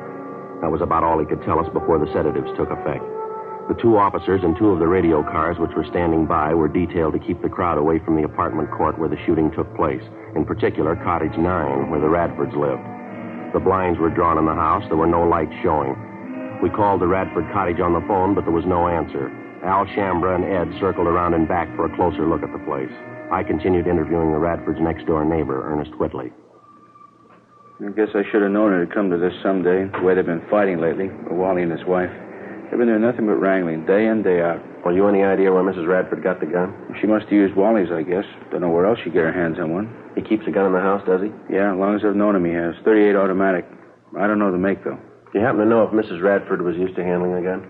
No, typical woman. I remember Wally and Stella were over for cards one night. Stella, that's Mrs. Radford. Yeah, I know. I don't know how it came up, but Wally and Stella started arguing about him keeping a gun in the house. Stella didn't like it a bit, said she was afraid of guns. Didn't even like to have him around. I'm surprised she even knew how to pull the trigger. You said the Radfords had a big fight today. What was it about? Do you happen to know? Same old thing, I guess. Stella was always accusing Wally of running around with other women, running around town drinking. As far as I know, it wasn't true. Matter of fact, it was just the opposite. If anybody was on the town, it was Stella. I happen to know at least one guy she was making eyes at. Oh, here's your friend. Hi, what's it look like? Not good. House is pitch dark. Can't hear anyone moving around inside. Won't be easy to get her out of there, Joe, the way the cottage is situated. Why, what's the problem? The rear of the house backs up against that hill there. Just a small space between the end of the house and the hill. No back door, just windows. One of them's open a few inches. You mean the front door's the only way in the place, huh? No, there's a side door on the left of the house there, left-hand side. That's a kitchen door, Sergeant. Leads right into the kitchen. Just like our place. All the cottages are laid out the same. The living room's just inside the front door, then, huh? Yeah, that's right. Bedrooms in the right rear, kitchen in the left rear. A small bathroom leading off the bedroom leads to the left. She won't come out peaceably. How about a tear gas shell? That ought to bring her out. Well, I don't know if we'll need it, Al. Might be a waste of time. Whitley here was just telling me Mrs. Radford isn't familiar with guns. Do you think she know how to reload the automatic, Whitley? No, sir. I'm pretty sure she wouldn't. I don't even know if Wally had another clip of shells around the house. Even if he did, Stella wouldn't know what to do with it. Well, how about the clip that's already in the gun? Good chance she's got a couple of shells left. She fired more than half a dozen of them, I know that. She must have gone crazy. There were at least 7 or 8 shots. Well, they're just about empty, the gun. How about it? You want to try rushing the place? Let's go. Okay with me. All right, you better stay out here for the time being, Mr. Whitley. Might be some shooting. You know you taking any chances. Yes, sir. Sure. Okay, Sergeant. I'll be right back here if you want me. Thank you very much. All right, let's try it. How you want to handle it? Why don't you and Al take the side door? I'll go in the front. You want to see if we can get a rise out of her first? Yeah. Might be she'll give it up without a fight. I'll call out to her a couple of times first. If there's no answer, we'll rush the place. Okay. Now, let's make it all together, huh? Just wait for a signal. I'll call it out. All right. Okay. That's it. Side door just behind the shrub over there. Give us a little time to get around her, huh? Yeah, now, when I call out the rush, make it fast. It's the only thing we got in our favor. We'll try and surprise you. Right. See you later. Yeah, be careful. Miss Radford? Miss Radford, can you hear me? Police officers, we've got your place surrounded. We want you to come out. Can you hear me, Miss Radford? We want you to come out. Miss Radford? All right, let's go. Hit the doors.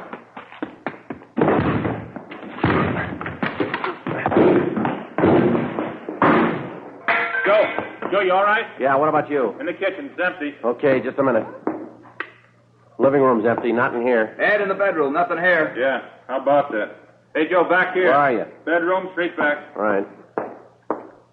Have a look. Did you check the bathroom and all the closets? Everything. She's gone. 10:46 p.m. We double-checked the cottage, all the buildings, and possible hiding places adjoining the Radford house, and then we combed through the immediate neighborhood around the apartment court. There was no trace of the suspect, Stella Radford. In the apartment, we found a picture which neighbors told us was a good likeness of Mrs. Radford. Al Shambra got to a phone, called the office, and a local broadcast and an APB was gotten out on her. We figured she probably slipped out of the house without being noticed during the general excitement immediately after the shooting. Her phone call to one of the neighbors warning that she'd kill anyone who came after her only served as a stall to give her more time for a getaway. 10:55 p.m. Ray Pinker and the crime lab crew arrived and began their preliminary investigation. Judging from the bloodstains found on the furniture and the rug in the living room and on the front steps of the cottage, Radford had first been shot while he was in the living room, and then apparently he ran out the front door to escape the gunfire. A trail of 7 empty shells ejected from a .38 caliber automatic seemed to indicate that his wife followed him out the front door, still firing at him as he tried to get away. We checked the apartment court garage, but the Radford's car was still there. We remained at the apartment court interviewing the neighbors and trying to get a line on some of Mrs. Radford's known friends and associates. Joe, how'd you make out? Not much, Al. The neighbor I talked to hardly even knew the Radfords. How about you? Not much better. The only apartment up the way name's Joanne Taylor. She told me she knew Radford's wife fairly well. Says she has a sister in town. Doesn't have any idea where she lives, though.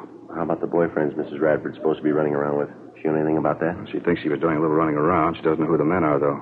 Hear anything about Radford's condition? Yeah, I checked with Georgia Street a couple of minutes ago. It's pretty critical. I don't know if he's going to make it or not. Joe, Al, back here, hustling. Come on.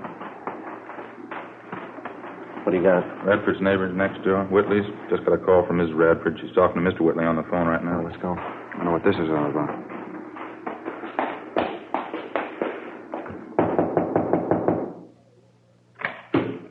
Oh, yeah, Sergeant. I was just going to run and get you. You have Mrs. Radford on the phone? I did, yeah. She hung up just before you came in. Wouldn't talk, though. Did she tell you where she is? No, she sure sounded funny. I think something snapped. She's a little crazy. What'd she say? Why'd she call you? Said she wanted to find out if her no-good husband was dead yet. That's all I could make out. The rest was just a lot of gibberish. She wouldn't give you any idea where she was? Where she was phoning from? No, I asked her, but she just laughed at me. Might still have a chance to find out, though. Yeah, how's that? She's going to call me back. While Ed and I waited with Mr. Whitley in his apartment, Al Shambra got to another phone in one of the adjoining apartments, called our business office, and gave them the number of the Whitleys' telephone.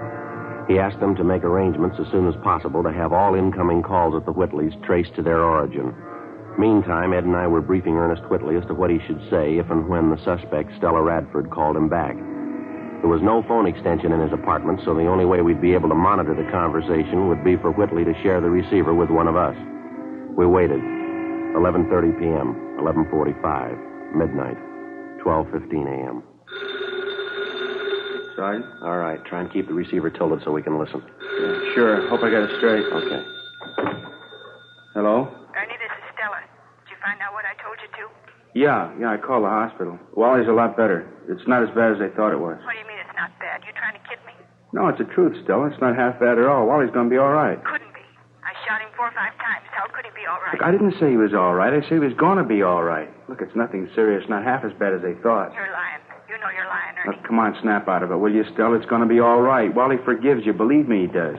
Now, look, why don't you come home? We'll get the whole thing straightened out. There won't be any trouble. Why don't you stop trying to kid me? It's not going to be all right.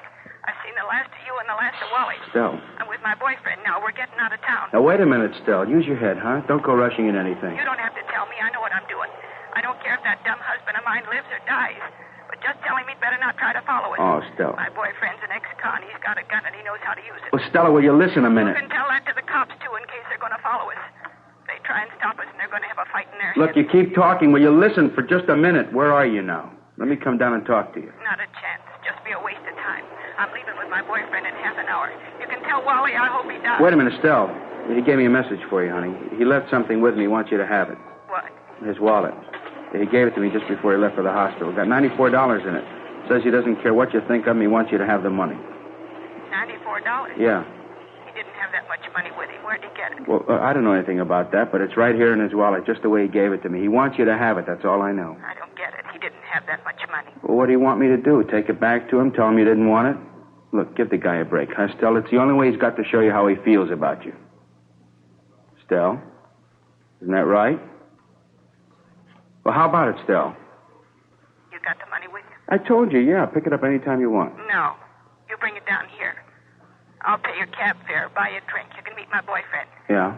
Just a minute. Stella? Hello, Stella? Yeah?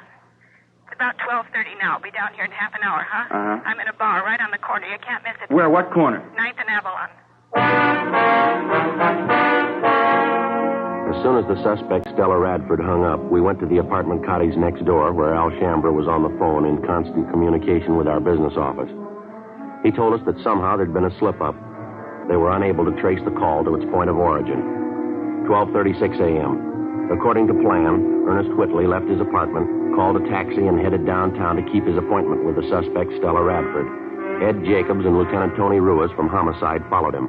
Al Shambra and I stood by at the apartment. More waiting. 1 a.m., 1:30, 2 a.m. Think they'd call us anyway. Wonder what the hitch is. Well, it's kind of hard to figure, Al. It's either a bum steer or they ran into some kind of trouble, maybe. And Mrs. Radford, she really warmed up to the idea when the money was mentioned. Well, apparently, yeah. I was listening in when Whitley gave her the story. She seemed to go for it. It's kind of hard to tell. The way this whole thing shapes up, she can...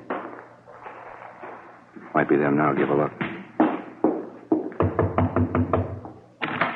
Joe? Oh, yeah, Ed. What happened? How'd it go? We covered the bottle closing, cruised the neighborhood, gave her plenty of time. Yeah. No luck. She didn't show.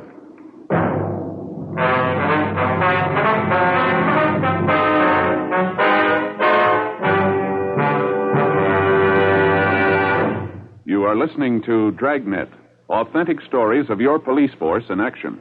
Fatima, America's first, largest-selling blended cigarette. Now king size. The only king-size cigarette that makes you this money-back guarantee. Buy a pack of Fatimas. Enjoy Fatima quality, extra mildness, and superbly blended tobaccos. If you're not convinced Fatima is better than the king-size cigarette you're now smoking, just return the pack and the unsmoked Fatimas by August 1st, 1952, for your money back plus postage. Fatima, Box 37, New York 1. Buy Fatima. Compare them with any other king-size cigarette. 1. Fatima's length filters the smoke 85 millimeters for your protection. 2. Fatima's length cools the smoke for your protection. 3. Fatima's length gives you those extra puffs, 21% longer than standard cigarette size. And you get an extra mild and soothing smoke, plus the added protection of Fatima quality. Remember, more smokers now insist on Fatima quality than ever before. Buy Fatima. In Fatima, the difference is quality. Best of all, king-size cigarettes.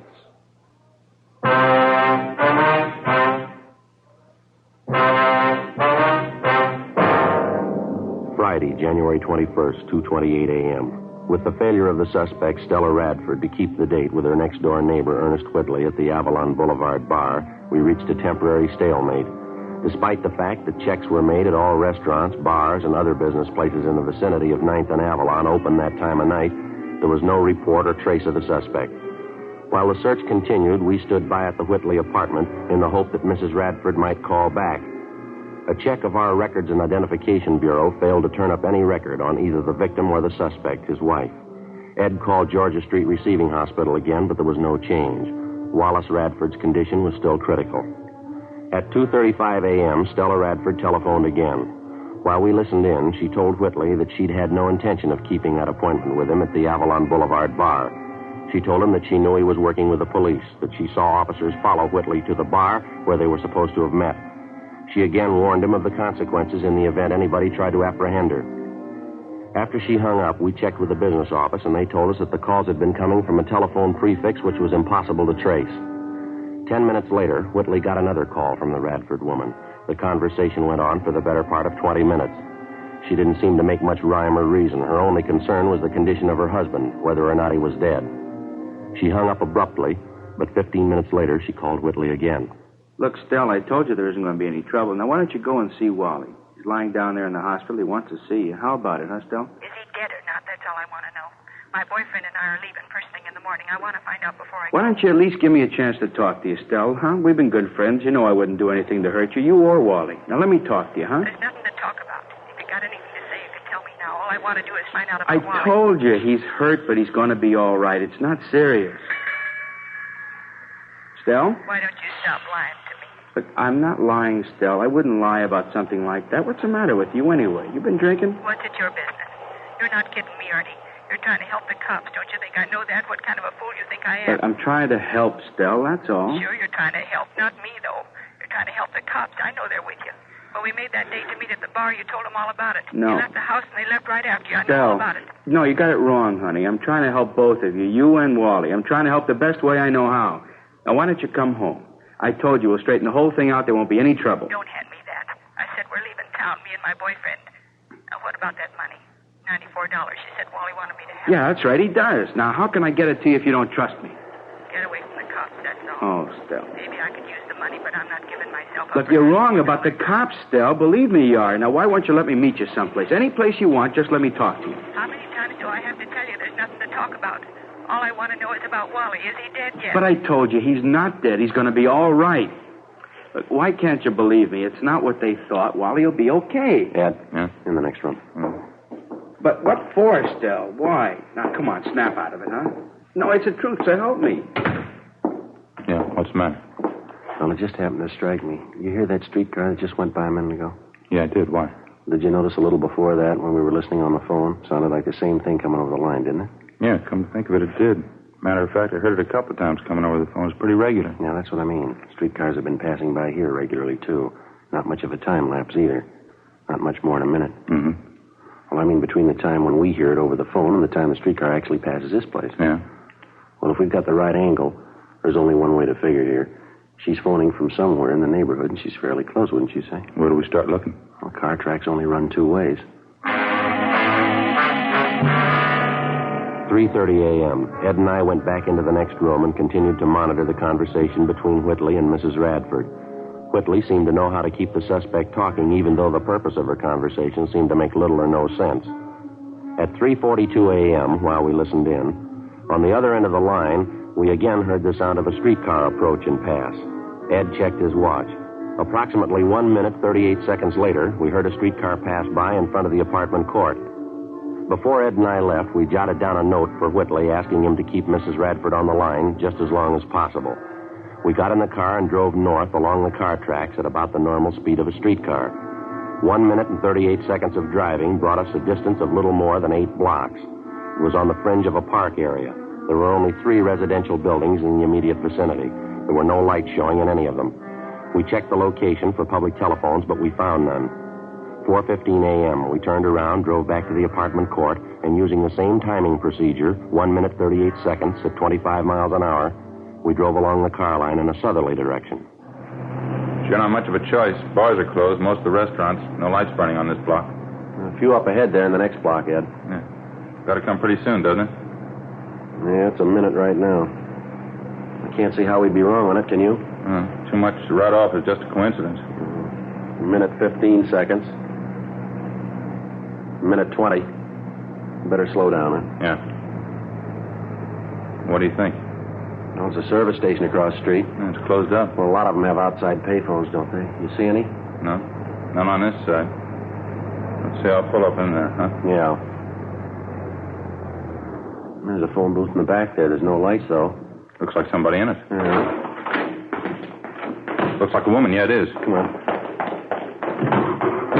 All right, hold it up, lady. She's running for it, Joe. All right, come on. Hold it up, lady. Police officer. Let go. Let go of me. What do you think you're doing? Police officers, lady. Here's our identification. I'd like to talk to you. You leave me alone. Just leave me alone. That's all. I don't have to talk to you. Your name's Stella Radford, isn't it? No, it isn't. Is that your identification? Who sent you here? Who was it? Are you Stella Radford? You couldn't have found out. How'd you know I was here? It was Ernie, wasn't it? Him and his friends. He told you. No, ma'am. I don't see how you found me. Somebody had to tell you. You never could have found me. I don't see how I made any mistake. Yeah, that's right. Let's go, lady.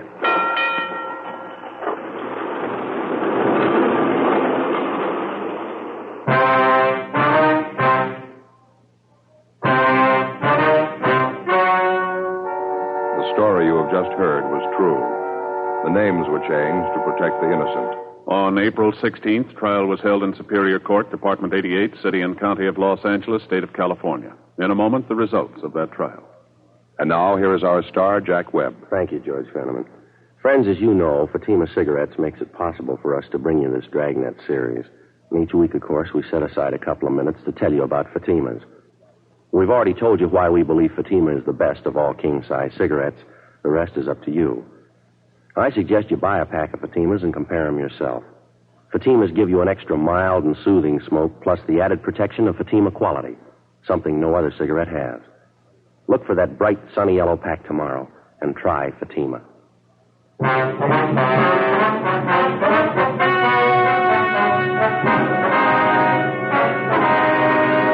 The victim of the shooting, Wallace John Radford, recovered from his wounds and refused to press charges against his wife. However, she was tried in Superior Court and found guilty of Section 245 PC, assault with a deadly weapon. She was sentenced to the term prescribed by law. Assault with a deadly weapon is punishable by imprisonment in the state penitentiary for a term not less than 1 nor more than 10 years. Ladies and gentlemen, Mr. Joseph M. Kinnick, President of the California State Juvenile Officers Association. Thank you. The California State Juvenile Officers Association has asked me to present this award of merit to Jack Webb and to Dragnet for outstanding service to law enforcement in the authentic and sympathetic portrayal of the police officer in the field of delinquency control. Thank you very much, Mr. Kinnick. And I'll be looking forward to meeting you again and the members of your association at your annual conference banquet tomorrow night here in Los Angeles.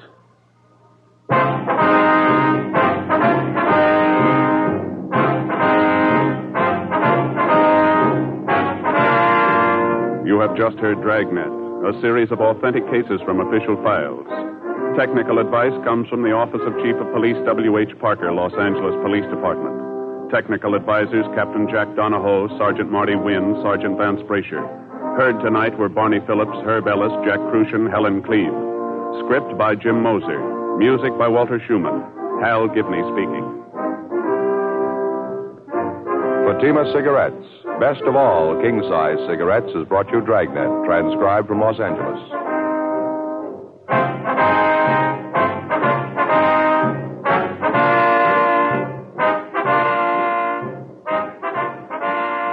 Ladies and gentlemen, nature plus the threat of man-made catastrophes make continuing help and constant preparedness necessary. The Red Cross binds these needs. Answer the Red Cross call with a generous contribution.